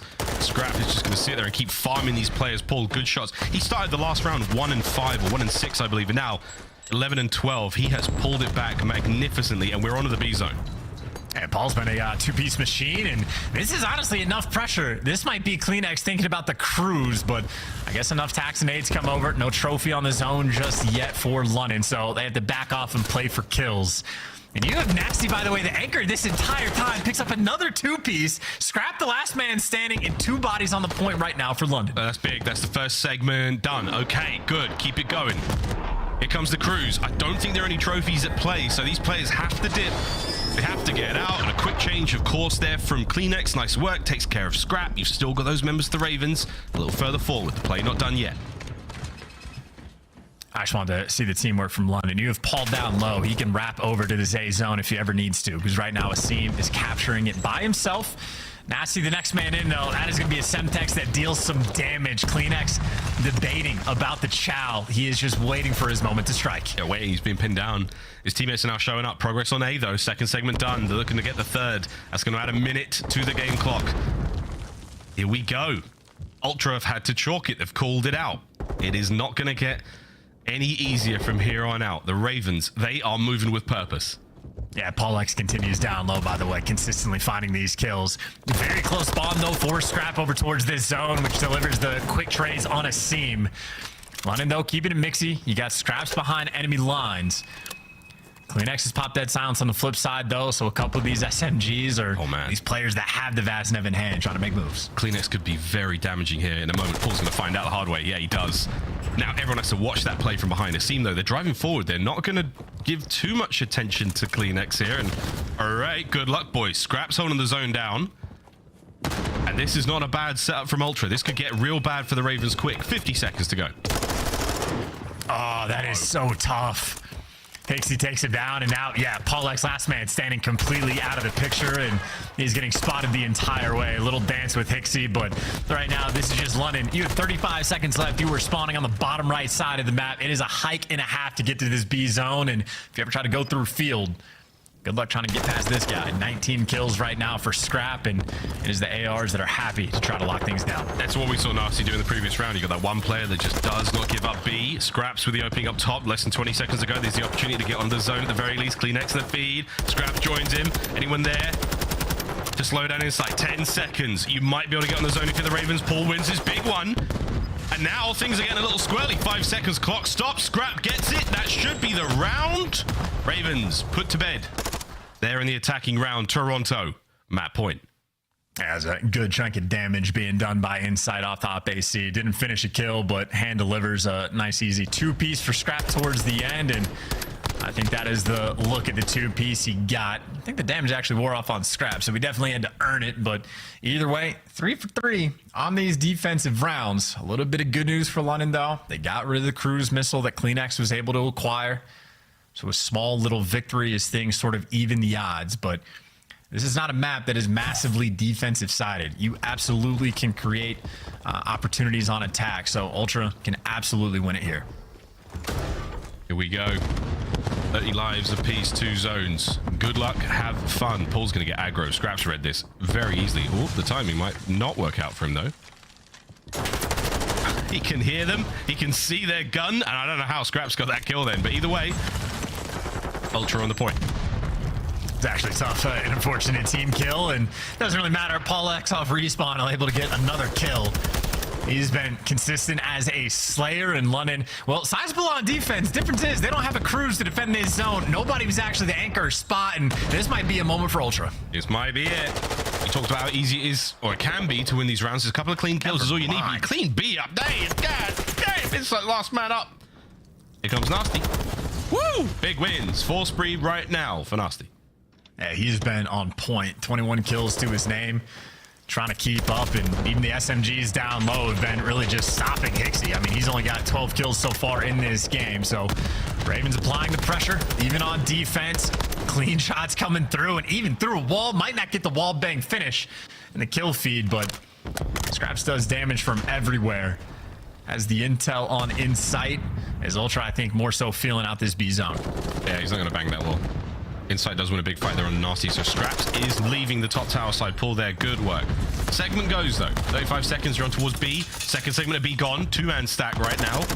Ultra, good work, keeping Paul at bay. That's the capture at 1 minute 30 on the clock.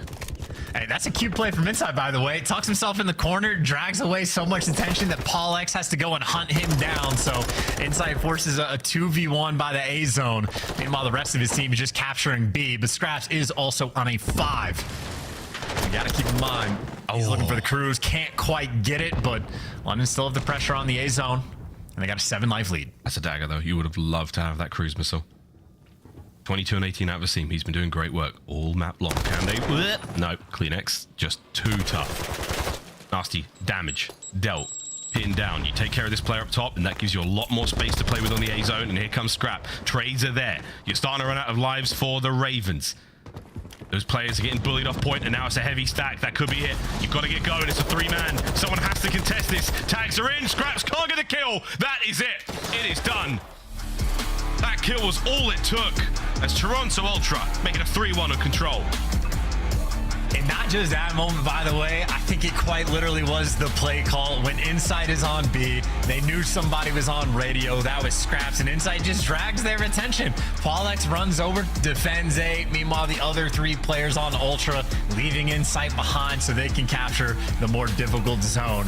That was the setup for the long-term game, and that is just Ultra being slightly more cerebral in their play calls.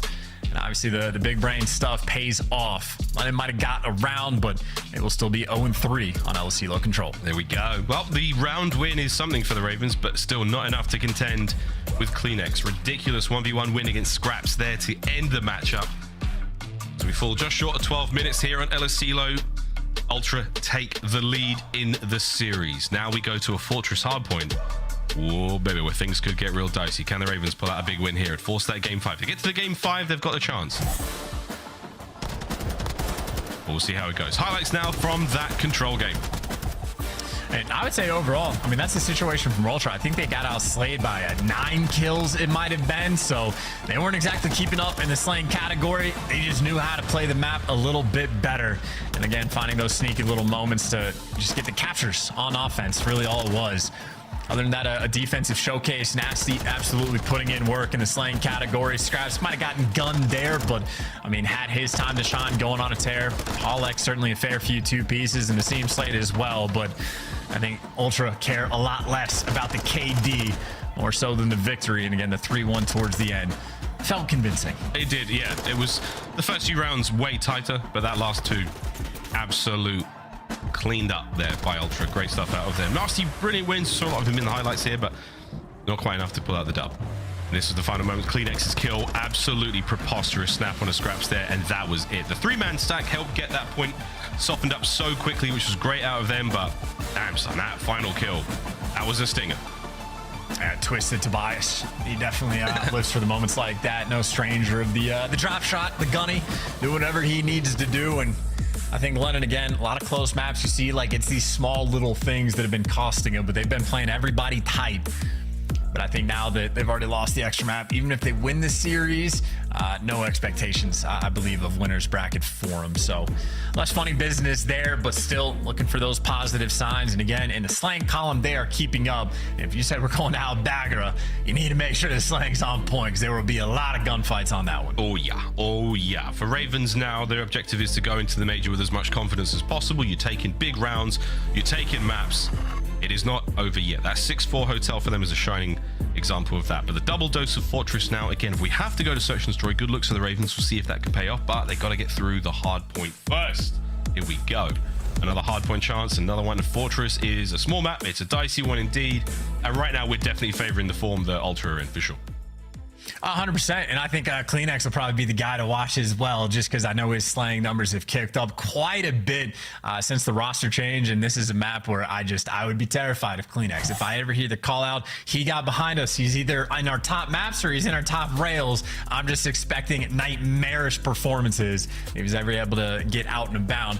On the flip side, though, I mean, Nastie has had one hell of a series. I mean, certainly is the SMG combo.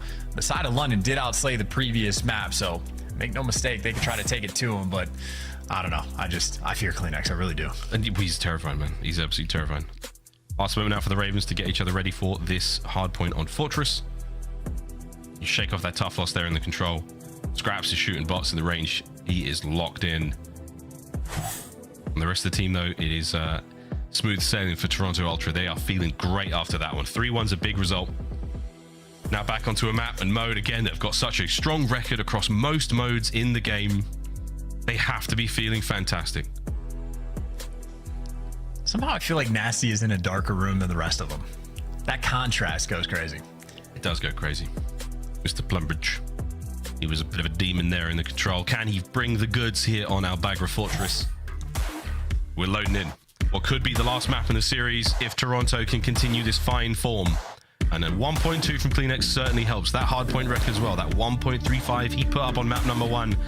Well, let me tell you, here we go. And I think for CleanX, it was really just like sort of snapping in positions in those moments on Mercado of when they needed the breaks. He was picking up the 2-piece, but not just the SMGs who have been frying. Scrapz has been on point. Again, we have seen him improve series over series. Gonna need a big one here, though, for London, especially if you're starting on the unpreferred side. They try to get out, try to get to bottom green, and everybody gets picked apart along the way. Ultra, even just sprinting backwards. You see the route HyDra just took, backing all the way up to make sure they're blocking. That's discipline. That is making sure that no funny business happens, because you can't guarantee a single thing here in MW2. Now, though, the front of the hard point, that is where the Ravens are coming from, and once again, it's HyDra. Another 1v1 win. Scrapz trying to make his way across, traded out immediately. It's all down to Paul. Can he help flip these spawns? And does like aBeZy might be the man to do it as well. Well, I think really just London desperate to get out at all. They lost the opening break so badly that they're giving away a decent chunk of time. You got to cut your losses somehow, and if you can't pull your way through P2, you need to get the time on P1, but right now, London, they can't do either. They're just getting gunned down, and that is a pretty dominant first hard point through and through. However, the spawns are going to end up spawning out. Number 4 and number 1 gone. Insight next in line. 5-0. He's looking for the cruise and looking to be that lifeline for his team. Can't get the first. Might have done just enough damage to be the second. And in time we go Ultra. Counter-attack now from the Ravens. Almost entirely shut down. Paul needed to win that one, unfortunately. But he does have Scrapz to back him up. Trade's now done. Insight, guns up towards the backline. Will Scrapz commit to this? Here comes a side hit. And that's an awkward fight. aBeZy wins it. Trade's there once again. Scrapz wins his. That's going to be the last man up for Ultra on point. Cleaned up. Trade's finished. Time, Ravens. And this is so much time to be able to collect as well. That's a decent final 30 seconds and plenty of time to work yourself on rotation. No rush here for Nastie. Wait for your teammates to come and help you out as you work your way through arches. Unfortunately for him, all of his teammates are going to die, and this is an impossible gunfight, especially when HyDra's now watching the cross. So a little bit of scrap time for London. Have some fight in them, but got to break down the full 4-man setup for Toronto. Yeah, good luck. This is it. The money hill on aBeZy. HyDra v Nastie.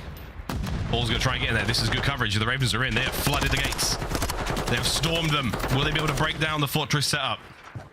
Seam. Oh, wow. Scrapz picked a corner, and he's trying to slow down those reinforcements. Good timing of this. aBeZy, though, cuts him down. Last 2 members left alive now on the point. Can the Ravens get a clean break? This is a lot of time. Ultra spawning out. That is a good look out of London.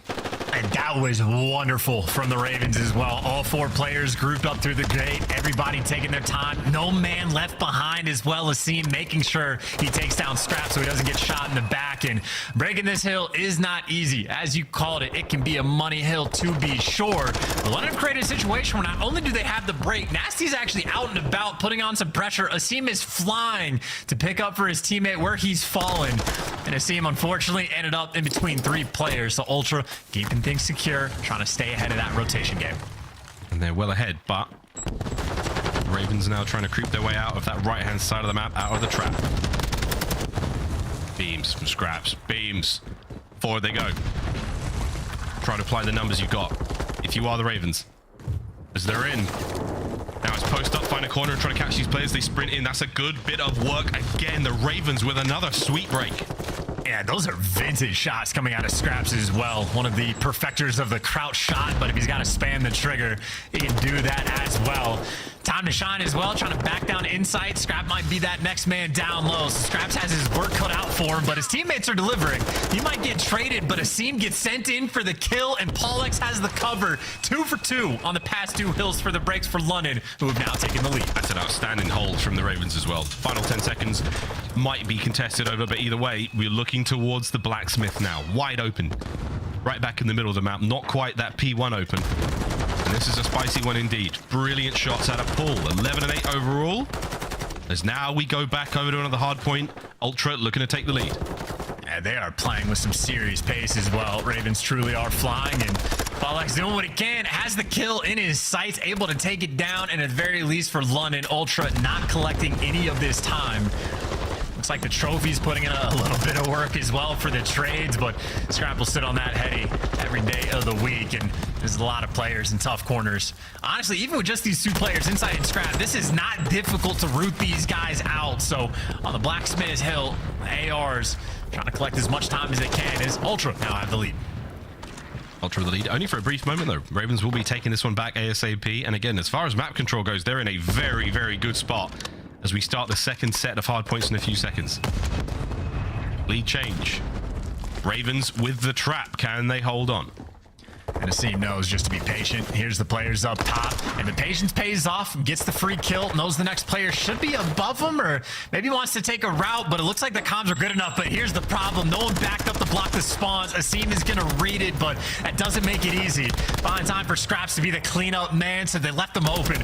Maybe to just set up the pinch. Scrapz delivers the big 2, and hey, there's the cruise missile. Yeah, Scrapz got the back covered. Again, that's what we saw Ultra do in the first go-around. You have somebody wrap back immediately. Don't know the Gallo spawns be given up, and right now that's Nastie's job. 11 and 15 from him. 30 seconds remaining here on P1. We're holding it down. This is a strong hard point from both teams so far. A wonderful finish. I've got no doubt about it is ahead of us. Yeah, this is delicate though, because Nastie for the moment not in the play, knows he needs to go and reposition, and there's the moment where he strikes, but the rest of his team is stuck in the trap. Someone needs to get out. Asim has made the cross, but now the question is, where do these spawns come through for London? First player in the back, second player completely out, so never easy to read. We'll see how both these teams manage it. Here we go. Asim playing so sneaky. Scrap though, easy reads on the wine barrels. Nastie absolutely eviscerated. Scrap on a tear, looking for the third in this little spree. 4 overall. It's beautiful work. And Asim, ooh, tagged up heavily. Not enough to get the kill though. You're shoulder to shoulder here on the point of your Toronto Ultra. And now the attack from the Ravens. Oh no. Untour team kill. Nastie's low HP, waiting for the boys. They're going to hit the break now. Scrapz is invested in the streaks. That's going to sting. Keeps the players on the inside of maps for now. Lead change is a matter of moments away again. I think Scrapz in that moment probably just making sure he doesn't kill any of his teammates, because they got the setup around the hill, but they had the setup. They did not have the ammo, and now they don't have the rotation either. Honestly, this could be the moment of the game. I know it's been a close one. I know it's been a battle, but Ultra, they got broken down on this hill previously. Or at least the next one that we're going to. This is their opportunity to make up for the mistakes, and it's just that deja vu sort of all over again. But now it's more difficult for Ultra. The players are spawning out, so it's a 4 versus 2 to break this new point, and they do it instantly, punishing our London on this hill. Now it could be the moment of the game, but for that. Oh my god. How easily the script flips. Nastie. Can he get both? No. Ravens still hold the defensive line over by the hard point, now soaking it up. They've taken the lead. As this hard point on Fortress is a dicey one indeed. 2 for Nastie and Scrapz. Oh, baby. They're sharing the feed. What a hold. As they're keeping it together, this is sensational hard point. Yeah, this is how you hold this hill. Get a couple players pushed out, and good luck trying to get through this setup. I think Ultra have to just straight up chalk this one and set up for next, and maybe set up a trap, and they're getting a few of these kills, but that is a massive moment for the Ravens. Plenty of fight in them. It has been a battle so far on aBeZy. And honestly, maybe an open avenue to try to get out of the spawn trap. Asim leading the charge. Couple trades come through, but Ultra for the moment, they're keeping them contained. Nastie. Damn! Oh my god. aBeZy trying to hold down open. Oh, he saw Nastie's cheeks as he just snuck his way into the top window. Here we go. Here the cannons. aBeZy's spree continues. Oh, he might have timed this so great. He does. aBeZy making moves, softening up these defenders. Can his teammates now get there in time to break? Well, if he let the player in single, and that's how Ravens got the break initially, he's looking to make the big play to make up for it, but it has been nothing but London in the feed. CleanX flying into death. Paulette from up top is going to be able to get 2 in London again on this rotation. The 3 to 4, they have been menaces, pushing Ultra towards the back. And Ravens now, this game firmly within their grasp. Oh, baby. Are we looking at a game 5? We stay on Fortress for it, but it's not over yet, ladies and gents. Hard point still in the hands of the Ravens. They cannot win it here. We have to go to the blacksmith. And the iron is extremely hot right now for the Ravens. Here comes the strike. 20 for the win. Start Nastie only though for 1. So Ultra still secure. The first push has been stopped. Ultra trying to keep things slow. 2-2 split out of the Ravens now trying to get the break. 2 through the back, 2 players going through mid. CleanX, he can hear all of this unfolding in his headset.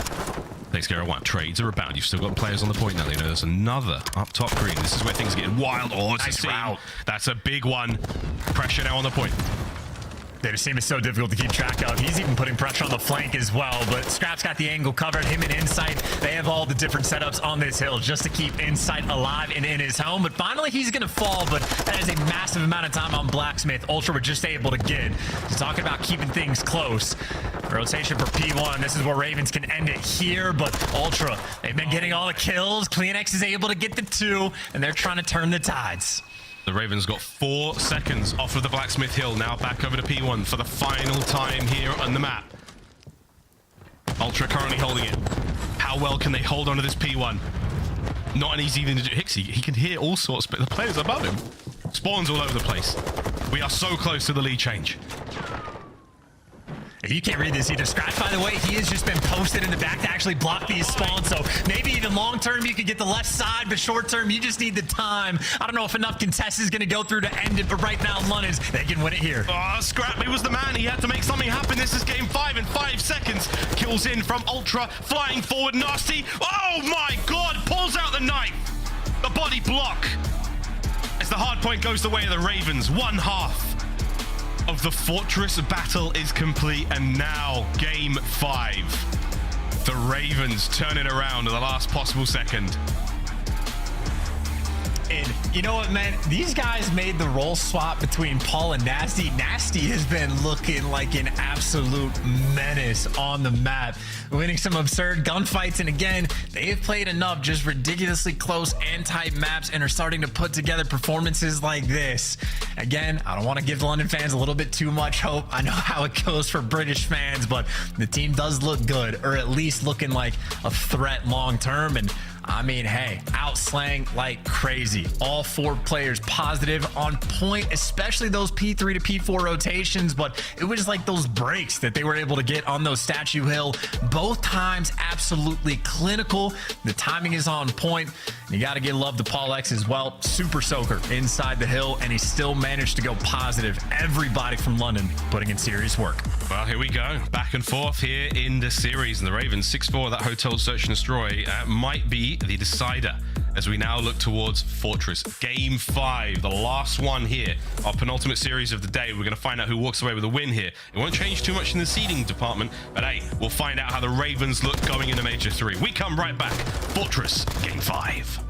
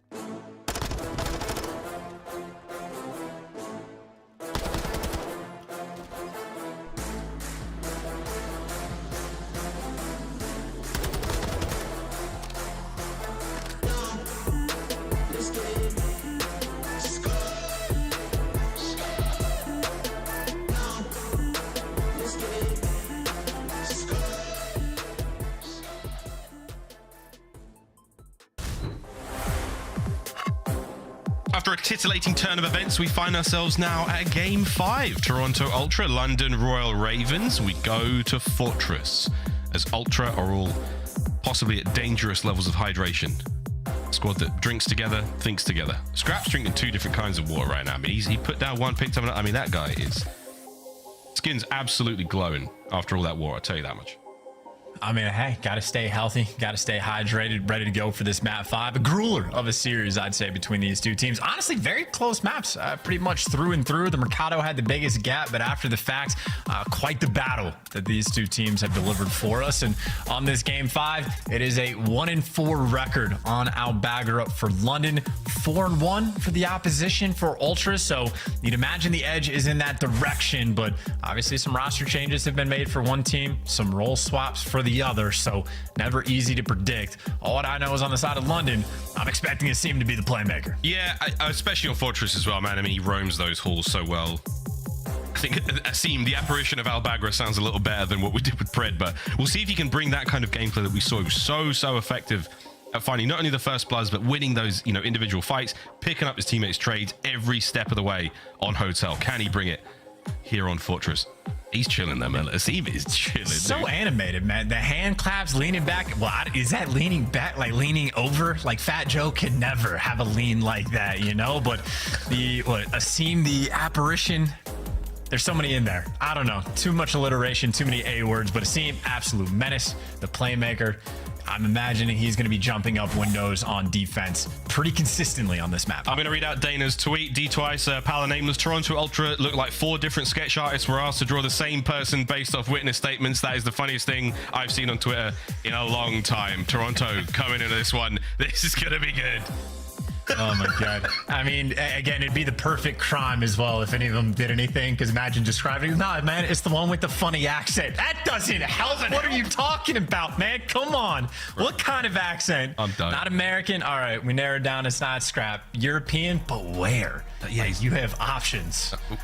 Yeah, he's got glasses, a little bit of facial hair. Yeah, I mean, that ain't helping. That ain't helping. God, that is so funny. God, that is so funny. Word to D twice. All right, well, we've had a PC crash that's going to slow down the match a little bit. It just adds to the tension, the overwhelming tension that we've got going into this Game 5. As far as the records go, I do believe we've had an update from Tim in stats. Oh, no, we haven't actually, but it's, was it 4-1 Ultra and 1-4 for the Ravens here in this one? But, hey, man, it's going to be tough. Standings, ladies and gents, here we go. I let you down a little bit there. I was just hanging out for a second. Gonna let that one sit. Standings indeed, though. Again, London, if they win this series, I think the unfortunate thing for them is their map count has been poor enough throughout this entire thing that even a victory, they're not going to come out ahead on tie break. So no love there, but they are playing for a bit of momentum.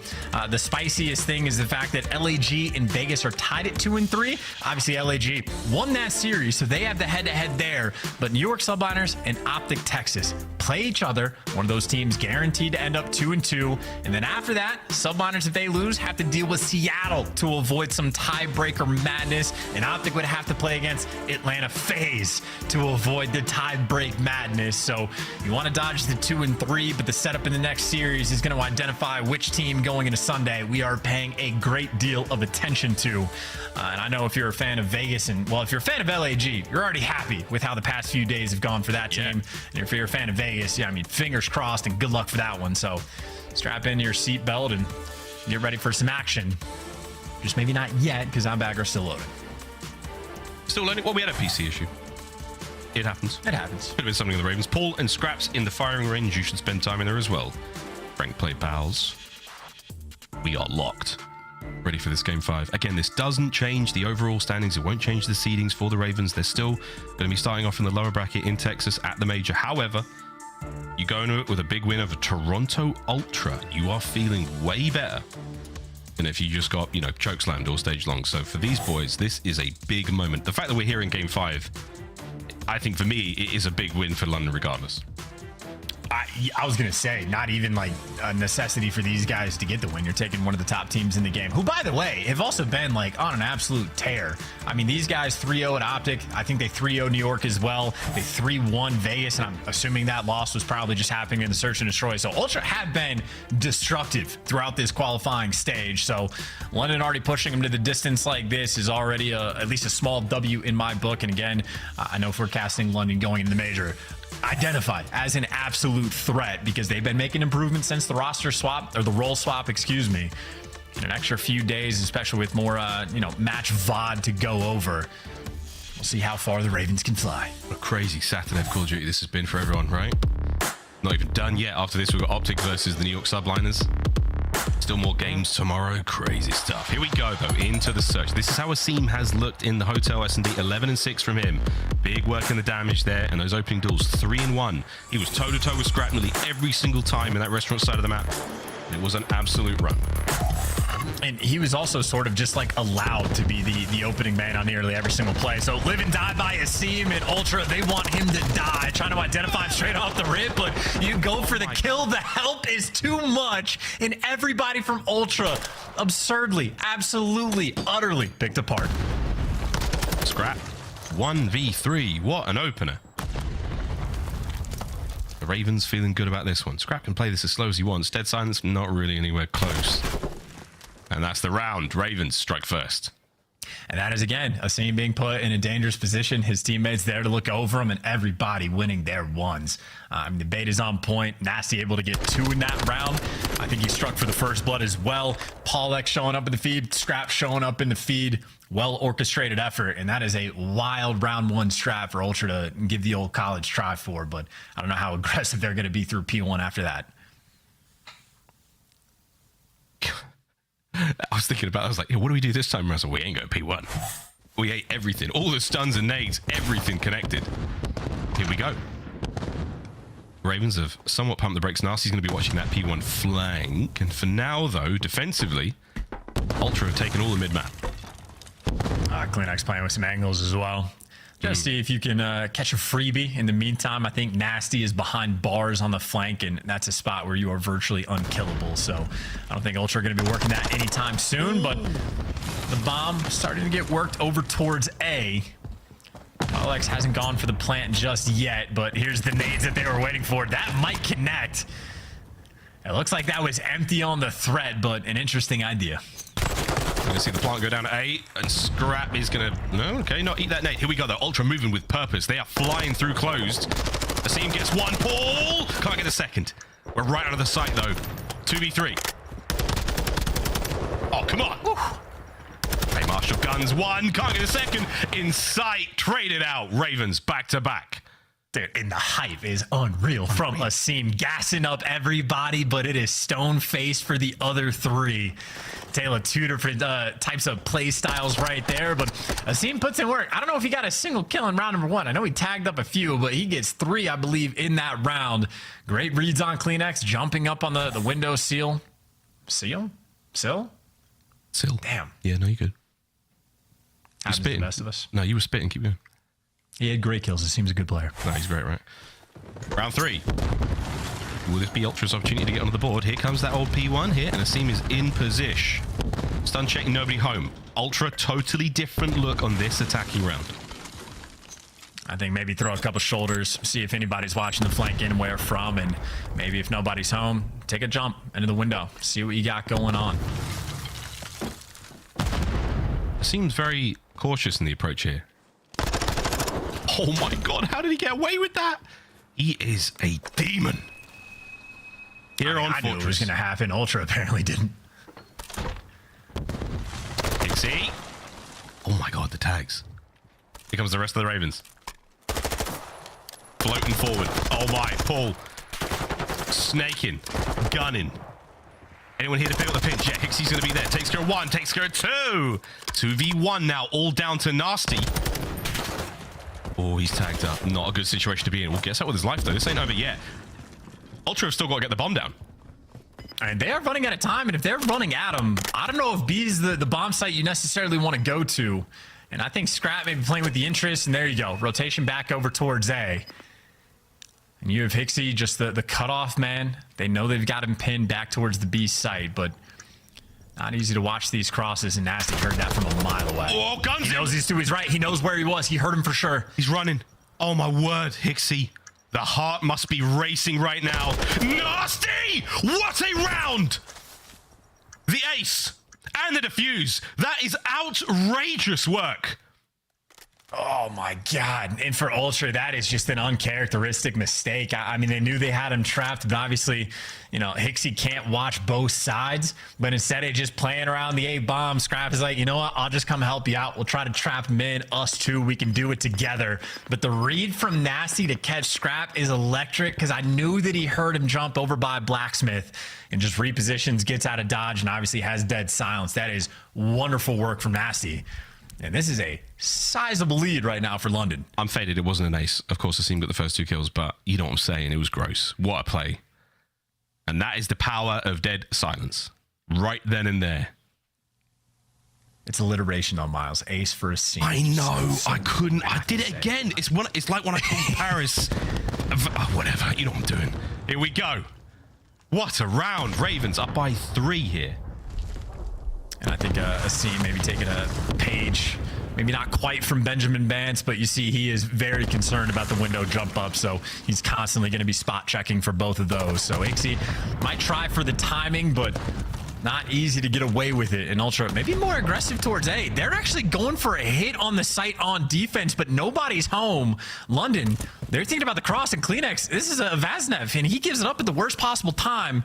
Oh. 2 players have made the cross. Nastie would have seen him in those shoulders being thrown. So now Kleenex, I love this steady play though. Timing, pretty good. Oh, nearly though, lets up the aim to get Paul in. Paul's managed to make his way across. And this has certainly changed the state of the map right now for Ultra. It's just so awkward. And now for Ultra, they don't know what's going on the map, but HyDra does deliver with the dead silence play, so that's going to soften up the blow, and Scrapz finds the extra kills. So even in the chaos, even with a very strange round, Ultra should be able to deliver. You just don't want this man to get the cruise. No, not at all. Let that clock tick out. And Nastie, he is fiending for the kills. HyDra should have eyes on him though, but he's going to play the streak well.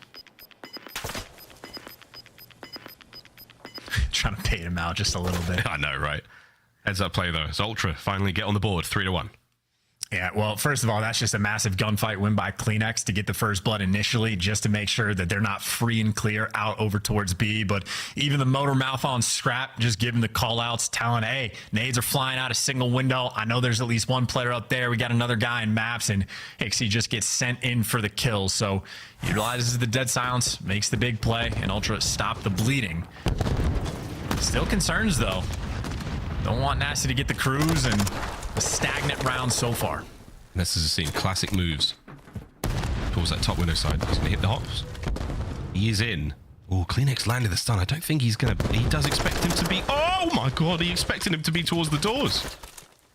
Paul with the coverage. Such a nuisance. It's such a nuisance. You have to constantly be concerned, but talk about the Kobe. Like, where was that even from for Kleenex? Kill cam, please. Where did that even bounce off of?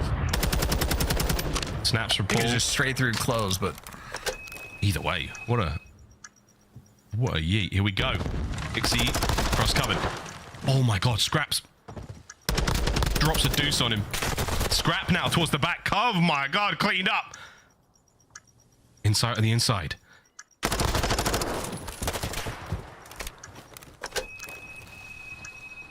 2v2. Paul keeps winning these fights.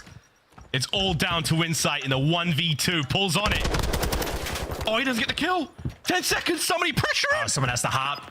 Scrapz. Someone has to hop, and Paul's taking the route. Scrapz trying to live, and he does it, dude. Paul on the route. He gets it done. What a call to hop the bomb right there. And Scrapz the smallest feet I've ever seen to make sure he doesn't get cleaned up. That is an amazing play right there from London. Here's the nade. This was the Kleenex nade. What in the doink? Yo, that is a nade spot. That goes right out to mid. All right. Noted. Good job, production. That's the beauty of the frag in that moment as well. But honestly, doesn't matter. The nade is great. And then Paul X picks you apart like that, gets the 3 big kills, finds the freebie on Scrap, guns the player that's next, and goes and hunts down Insight. I mean, that is a wizard-like round, but this time aBeZy has been dealt with. So Ultra could take a slightly sigh of relief. Doesn't make it easy, though. Still a lot of problems to be solved. You're down a man now as well, so no aBeZy to play on the inside. That's Paul's job now. Mid-map, all good. Ultra, once again, they have all bases covered, and now it's just a question of making sure that they don't make a mistake. The Ravens are going to get antsy here and try to make something happen. Sweet Toronto nade. Doesn't quite land. Scrapz stays safe. And we had Ultra last time. They were super aggressive trying to jump out towards A on defense, and they might be thinking about the same thing. They're able to trade out at least 1 kill, but there's Nastie poking his head out. CleanX had him covered.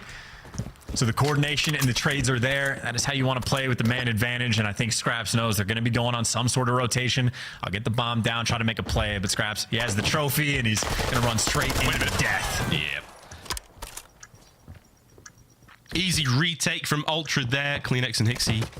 I mean, only CleanX really uses his dead silence, so HyDra will be able to probably grab that defuse and get his ready to go for the next round. But that was a good retake from Ultra. Sorely needed. It's now 4-2 after this gets taken care of. And Scrapz, I mean, with the situation he's in, yeah, it's nice to have the Vaznev, but he ultimately still has a trophy system. There's no way he's got to post up and absolutely rip 2 players to pieces to win that round. Yeah. You got to get very lucky of being able to like get out to a spot where they don't actually see that you go there or not get hurt along the way. So too tough of a spot, and again, too clean of a strat from Ultra. They're happy about the timing that they have to try to bully back out that A site, especially again with that man advantage. So they are 4-1 on this map. I know they've had a couple struggles in these rounds, but making the adjustments as well. aBeZy, who loves these window spots, keeps getting just met with nades. I mean, that's the thing that you finally caught like a couple of great moments there where you're taking care of aBeZy without having to hit those individual gunfights.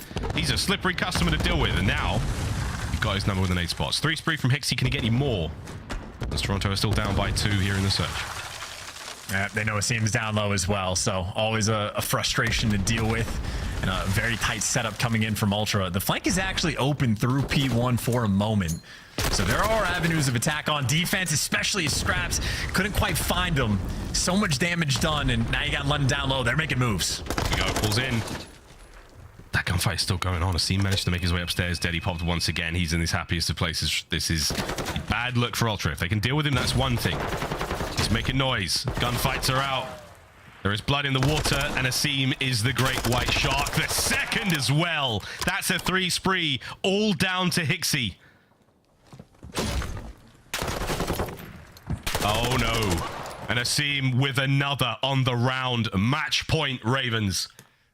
You had initially, aBeZy was the only one getting hype. Everybody on London can feel it now. More smiles, but a hell of a play again from aBeZy. I mean, Paul doing a nice job just to stay alive bottom green and not actually get killed on the player top rails. But then aBeZy wins his one, doing the window jump ups. Again, it is the bread and butter of this player.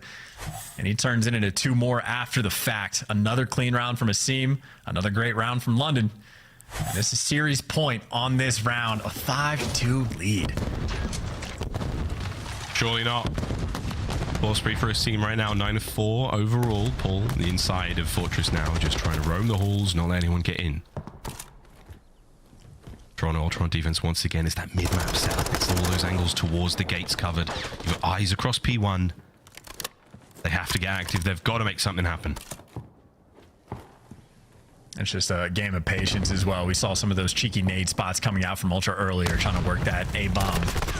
And I'm hearing a lot of nades get rung out, and aBeZy again, 1 HP, just trying to dodge the explosives. I've heard a couple of them go off, and eventually you're going to be forced to make this move and try to get this bomb down.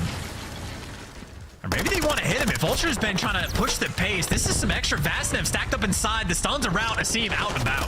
Nothing left to throw. Inside, trades are there. See him want to fight, look for one more. He's going to get that streak. Whether or not he needs it, we'll find out. But here we go. 25 on the clock. Nastie. Oh my god, it's done. I do not believe it. The Ravens close it out in game 5, and it is elation on their faces. Big time seam claps taking place there as Ultra are frustrated and incredibly stunned by that one. GG's, the Ravens in 5. And Nameless's coin flip might be putting in some serious work today because nobody's going to predict that one. But that is, again, massive win from London, and everybody is putting in some serious work on the team as well. I know Asim probably the biggest light, 11 kills again. He got double digits in both the S&Ds, but you had Paul X making ridiculous plays to stop Insight from getting, like, you know, sort of a typical Insight clutch. You had Nastie, I mean, goes on a 4 spree, clutches the 1v2 with the dead silence in the second or third round, and even in the final round found a route out towards P1 to trap the remaining Ultra players in and just put them in a sandwich. And then even Scrapz was there throwing trophies. Absolutely tippable. I just can't believe the one day I don't pick the Ravens to win it. They absolutely... I can't believe it! Anyway, GG's there, 6-2, the final score there on Fortress. The incredible comeback on the Fortress hardpoint was real good. LSCLO, they went around as well, so it was a big day for the Ravens. I think this is a good thing for them going into the major, a bit more confidence under the belt. They've got to be feeling great after that one. A big win for them. GG's, one more series to go. Desk, take it away. Thank you so much. And I just got told by Paddington, one of our mods, that someone just won 2,067,500 channel points by taking London in this matchup. Sheesh. They put it all on the Ravens, and the Ravens came through. Now, what's crazy about this is we now have a little bit of a tiebreaker scenario at that 2 and 3 spot. That A seed is not safe for anyone right now. Vegas is going to be celebrating this win, but also London beating Toronto. You got a lot to celebrate tonight. Yay, Ravens. I mean, this is a big win for them, to be honest, especially a Toronto Ultra team that was looking so good heading into the Major III qualifiers. And I mean, they're beating teams like York, our Major 2 winners. So London Royal Ravens, we talk about how close that they're playing all these teams. They're going to these game 4s. They're going to these game 5s. And, you know, sometimes the layout doesn't tell the whole story. And they finally close it out in a game 5 here. And I know you were saying nobody should be challenging them on Fortress. Yeah, seriously, I'd be getting rid of Fortress on every single map in the series when it comes to the vetoes. But man, we got to tip our hats to the turnaround for the London Royal Ravens. I mean, these guys made a role swap since then. The team dynamic has gotten so much better, and it's also helped aBeZy in these last 2 series. His performance has been much better as well. The search and destroy, just mind games, bro. Since the first rounds of the game, we're seeing them go towards Diner on B on the first hotel, and they're just making plays, which then leads to success later in game. We saw how Toronto tried to stack over there.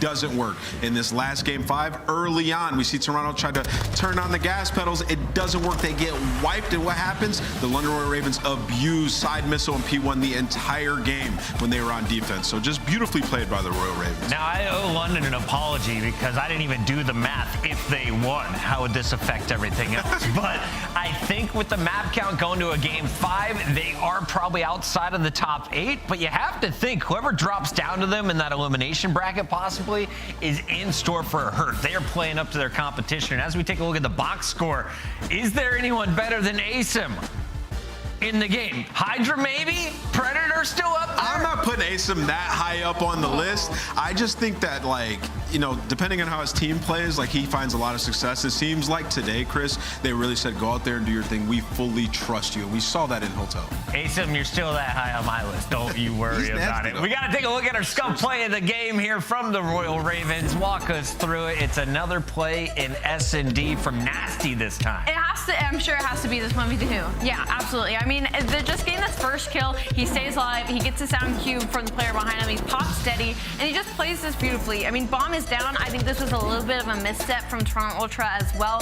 to play for this kill when they had the bomb down so far out fountain side.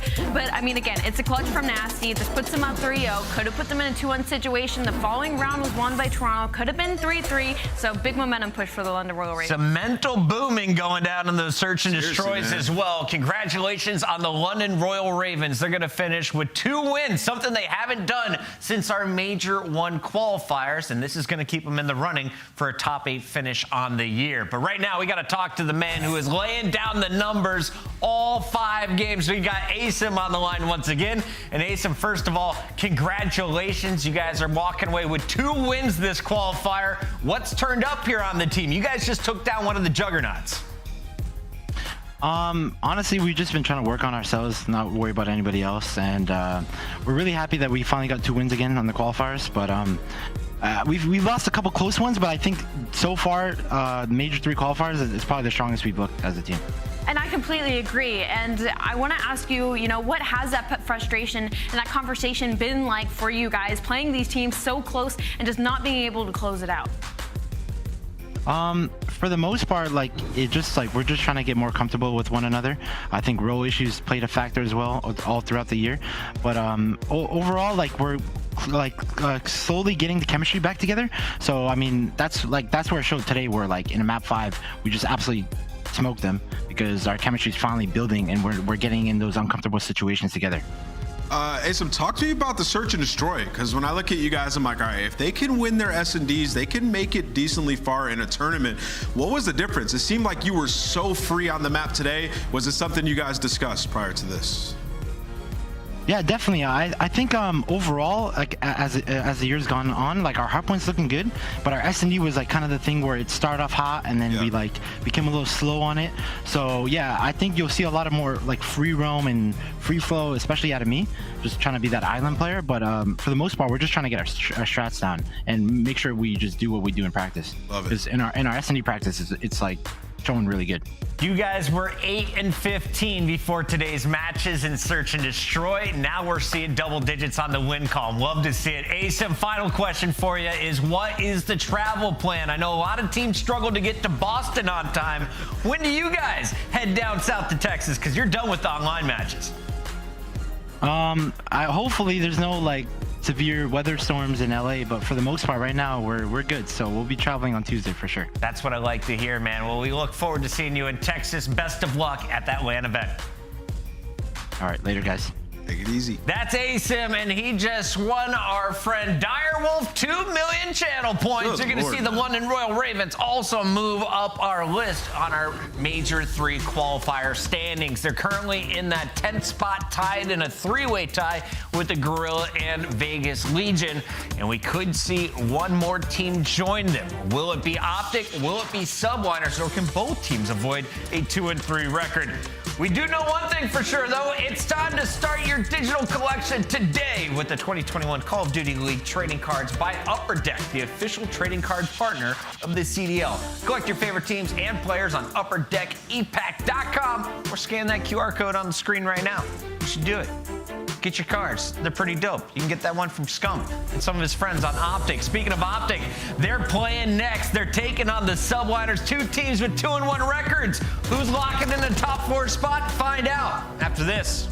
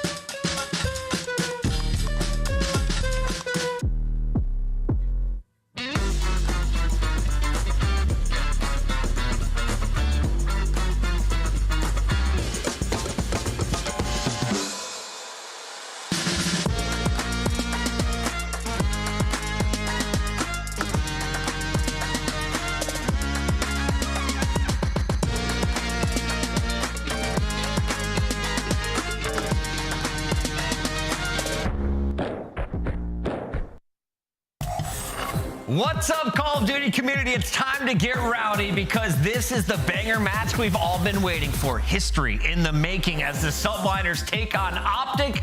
Neither of them have faced off against each other all season, so this is the first battle, and we have a very interesting map set that Nameless is about to break down for us. 5 maps, 3 of them are Fortress in the middle of this thing. I just gotta say, Chris, these guys are squaring up. They're saying, yo, subs, get to work because it is about to be a banger back and forth. Expect Shotzzy and HyDra to have good ones. I will say, though, when you look at this map set, like for New York, it's good when you look at the respawns, but also for this OpTic Texas team, on these particular respawns, they have not lost it with the new roster.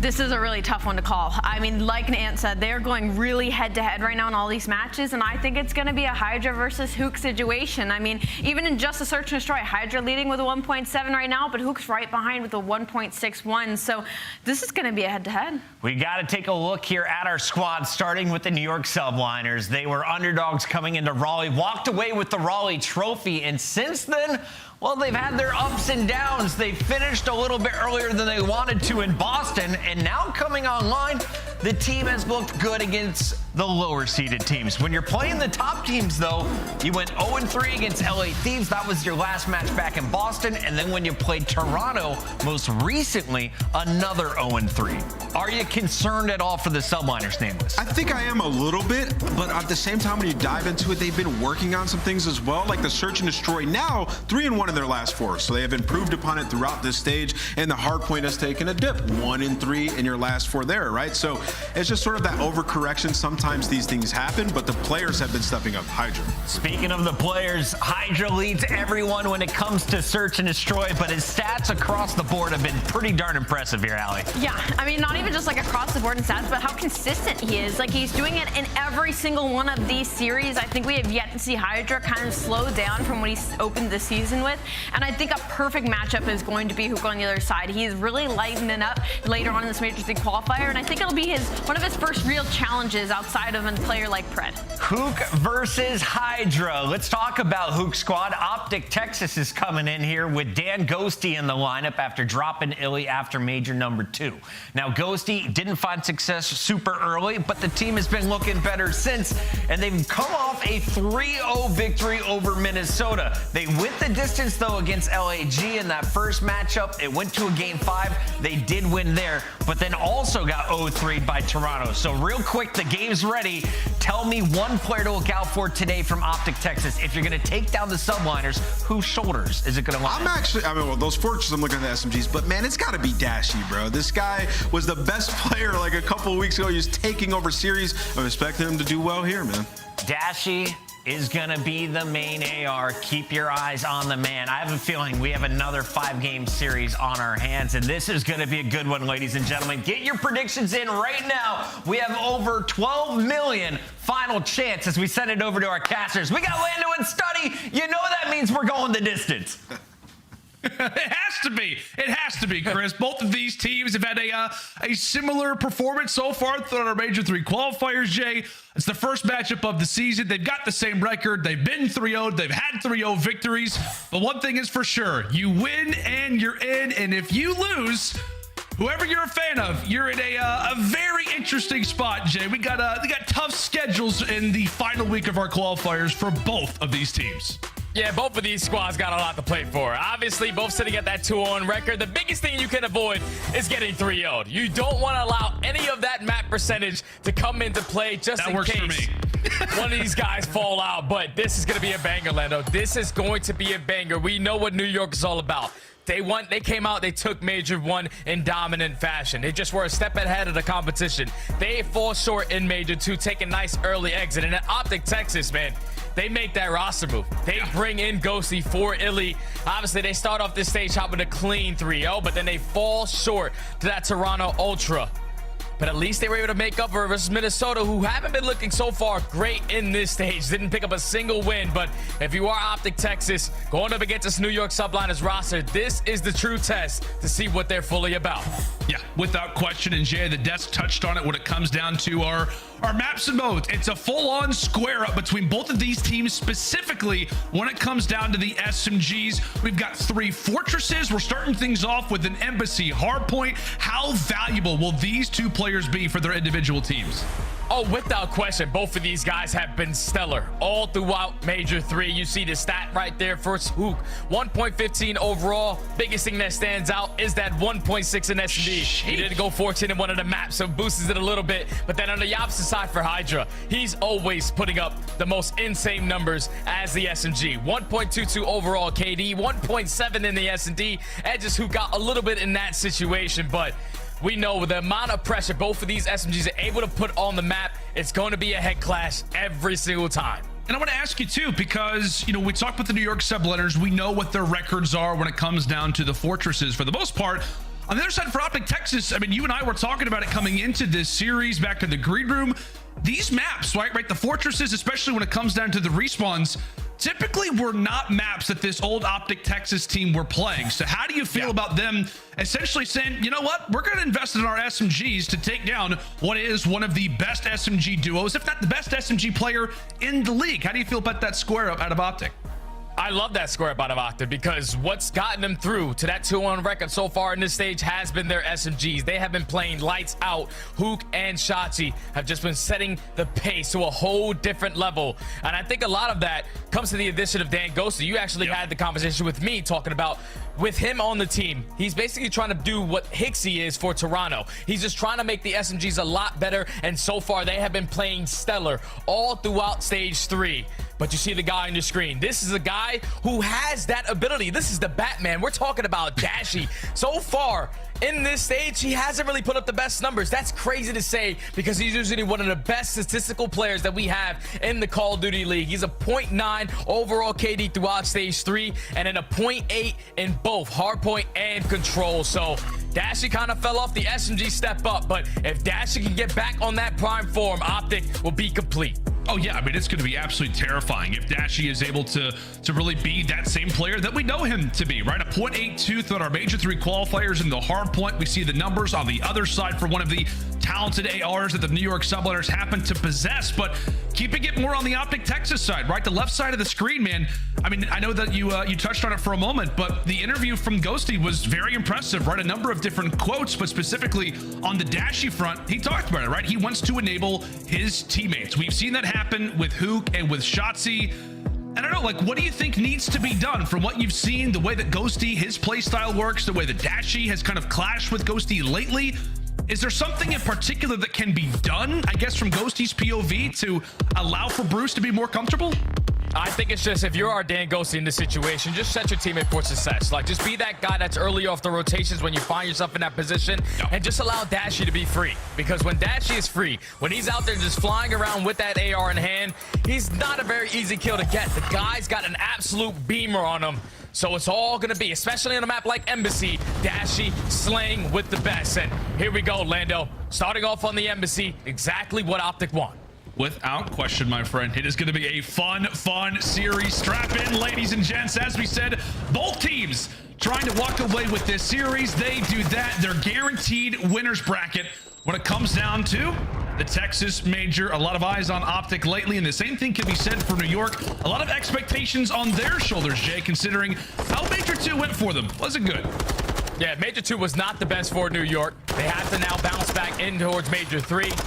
They've done a great job so far in this stage, sitting at a 2-1 record, but they have some 2 great matchups to close out this stage. Obviously, this one versus OpTic, and the next one versus Seattle to see where they are truly at. But already, Dan Ghosty finds 2 from top papers. They're winning that rotation over towards P2, even with New York starting off on the better side. Only able to get 11 seconds off of that P1 OpTic. Right now, a step ahead in the rotation. Indeed, and Priestahh is causing quite a bit of stir toward the back. Shotzzy's going to have to try to get involved in the fight soon. The problem being is that really, he's not going to have a whole lot of teammate support. He's the farthest pushed up player, and taking a look at parking lot, any kill would be a big one. Gets the explosive damage off of Priestahh. However, Subliners still here. KiSMET, Soulman, alive inside of the hardpoint. HyDra, he also gets picked apart. 30 seconds still to play for, and right now, Ghosty, he is the only player near that objective. Yeah, Ghost is the only one here, so you want to try to soak as much as you possibly can as Dashy's watching your cross. He does cut down 1 player, but the final 25 is going to go in favor of New York. Now it's going to come down to the rotations, where OpTic statistically have been the worst on Embassy hardpoint, going against New York, who are pretty even around the middle of the pack between some of these teams. But This final 20 is going to be theirs. OpTic now have the opportunity to get fully set up towards AC. Big kill coming in from Dash. Big kill coming in from Bruce, and that's now going to set up OpTic Texas with some solid control. As we said, that P2 by no means went their way. Had early spawns, and then it ends up crashing down. And how about the crossfire that was established there from New York? You had Priestahh firing over the top, and from there, the Bulldog could roam. A wonderful, wonderful start to this P3. New York, another break, causing havoc early. Oh, another break, but it's going to be OpTic right back on in. They are able to find all the kills, take control of Orange, and execute that play to perfection. Because now the Swans are going to flip. New York are on a better side off the rotation over towards the next hill. But if you are OpTic, this 25 is big. You just have to get this. With Skyz finding that too, they might decide to put pressure on. Big nade from Priestahh as Skyz finds the third, already on a 4 spree. Another break does come in, but look at the spawns for OpTic. They get a couple close spawn towards back hedge. Yeah, and they might actually just rather decide to send one player up for this 1v1. That's going to go Shotzzy's way, and understandably so. Arguably the biggest rotation comes in right now here on aBeZy. It is the AC2 Office Roto. And currently it is OpTic Texas with early seconds, with early time, but do they have the advantage as now it is HyDra's opportunity to roam inside of the aBeZy. Skyz also looking to pull off that SMG. We know how dangerous he can be in a multitude of different roles. Just feels like every time that OpTic Texas gets set up, regardless of if they're walking away with the scrap, New York are making their presence felt, Jay, 15 points away from hitting a century. Oh yeah, New York are doing a great job of just keeping the kill stagnant. Right there was only 2 OpTic Texas players off the rotation that were trying to stay alive for the longest, with more players on the side of New York. So they were able to find that break immediately, but all out pressure through back single door, putting the pressure through planners, but can't find a trade on the Priestahh. So the final 20 seconds is going to go in favor of New York. OpTic need to try to stop the bleeding going into towards this kitchen hill. Oh, and Shotzzy, well, he nearly dropped the deuce in more ways than one. A good little effort there. However, does eventually get found out. 110 to 37. In desperate need of an answer right now are OpTic Texas. As we said, Jay, lots of eyes on these boys, considering the week that they have coming up next. They've got New York right now, and then a matchup tomorrow with Atlanta FaZe. As we said, considering how great and formed that Atlanta have been, a W here for OpTic does not just feel nice, but it almost feels necessary. Yeah, it feels necessary because you want to make sure that this roster change is the real deal, and so far it's leading to a lot of success on this kitchen hill. 25 uncontested points so far going in favor of the green wall, but it's all on the Dan Ghosty. He finds 2, but that's not going to be enough. It's now Huke's turn. Huke and Shotzzy combined for the other 2. They shut down that first push from New York, and so far this has been a stellar hold in towards kitchen. Yeah, well, we talked about the SMGs now put in a position to fry, put in a position where they can absolutely be at their best so far throughout our first set of rotations. Hasn't been the cleanest, but boy, have they made that scoreline look a lot better, Jay, just simply at P5. So far throughout the first side, I mean, what? It just feels like for New York, breaks on breaks on breaks is the reason why they have the lead. Yeah, OpTic Texas just weren't able to set up properly around some of these hills. And you have that much time off the rotation, you got to make sure you put yourself in the best possible setup to not get instantly broken, but that's what New York were able to find some success on. Now we find ourselves on the second rotation of hard points. It's going to be New York with the preferred side towards Orange, but OpTic doing a great job of just keeping them off that point. Now it's time to be the aggressors. You know exactly where the spawns are going to be. 2-2 split from both of the squads, but it's an all-out scrap in the mix in towards P1 still. It is indeed 30 seconds still to play for over at P1. Meanwhile, as we like to talk about it, bottom side of your screen, when it comes down to the next rotation, that's really what this is all about. A big gunfight victory for Shotzzy. Now should give them better map positioning. However, they still have one player that they've got to get through, and that is Priestahh. Comes away with pretty much everybody. Dashy eventually able to poke away at him. But once he does, the rest of his teammates are already back in that respawn screen. Big play coming in from P-Dog. And the close spawns did come in right there from OpTic Texas, so it's a 2-2 split. Now they lose control of street side, so if you are Priestahh, just hold down this position, wait for your teammates to get into the play. But OpTic know exactly what's going on. They're setting up Shotzzy for the pinch. Now they know that all of New York, they're gonna try to break this from middle. This has been a perfect setup from OpTic Texas to get themselves back into the game and potentially take the lead. Oh, and Shotzzy is going to be able to set up Huke there for the eventual trade onto HyDra. 30 points still to play for. And if you're looking again at that minimap, as we so often are, nobody in sight right now from the Subliners.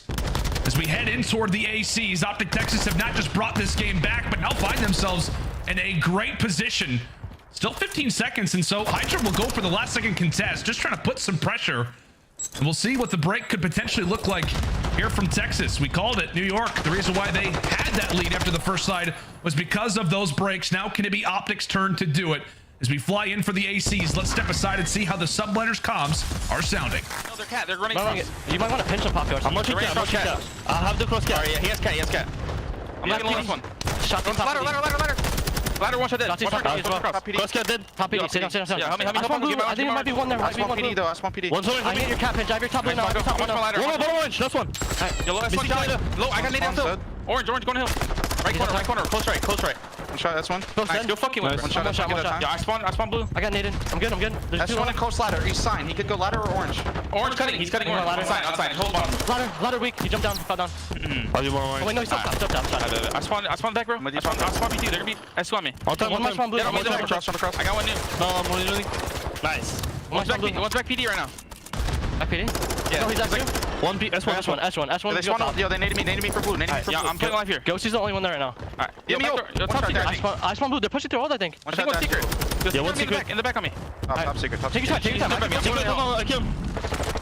I have it right here. Nice. In the hill. Cheers, behind the desk. Behind the desk. I'm waiting. That's one. Let's go. I'm saying pizza. Nice. Push out pizza. Hold on. I'm gonna go S1. Keep saying hill. Yo, they can be mid lane. Yeah, they can be mid lane. They're middle. I have all right court. Yo, court. Top. Court tap two guys. Okay. I hear. There's two in the back on me. No one court. Yeah, he pushed on the block. Nice. 4. Yeah, stay as one, bro. Stay. I hear. Yeah. Back right. This just feels like an all-out brawl. Every hard point we see, they're just bodies after bodies after bodies being thrown at this one. New York, well, they were able to eventually find somebody on the ladder over at the ACs. They're improving, they're watching their cuts, and now they find themselves with a 20-point advantage. But Jay, and this is what we talked about. It was going to be a square up. It was going to be an all-out SMG battle, lots of close range fights, and we're getting what we thought we would. Yeah, we're getting exactly what we thought we would. A battle of hard point. OpTic only find themselves down by 10 points. But now off the rotation, a big play is going to be on Dashy, but unfortunately he does drop. Huke there for the trade. So you're putting pressure in through laundry. You're putting pressure towards back kitchen. Just have to win these gunfights. Shotzzy's able to fly on in. He's able to find the break by his lonely. HyDra's the last player up here from New York. The pinch comes in from Skyz. Now it's all up to Skyz. Can he stay alive? Can he stay up? And right now he's got the teammate support, Priestahh as well. That's the biggest part about this New York team, is that when it comes down to aBeZy, both of their ARs have got some SMG experience, and right now they are showing it. Skyz now on 4, beginning to go on a heater, and now Texas are spawning out and are nowhere near kitchen any longer. NYSL starting to feel themselves. As we said, the flexibility of this team is definitely starting to be felt. Priestahh eventually falls, and now OpTic with 5 seconds left, just trying to get Skyz out of the hard point. Finally, they're able to do it, but down by a decent margin, Jay. OpTic Texas have got a decent hill to climb. Yeah, OpTic Texas need to now fight for a majority of this P1 time, or at least play to keep off the Subliners off for that time. Neither one of these squads want to hop on the point. You want to try to just play your kills around the map. Ghosty is going to lose that gunfight towards top paper. So now OpTic Texas have to at least hold AC positioning. Huke already stepping up. Finds us on a 5 spree before he does get shut down. But it's all about that next hill. It's all about setting up your team for that P2. OpTic get a couple close spawns towards street. Do indeed. Texas still have to be careful about not allowing for NYSL to be on P1. So far, they have not even really touched it. And currently for OpTic, considering the spawns that you have, they're going to try to put in a bit of pressure at P1, but ultimately just focus in for the bottom side of the map. These kills are going to be huge. OpTic Texas needs to walk away with a few. Right now on the backside, it is going to be KiSMET still staying up, staying alive. As Huke ends up falling. Again, these fights are almost just being established. They're getting set up. We've got everybody aware and focused up. As it comes down to this rotation, New York are here early. Ghosty looking for the information, looking for the fights. Huke tries to set it up, but he ends up dropping. Oh man, there's so many New York players watching all the angles that they need to. They're able to win a couple of these gunfights. Last player up is going to be Ghosty. He has to try to stay alive, keep him off at this time, doing a great job of doing so. And paying attention to that game clock. There's only 50 seconds left. New York need 15. They're able to find 2 kills. Dan Ghosty's doing a great job of just staying alive, but OpTic still are not getting any time. You need to hop on the point. You do indeed. I mean, at the very least, they're at least keeping New York off of it. However, oh, nice long-range shot coming in from Ghosty, and now it's going to be onto this rotation. Okay. They managed to find a few, and with that, this is very much doable now. The Subliners, it looked like they had all the positioning in the world, but they did not get on the point. And now this looks that much more. Oh! Shotzzy ends up getting turned on as now HyDra is running rampant toward the bottom side of the ACs. Handles one and then the other half of the SMG duo. Dashy now left in a position to clutch as heat will fall. It is KiSMET and HyDra who break almost effortlessly, as this will be a game 1 that goes the way of New York. Oh man, if that's the way we're gonna start this series, we're in for a long one, Lando, because what a hard point between both of these two teams. New York, they were just in control of the map. What is HyDra? Whenever they needed to just play for those kills, they did exactly what they needed to. Is he holding a piece of bread? Like, that's a baguette, Jay. Full French phenom. Oh yeah, he's a French phenom. I didn't mean to interrupt you. I was just a little confused there. Go ahead. New York.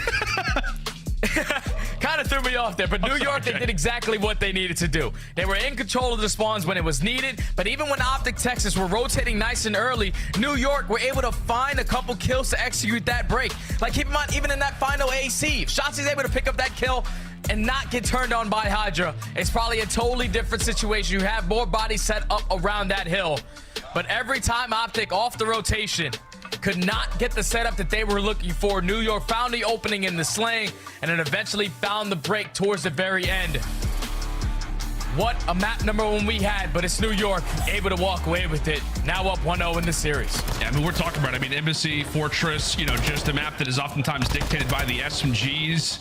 But it felt like OpTic had the pressure on occasion. I mean, they brought it back at P5 at the first side of rotations, but as you called it, man, New York had just established that much of a lead, and then when it came down to the ACs, when it came down to the second side rotation, we thought there was a chance. We thought that there was an opportunity where they could have brought it back, but it just did not happen. It was just HyDra and KiSMET running wild in a spot where, as we said, it's all about the SMGs, who's going to come out on top in this battle.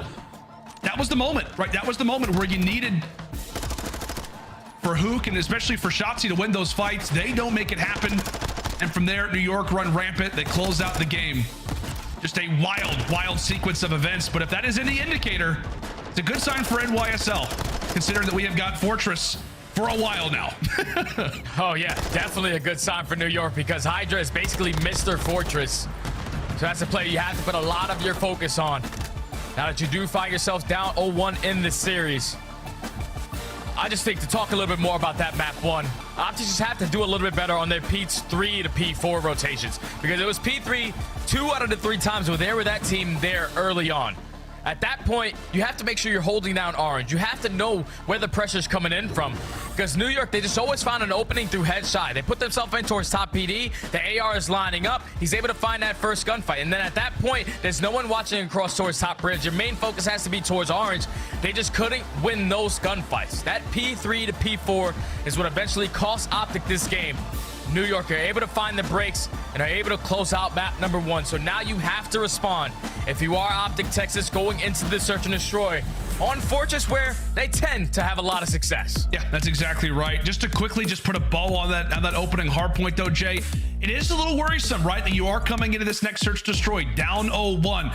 It felt like all the communication that we were hearing, whether it's been on podcasts, if it's even been on like the clips channels on YouTube, it's been talking about how OpTic has looked so solid in their scrimmages. I think I even saw last week, Octane talking about how he just got absolutely bodied by OpTic Texas in the hard points before they faced off against the Seattle Surge. All of that stuff. So what feels like the primary game mode, what feels like the outlet for the most success of OpTic Texas is now out of the way. You're not going to have another hard point until game 4. Can we get there? That's another question. But when it comes down to the search destroy, as you called it, a map where OpTic Texas has seen quite a bit of success on previously. I know we're talking about players, strategies, things to look out for. What has made OpTic Texas so solid at this map? Oh, it's only one answer, man, and it's all on Shotzzy. The guy's a 1.3 KD on Fortress Search and Destroy, and I'm pretty sure he's unbelievable on that map at getting first bloods. 66% of the time when he's in that opening engagement, he's winning that gunfight. They're finding a lot of success. So we know how many problems Shotzzy can, how many issues he can cause on a map like Fortress with all the jump ups in towards the single window, in towards the double window. That's a guy that you have to put a lot of focus on. And if you are OpTic Texas, just got to completely forget about the last time you played this map, because it was a 2-5 comeback from Tirana Ultra. You see the stat line right here from Shotzzy. He's unreal, man. Going up against the Bulldog, who's a great Search and Destroy player in his own right, Shotzzy just does it to a whole different level when it comes to Fortress. Yeah, that's exactly right. And just to kind of like even highlight it more, Jay, put more emphasis on how wild Shotzy's early first blood numbers are. I mean, that is insane. The fact that he's able to sport as solid of a KD as it is, the fact that he's also winning opening duels consistently on this map, and also at the same time where, I get it, it definitely favors the SMG in a lot of close quarter fights, but it just feels like for so many teams that, like, you're going to figure out, like, where this guy is going to be able to make these routes happen, make these plays happen. The fact that Fortress is so one-dimensional, and still yet this guy's able to put up the numbers that he is in the early situations, it is insane. It is absolutely wild. By far the most impactful SMG on Fortress S&D when it comes down to those opening routes. I guess alongside of aBeZy, which you just have to put in any situation. But I guess when it comes down to this map, regardless, into round one we go. Shotzzy gonna go and bring out that TAC 56 here on exchange from the other side. Looks to get involved in the fight again, but it is a quick bomb plant now for Subliners. Now it's a 4v4 retake for OpTic. Dashy's able to find that first blood onto Priestahh. Great job to also get out with your life. And Shotzzy has now put himself on towards the site. New York are great in their 3v4 situations, 34%. As Skyz at least evens up the numbers 3v3. This is a big gunfight. Skyz just trying to waste time. Eventually pops out. Gets evaporated. HyDra and KiSMET able to answer, but Shotzzy, he's defusing. He is on this bomb and does get found out. It just looked like for a moment, I mean, if somebody doesn't check it, if the comms just feel like that there is surely nobody who slipped by, there could have been a chance, but HyDra, knowing the routes, knowing the commonality of where Shotzzy likes to play, ends up cutting him down. New York, despite dropping in the first blood, secure our opening round. Yeah, that's just good work right there from New York to put a lot of pressure on towards stage. When they hit Shotzzy with that nade, he's the guy that's giving the information. How many players are going to cross over towards the site, but you get the bomb down, you're forced to forward for a retake. And eventually you come out on top with a great route from KiSMET in that final kill. But now on the attack, where OpTic do have a lot of success as well. Dashy finds another first blood, already a 4v3. Priestahh evens it up. Yeah, how about the early gunfight victories coming in from Bruce? HyDra, oh god, I was going to say, I thought Huke might open up that door, fires out a shot. He'll eventually fall. OpTic Texas quickly with numbers. Shotzzy going for a dolphin dive, and as per usual, stays alive with the movement. Oh, great plays right there from Shotzzy to basically shoot the bait out. And eventually, I don't know what was going on with KiSMET's gun in that last gunfight. Looked like single fire. His dash, yeah, it definitely looked like. If he had it on single fire and he was tapping like that, we gotta switch that up really quick. I thought that was an easy one, but Bruce with the snap finds the first blood on the round and eventually finds the final one to close it out. OpTic Texas, when their own attacking round of their own, tied up at 1 now. We're talking a lot about Shotzzy. How about Bruce? I mean, how about Dashy? Trying to answer here. The search destroyed. Didn't have the crazy performance in that opening hard point, but his presence has already been felt. And now he's going for a ride, Jake. Yeehaw for Bruce. Oh, God. He just oh, man. In the chest. HyDra says, that's my horse. Get off. And with that, shots raiding through early. But thankfully, everybody's still up. 8 players alive, and that is about to change as Shotzzy quickly turns. Priestahh is dolphin diving everywhere. He's nearly been spotted by both of the SMGs for OpTic Texas, but he is still alive, still thriving. Shotzzy brought low, has to back up. Yeah, Shotzzy and Huke at least do have some arc control. As Huke is trying to find that opening, and he does so. Great first blood to pick off Skyz. So now for your New York, you have to make a decision. Do we try to fight for these guys in towards art? It's not a good one as Shotzzy takes down KiSMET, and now that's going to be bombed down. 2v4 situation now. And now make it a 1v4 Priestahh. Yeah, it is just a matter of time. Waving the white flag now as the SMGs run wild. Here in round number 3, it is Huke to start. It's Shotzzy who managed to stay alive like 5 different times, it felt like, despite being low. They just run right onto that site. They win their fights, and from there, it is OpTic with back-to-back rounds now.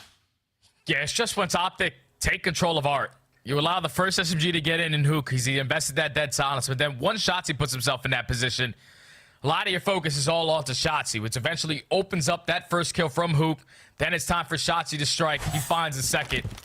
Then in the 4v2, you just keep that positioning. It's not going to be an easy round to win. There's OpTic able to chain 2 together.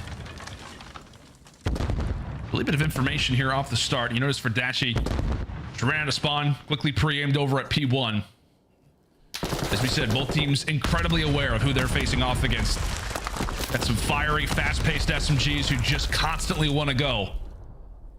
HyDra stalled out for the moment. And you can tell, man, Huke, he just wants to chow. He just wants to jump out. Everybody holding angles. As Huke waits for his chance, he's oftentimes going to wait for Shotzzy to rain out a few bullets, and from there, that is when Huke likes to challenge in from lower. However, they have yet to get that window of opportunity. Shotzzy goes for the peek. Nothing yet. Yeah, both of these squads are trying to fill it out. Trying to make sure nothing fishy happens. You don't want to lose map controls. Now it's only 35 seconds left on the clock. OpTic has to start being aggressive over towards that A site. Shotzzy's going to be aggressive in through open. Basically has Priestahh trapped in this corner. He does indeed. It's going to be Huke and Shotzzy who both run on out. And now it's going to be into the 2 versus 2. Shotzzy not able to win that fight. KiSMET will be able to find him, and Ghosty will drop on the bomb site. It felt like for Texas, they eventually had to get a move on when they begin to pretty much fire off that shot that starts that ending battle. It is New York who just win those fights. And it's Shotzzy who loses this 1v1 versus KiSMET. That very well could be the round right there. Oh, yeah, that was such a big kill from KiSMET to pick that one up. A little bit of friendly shots towards the stairs. He doesn't like to walk up them, but he's able to find that kill. And I thought once Shotzzy puts himself in a position like that, he was going to make a play happen. But KiSMET, with the communication from his teammates, is able to find that one and even up the score all at 2. Ghosty going to switch it up, sitting currently at 0-4. Time to whip out that big stick. Time to whip out the snipe. Indeed, there's been a lot of talk on who's going to be rocking the sniper for OpTic Texas. Lots of highlights in Dashy's stream lately. Questions on who's going to bring it out. Ghosty saying, you know what, 0-4, might as well bring out the big guns. Able to answer to start. However, the SMGs will fall. It is quickly left up to Ghosty and Dashy now, all by themselves. A 2v3 retake, and Jay, that time is ticking. Yeah, time is ticking, and New York are already setting up for the pinch-in as they are able to find the final couple of kills. It's all about just shutting down that SMG presence in towards Art. Once you do that, you know that Ghosty has that sniper in hand. Dasher usually likes to put himself in that position towards open. And once they win those gunfights, you're allowed to flank through open and closed doors. New York with another quick bomb plan over towards A has now caused problems for OpTic twice. New York up 3-2. It just feels like, you know, OpTic will have their moments. Shotzzy and Huke, it just kind of feels like if they're being impactful in the round, they're winning it. When they're not, when they're out of the fights early, they're not. Early 3-2 in favor of the Subliners as OpTic go back to the offensive side. Last time around, it was really just not a whole lot of comfortability when it came down to getting that bomb down. HyDra quick to reveal his shoulder, so that will instantly give a bit of information to Texas. And Shotzzy, as we said, first blood master, able to grab it here. Huke also wants to respond back with a second one. Tosses out a nade. Makes Skyz have to reposition. That will work. And Huke has got information on information. Oh, no. But KiSMET is there to make him pay. Oh! It's going to be 3 for the Bulldog. All up to Bruce now. A 1v2. Deddy popped.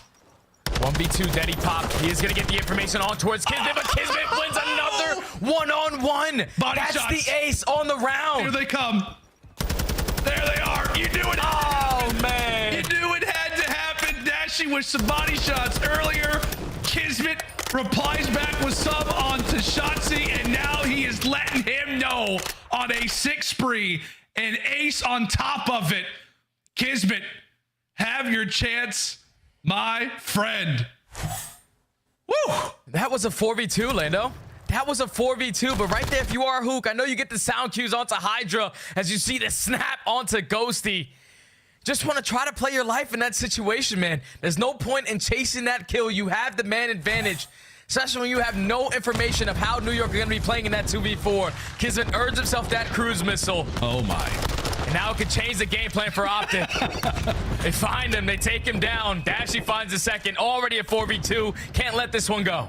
They absolutely could not. As Priestahh falls, okay, it's going to be a 1v4 for HyDra. I was going to say that's going to go one of two ways for KiSMET off the start of that round. He is either about to pop off or just quickly evaporate. By the way, for Paco, he's on a 5 spree, so it'd be in his best intention to obviously try to clutch the round, but more than likely, you would love to just see him at least walk away with another, try to play for the kill. Don't necessarily try to play solely around that objective, but with 45 seconds left for Texas, this should be easy pickings, Jay. It should be. This round should be very difficult, but now if you are HyDra, all your focus is at least finding 1 kill to earn yourself that cruise missile, so you have 2 to work with as we get deeper into this game. But he's not able to pick it up. Dashy reads it perfectly. Able to find the kill from top maps. And eventually close out the round. OpTic Texas, they stopped the bleeding. They shut down the second cruise missile. But now they just need to have some success on their attacking rounds. You can't lose that arc control to HyDra. You can't allow KiSMET to find an ace. As now in the back of your mind, you're thinking about that cruise missile. Yeah, you are indeed. And I mean, you said it perfectly. What we talked about in this series, he was going to be on the SMGs. He was going to be on who can have a more impactful performance. We're talking about how HyDra is 1 kill away from having 2 cruise missiles, both earned from the SMGs of the Subliners. As we said, you can feel that impact early. Coming in from New York as OpTic Texas able to win the swing round, and boy, did they need this to be some semblance of momentum. Shotzzy for the early peak. We know KiSMET, who's been so fiery, wants another first blood that he can have attached to what has overall been a solid search destroy so far for him. But a minute down, Texas still yet to really get that bomb over inside of the stage, as though it to lay it down. Bomb planted. Now it's a 4v4 retake. All of OpTic are able to stay alive. Now you just have to find that first blood, and none other than Shotzzy to do it. Takes down HyDra. So now in the 3v4 situation, just play your numbers, play your trades. Dashy finds the second, another 4v2. You know where these players are at, but New York, they're able to find 2. They're able to do it. Bomb planted. Dashy, boy, does he need this pick. He needs the pick. Shotzzy eventually gets challenged. They know where Bruce is hiding. 15 seconds left. Can Dashy go big? No, it's gonna fall apart again. NYSL down in numbers, run firmly into the site. It is a retake, and now it is a 5-3 advantage. Subliners, they cannot seem to just go away, man. Like, they will not go away. I thought New York were better in the 3v4s, 33%.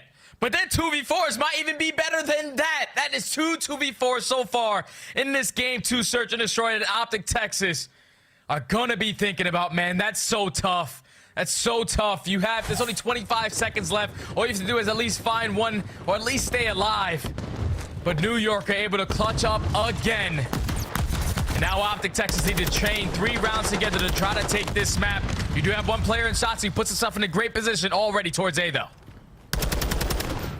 See if he can be impactful in a spot like this. Is KiSMET going to check? No, he is not. Shotzzy first blood, but does end up getting traded out.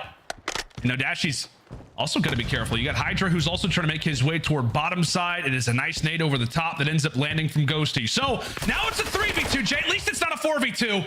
Can they clutch this one out now with numbers?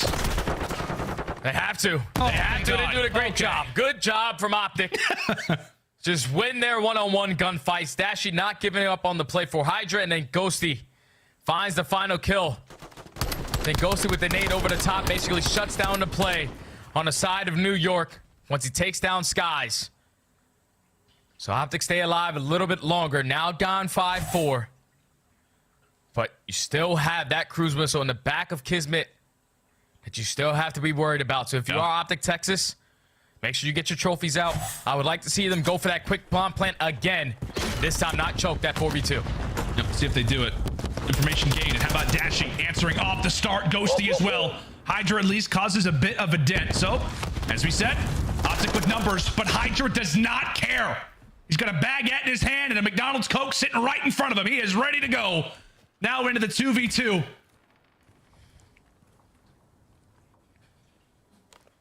And Dashy's slowly starting to edge up. He might get this positioning as he does have that dead silence invested. So HyDra is not going to know that he's right around this corner. But Priestahh is playing it safe. Making sure that that bomb does not make its way over towards B. But now HyDra's getting all the sound cues that at least one player's over towards this A site. He knows for sure. Dead silence pop. Oh, that nade is going to make Dashy have to sit down. Makes him prone.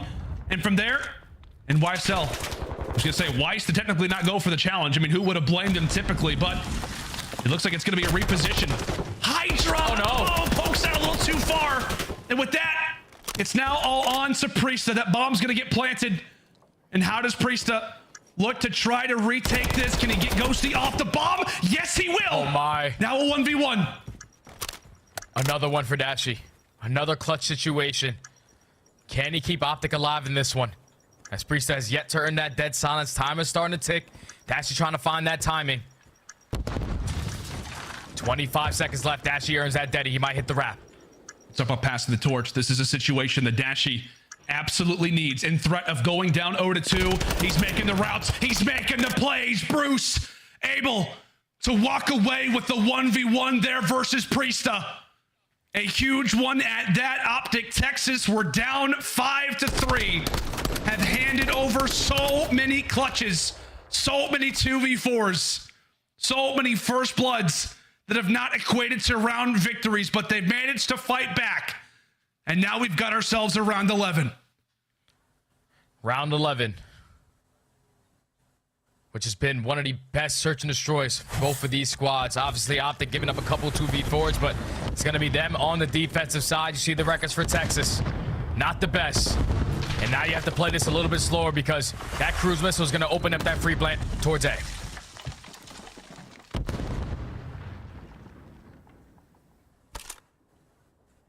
Here comes the cruise missile, what we've been waiting for. And you can see for OpTic, they will quickly go for the huddle. Meanwhile, it is Huke will stay. So Huke's going to stay pretty much in the same position.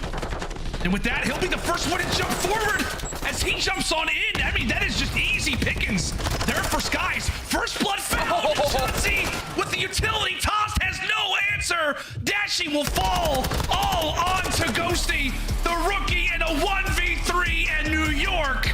No sweat. Allowed the 5-3 comeback, but they end up closing it out here in the round 11 and now are up firmly 2-0 in this series. And that was such a next level play call right there from the Subliners. You get the cruise missile to gain all the information. And then at that point, OpTic are thinking, once that cruise is blown up, that bomb is most likely going to be planted. But New York knew that the pressure was going to be instantly on them. Once that cruise missile was out of KiSMET's hand, they pre-aim up towards both archers. They're able to find the first blood and then eventually hold the push coming in from open. What a play call coming in from New York to not dedicate themselves all the way towards that bomb plant, which eventually they're able to find all the kills in the final round. 4 up, 4 down. Very clean round from New York to close out the search and destroy and now put themselves up 2-0 in the series. But if you are OpTic Texas, man, 2v4s, you cannot allow that to happen, brother. That is a tough pill to swallow. Now you have to climb all the way back and try to complete the reverse sweep. Yeah, I mean, it feels like for OpTic Texas, you leave that search destroy. I mean, you're talking, you know, in the bathroom coming into what'll obviously be a control, and you're saying, guys, we threw that one away. We had 9 first bloods, and we lose that search destroy in around 11. A few typical plays, and it's OpTic Texas who wins this one, probably in like a round 9, round 10 type of scenario. However, not at all the case. NYSL coming in with the point to prove as they improve that search destroy game that much more. 4-1 is how the record will stand as OpTic Texas now put in a position where they're going to have to come away with something special. They're going to need some ice. They're going to need a bit of clutch ability as we fly in for Fortress Control after this break.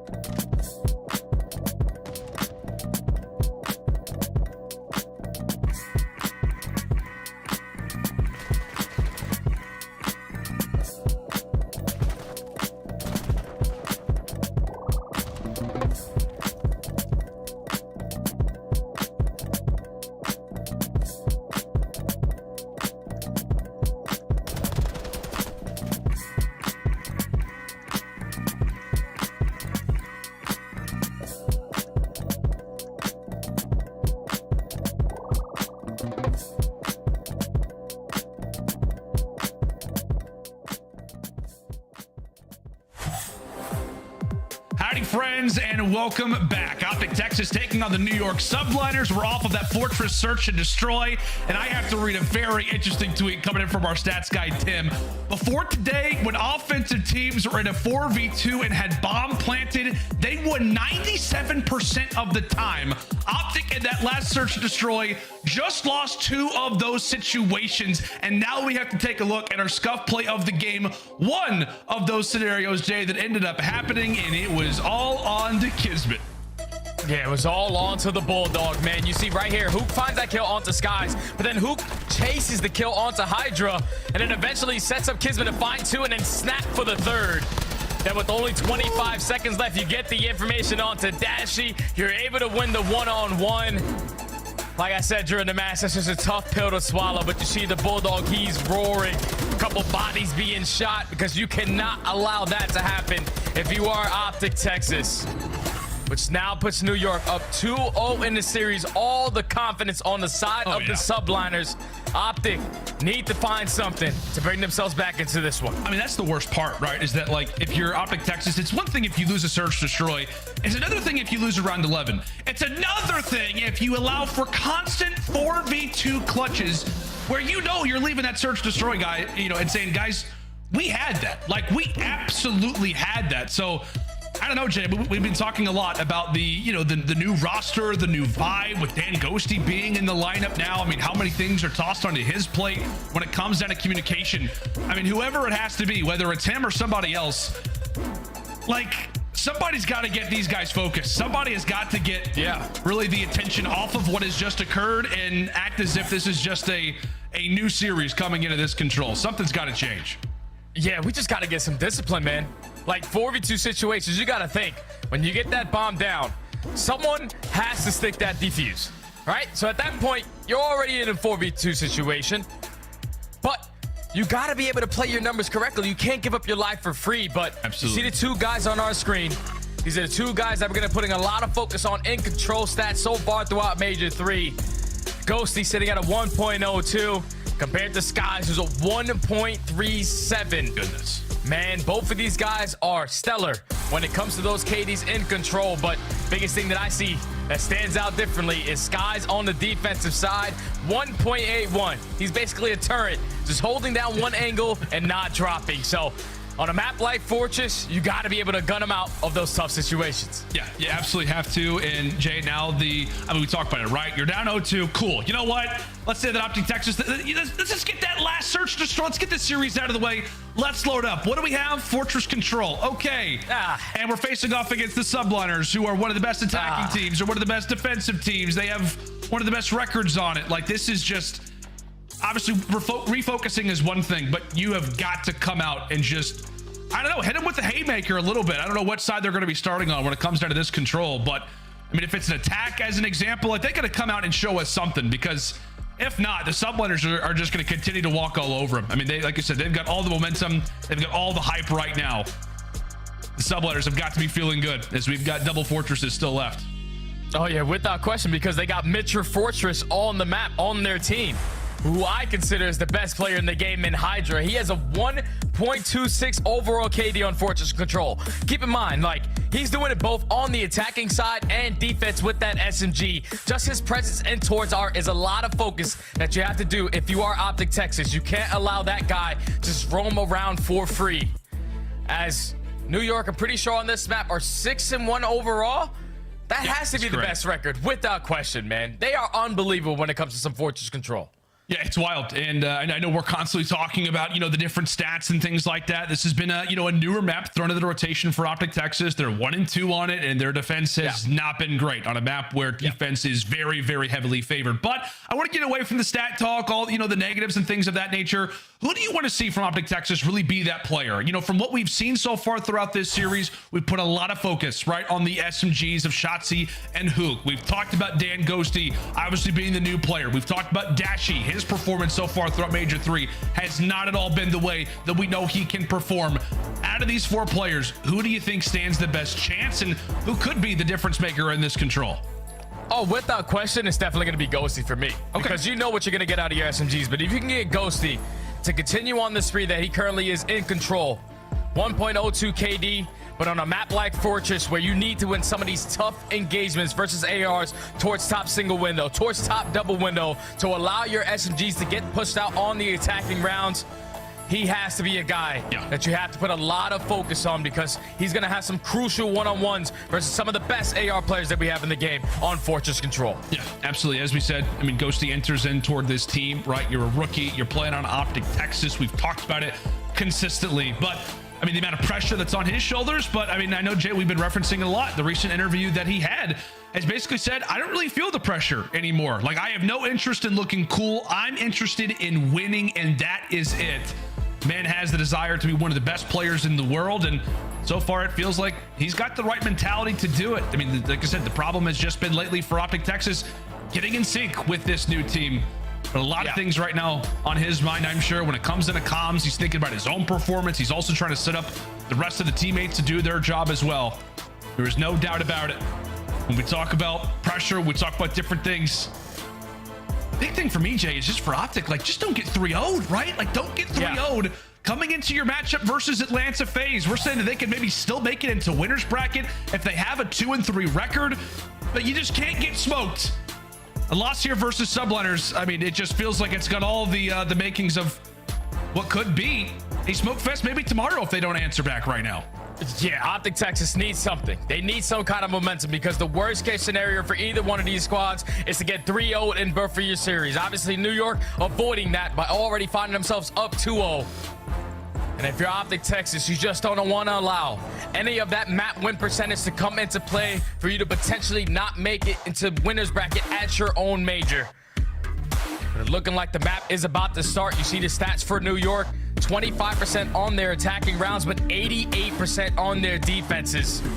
You see 67% for OpTic Texas on a map like Fortress. Everybody in rank play knows it's usually a free W as long as you do not allow them to get out of that trap. But OpTic Texas, they tend to struggle on it. 11th on this map. They have to answer early on this one. Absolutely. Shout out to Turtle, one of the many stats wizards in the COD scene. If OpTic get swept, this would be their 5th series that's finished in the 3-0 out of their last 7. So they've been 3-0ing, or they've been getting 3-0'd, trying to rewrite the script and make a play at that reverse sweep. As we said, Jake, just try to win as many maps as possible. Just get this to a game 5, and you're going to be in a way better spot when it comes in a winner's bracket for your major. But into this control we go. OpTic Texas starting things off on the defensive side, and so far it has been solid for them. No ticks, no real progression at all so far for New York. Yeah, no progression at all for New York, but at least you do have one player in Priestahh trying to stay alive in towards Art. Eventually, he does get taken down. So now New York are set up in the trap, works right into what Shotzzy needs them to do as he finds 2 in towards bottom maps. And now New York just have 35 seconds to try to get out of the base. Skyz the Priestahh open up with 2. It can start to get out of hand. OpTic needs to win a couple of these gunfights. Now New York have the opportunity to stop that clock, get over towards B. Yeah, and Dashy, he's got the call out. I mean, Priestahh really just runs in with no gun at all. Goes for the dolphin dive. And from there, Texas are able to adapt. They make the rotation. However, they do have 2 players inside of bottom. Cannons, HyDra, able to win that gunfight. And Shotzzy hot on his heels, trying to cut away the French phenom, as HyDra will escape and is also continuing to cause problems. And with that, Shotzzy eventually finds him. Meanwhile, for the Subliners, that distraction allows for them to get 1 segment. Can it be any more? Huke able to find 2. HyDra's presence allows for 1 segment, but that very well could be all that New York earn in round 1. Oh, that's it. That's all they're going to get in this round number 1, as OpTic do a great job of just setting up the trap.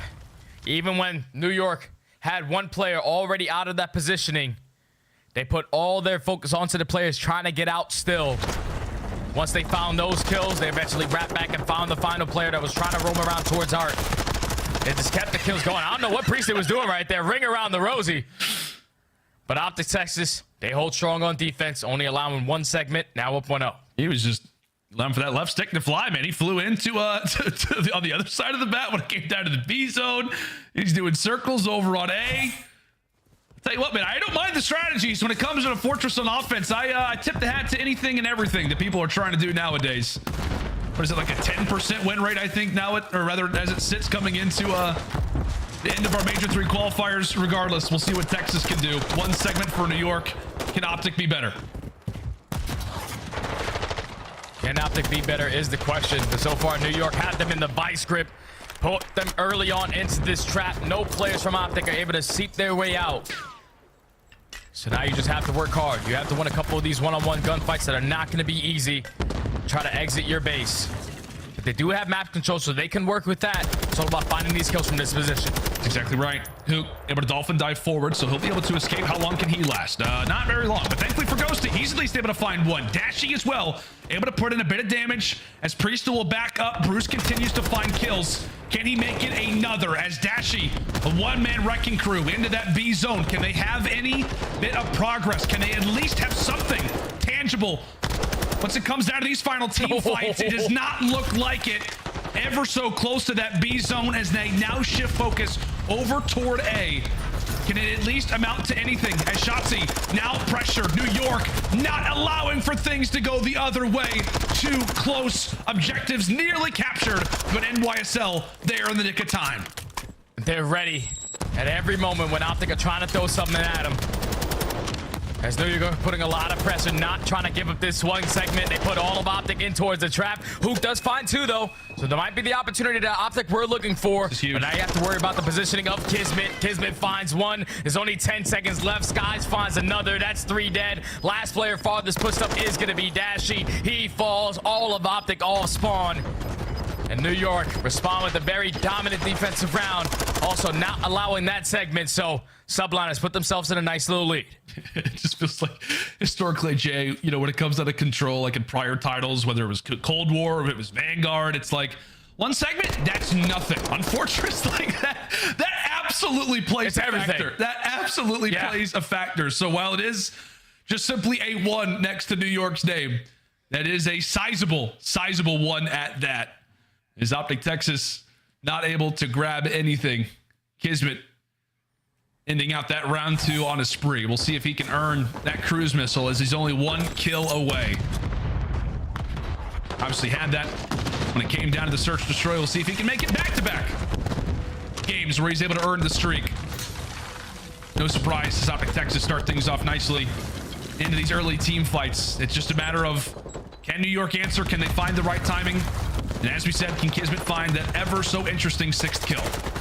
Yeah, KiSMET, he even switched to the TAC 56 in this situation just to find his final kill because he knows how impactful that cruise is going to be. Finds the kill on towards Shotzzy. Now, New York, they do put themselves in a position to be super aggressive over towards this B point. KiSMET is trying to maintain map control while his teammates are dropping all the way across the map. He's in the mix with the AR. Does not matter. He's still roaming. But now he's the only player farthest pushed up for the Subliners.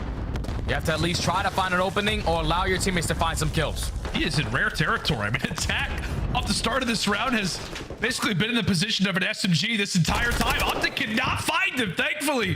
Ghosty sweat off the brow. We finally found KiSMET. Problem being for Kiz is that while he's able to find the kill, he earns the streak. Just rest of his teammates just simply cannot get out of spawn. No segments yet. And it does not look likely that they're going to get a single one. Over Huke. Tagged up, not yet dropped. KiSMET, he tries to go for the dolphin dive. He falls as well. Final 10 seconds. And this should be clean defense coming in from Texas as they're able to find 2. Shotzzy there. Final 1v1. KiSMET still up. There is definitely a chance.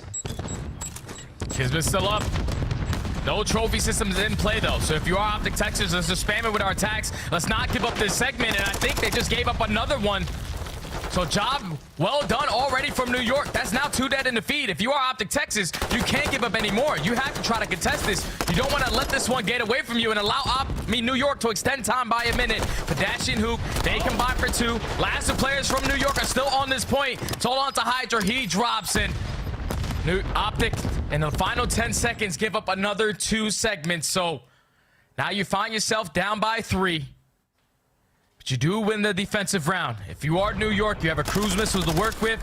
If they come out and dominate the way that they did on their first defensive round, OpTic Texas is going to have a tall task ahead to try to win an attacking round in that round 5. Yeah, that's exactly right. However, the last time, though, Jake, that we did see OpTic Texas play a fortress round control. 5. That's right. They had a round 5 versus Minnesota where they were on attack, and they did manage to clutch up. I think it was based off of lives. Obviously, we are not there just yet, but you do have a lot of work to do. And really, I mean, hey, Dashy, 1 kill away himself from a cruise missile. Trophy in the back of the head from Shotzzy. And that will not be the way that you wanted to start that one off. Dashy not able to earn the streak, and HyDra completely dominates to kick off this round number 4 on the inverse. Thankfully for Shotzzy, he's able to do a bit of damage and still look to fly away, get into base, cause some problems. And that's going to be 3 down once more for the Subliners. So great start to this round. While Dashy doesn't earn the spree, I mean, it could be Shotzzy who ends up earning it now. Yeah, Shotzzy finds himself in a great position. Just stay alive in towards Art while his team is still getting that progression over towards A. It sets up the pinch for Shotzzy. See, now earns that cruise. That's 3 dead in the feed. Last player up is KiSMET. He does take him off for that point, but he's the last player there. The close spawns are coming in for the NYSL. But it's all about Shotzzy. He's just causing them so many problems in towards Art, already on a 7 spree and still going. You can just see, I mean, you can just see how easy it makes his teammates' lives when he's in a position like that. However, just as we call it, NYSL, as soon as they cut away Shotzzy, you can see the freedom that it gives them now to just instantly challenge over at that A zone. And I'm sure now for Shotzzy, Jake, not only does he want to hop on the objective, he just wants to get back in the base for Subliners, get behind enemy lines. The task, though, is that just does not happen very often. But when it does, sometimes you can earn a spree. Can Shotzzy do anything with this? So you can see the trophies absolutely there. NYSL survived that streak, and now with 30 seconds left to go, as long as they don't give another segment away, they are looking good for round 5. Yeah, Shotzzy was just trying to invest that cruise missile so he can at least try to complete that last segment over towards A, but New York were ready for it. Trophies were down, and they have kept the trap going. So with only 15 seconds left, no OpTic players are out of the spawn, except for one, Shotzzy, who potentially make a play right now. In the route, he's just gonna have to find it. He's gonna have to make a play out of nothing. HyDra ends up cutting him away, but take a look at Ghosty. Ghosty has managed to make his way over at that B zone. 3 seconds on the clock and some change. He drops. And can anybody from Texas get to A? No, they will not. And in the process of the final stages of that round, not only have New York locked up defense on round 5, but I want to say Priestahh ended up adding a 6th kill. So he's going to have a cruise missile running into this final round. Yeah, I'm pretty sure New York now have 2 cruise missiles to work with. One in the hand of KiSMET, one now in the hand of Priestahh. You have those 2 missiles to work with, and you just have to hold strong on defense. OpTic need to find something. You need to get your SMGs to roam in towards Art and cause problems like they did early on in that round. But it's all going to be about these initial fights, man. You don't want to get put in the trap early and then allow New York to use those cruise missiles to eventually close out this game. OpTic need to find something right now. They do indeed.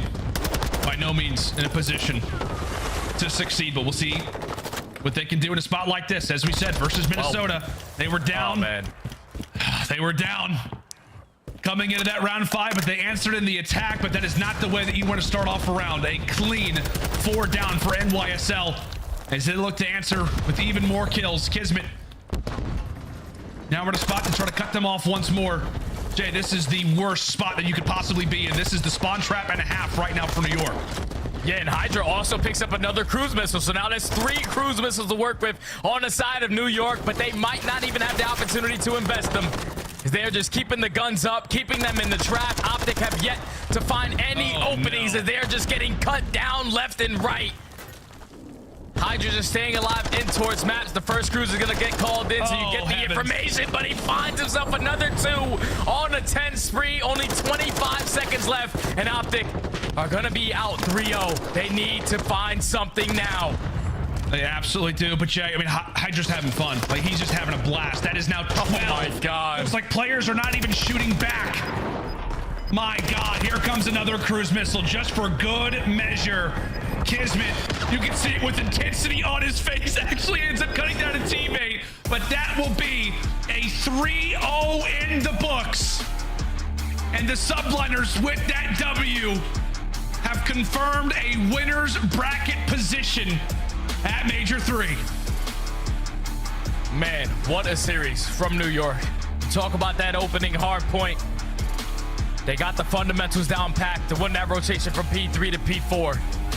And then in the search and destroy, where I really think that this series got away from OpTic. Yeah. You allowed New York to get 2v4 clutches, earn that cruise missile to invest it in that last round, for eventually New York to close out that one. And then in this control, it was all about the progression that New York were able to get on their attacking rounds when it came to the segments. OpTic tried to do a great job of just getting themselves back into this one. But New York did everything they needed to do on the defensive end. Pretty sure now that puts them at 16-2 on defense when it comes to Fortress control. Just an unbelievable, great performance from New York. To clutch up when it was needed, to not lose composure and close out the series in 3. But then on the opposite side for OpTic Texas, man, that one's got to sting. That one's got to sting. If you think about the series versus Toronto Ultra when they got 3-0'd, they got 5-2 come back in the search and destroy. Obviously, all momentum lost. But then in this series, you're in 2v4 situations in that game number 2 to at least even up this series and try to force that game 4. But they could not put it together in those final moments, man. New York were just a better team. OpTic were not prepared. And New York, they get the dominant victory. Yeah, it is not going to be a fun conversation for the OpTic Texas boys tonight after a loss like that. Now you have Atlanta FaZe to face off against tomorrow. We discussed it. We chatted about it, right? When it comes down to map records, just do not get smacked around by NYSL today. At least take a few maps.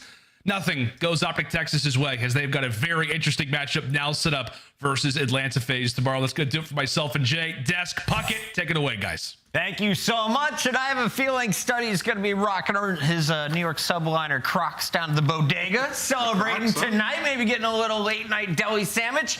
We all are going to bed early, though, because this is a 3-0, despite it being a 51-point hardpoint, 1-round S&D, and 1-round control, a 3-0 that OpTic could not afford tonight. Yeah, it was a battle, but it was something that OpTic Texas definitely couldn't afford. If anything, I thought this was going to be one of the series that went the distance, and the fact that it didn't is a little bit disheartening if you're an OpTic Texas fan, especially that first Embassy hardpoint. I mean, New York is the 11th breaking team in the league right now, second to worst, okay, during this split, and they were picking apart OpTic's early rotations and setups all throughout map number 1, and then you move to that Fortress S&D. You cannot get 2v4'd that many times on a map like Fortress. That is so one-dimensional. Yeah, I mean, the game was within striking distance when you think about that Embassy, right? Like, just fundamentally, OpTic are making mistakes, and then New York, being a major winner, a team that has chemistry and experience, they pounced on those mistakes. We saw OpTic first time it went to Kitchen, a fantastic hold. They get the lead, and then the next rotation, they invested so many bodies over towards P3, and they lose that roto towards Kitchen, not able to get a firm grasp on that map ever throughout the rest of it. We saw P2 as well, like Ghosty's in the back. The team, the comms, it just is not there for them to get control, and then in the search and destroy, that's what everybody's going to look at from this series, man. Like, 2 series that you've had massive chokes in search. Where is the ice? Who is the person rallying these guys together to clutch up in these moments? We were talking about it. You're 4-2 up in head count. Bomb planted. The chances of you losing that round, less than 5%. And it happened to OpTic twice in that game number 2. Right now, I want to give a big shout out to our winners. We have over 607,000 points going to Spasm. Meanwhile, the Butt Ninja was the big loser on the OpTic side of the channel points battle. But right now, we're going to celebrate a dub with the Bulldog and the rest of the crew. We got Baguettes, we got Skyz being Skyz, and a whole lot of fun. Bulldog, can we just start and talk about the beauty that was your ace? Walk me through this round, because OpTic had everything in their favor before you took over. I mean, to be honest, I don't know whoever the third guy was. I'm pretty sure it was Ghosty. I'm sorry, man. That was rough. But after that, like, I knew it was a 1v or 2v1 against Dashy. He shot my body before. Like, I had single tap on. Like, bro, that doesn't count. So he shot my body, and I actually pistoled him. I was like, "Don't defuse, I'm going." And I was like, just screaming, bro. Like, then I was like, "Don't defuse, give me time." I saw 22 seconds, plenty of time to unload the clip. Yeah, not once. You unloaded it 3 times from my counting there. Oh yeah. Oh, some rage. And some words. And some words in the cam. Oh yeah. I mean, I like, saw it.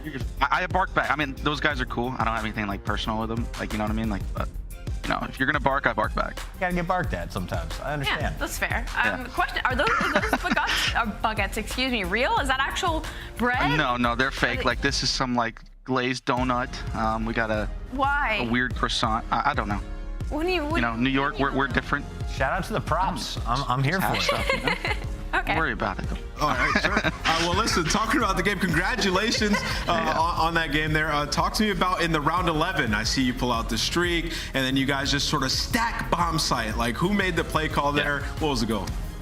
I mean, it was like a collective. I basically said I wanted a streak, and I was like, we have one of two options. We either push the bomb out, or we go right side, like to go B side, because like they're gonna freak out and go inside buildings. It was just a collective talk, nothing crazy.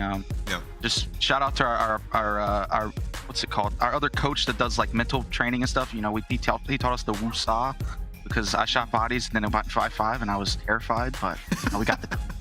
Yeah, just a little woo-saw goes a long way. Final question for you is, what was different tonight? I know it was a close series despite a 3-0 final score, but you got 3-0'd by Toronto. Now one match later, you come in and drop a 3-0 of your own. I mean, nothing's crazy different. I mean, I just think we're a little bit locked in. Like, I think this match was a big confidence boost for us, because like our scrims have not been like, they haven't been horrible, but they haven't been great. And I just think a win like this against a team that's as dominant as OpTic, you know, it's just a big confidence boost, and I think that's what we really needed right now. Excellent. Well, you have one more match tomorrow. We'll let you get ready for that. Congratulations on locking up a top 8 spot come Texas. Thanks, man. Thanks. That is KiSMET and the Subliners finishing the night a little bit early with the final 3-0. But we started the day with a pretty quick series, and that's where we got to look back as we revisit all of the action from today. Røkkr coming in with an 0-4 record, looking for at least one win in the qualifier. They've been to a Game 5 round 11, but in this series, they didn't get anywhere close. Yeah, I was like, you said first series. I'm like, man, what was the first series? And then you said Røkkr. I was like, oh yeah, they were just getting absolutely slammed in that control. We had one of the highlights of the day where Thieves clutched up in that control. It was a 3v9 that they were able to ward off. But still struggles for the Minnesota ROKKR camp. 0-5 going into the major, Chris. I mean, 0-5. I don't think we've seen that for hot minute, especially if you told me a team that plays top 3. I mean, it's going to be 0-5 in the following qualifier. And they just don't look like themselves. And I think right now their confidence is at an all-time low, and they need to use this major, this land play as a complete mental reset. I will say Afro still look good to me today, but LA Thieves looking as one of the most dialed-in teams that we have competing in this CDL. Talking about two teams who desperately needed a W. Well, it came down to LA Guerrillas taking on the Vegas Legion. This one, we needed to see who was going to come out on top. If Vegas won, definitely in the top 8. Guerrillas had to get it done in at least 8-3-1. They pulled it off. Yeah, and going into this one, I definitely thought this was going to be a battle of teams that are very similar in skill, and I feel like the layout of the series definitely told that tale as well. The only big difference for me was really that search and destroy. I feel like LAG kind of put their foot down on that LSCLO against a team that has been pretty phenomenal across the season when it comes to search and destroy. So big plays out of them, that map number 2, and I'm excited to see them heading into the major. They can play spoiler to a lot of teams. Yeah, I thought Assault today, man, we got to give him his flowers, dude. The guy's been balling in the last couple of series. You know, he had that unfortunate round 11 versus Nastie, and he's had a chip on his shoulder since then. 11.5k damage and a 1.2 in this series, in which they closed it out in the last 2 respawns, is massive for a team that's been struggling. In Hardpoint, they find themselves a winner spot. Guerrillas start 0-3, but they will finish 2-3 in our top 8 for now. Let's keep it rolling, though, to the London Royal Ravens, who are also sporting a 2-3 record with a unprobable victory over Toronto Ultra. aSim looking clean across the board, but he wasn't the only one. This was a team effort, Ali. I mean, listen, it doesn't matter how you start, it matters how you finish. So shout out to London Royal Ravens. I feel like throughout this entire Stage 3 qualifier, they've slowly been getting better as a team. And when we interviewed Asim, you know, he said, you know, he's feeling that team chemistry finally starting to click a little bit better, and they're still taking steps towards that. And it really showed in this series. And this was a big win for London Royal Ravens, not only points-wise overall, not only heading into the major, not only for tiebreakers, but for the fact that it was against the Toronto Ultra, a top 4 team heading into this event, or at least that's what we thought. And to put them into the limit and go into that 3-2, winning that Game 5, big ups for London Royal Ravens. Ultra came in with a 10-4 game record. They were looking clean with a 3-1 match count. They get handed their first loss since adding Hicksy to the lineup, and it's a big one. Here's a look at our Major 3 standings now. As you can see at the top, it's FaZe and LA Thieves, both with 1 match to go. Surge take on the Subliners there in a battle for 3rd place, and we're going to see the Breach in action as well. Ali, as we take a look at the schedule for tomorrow, so many impactful matches. Which one of these 3 are you most excited for before we head to Texas? I know Ant's probably more excited than me because I think all these matches are incredible across the board when it comes to winners bracket. Listen, don't quote me on this, but from our scenario sheet, I think OpTic need to win a map to make it a winner. They need to win 3, I think. We'll or 2. see. We'll get all the numbers. 3 maps? Either way. They need to win a map. We're going to be talking to some people on the stats team, that's for sure. Thank you all for tuning in to day 2 of the final week of the qualifiers. We are back tomorrow, 2:45 Eastern. Tune in for headquarters before the final 3 games. We'll see you then. It's going to be a great day. I'm ready.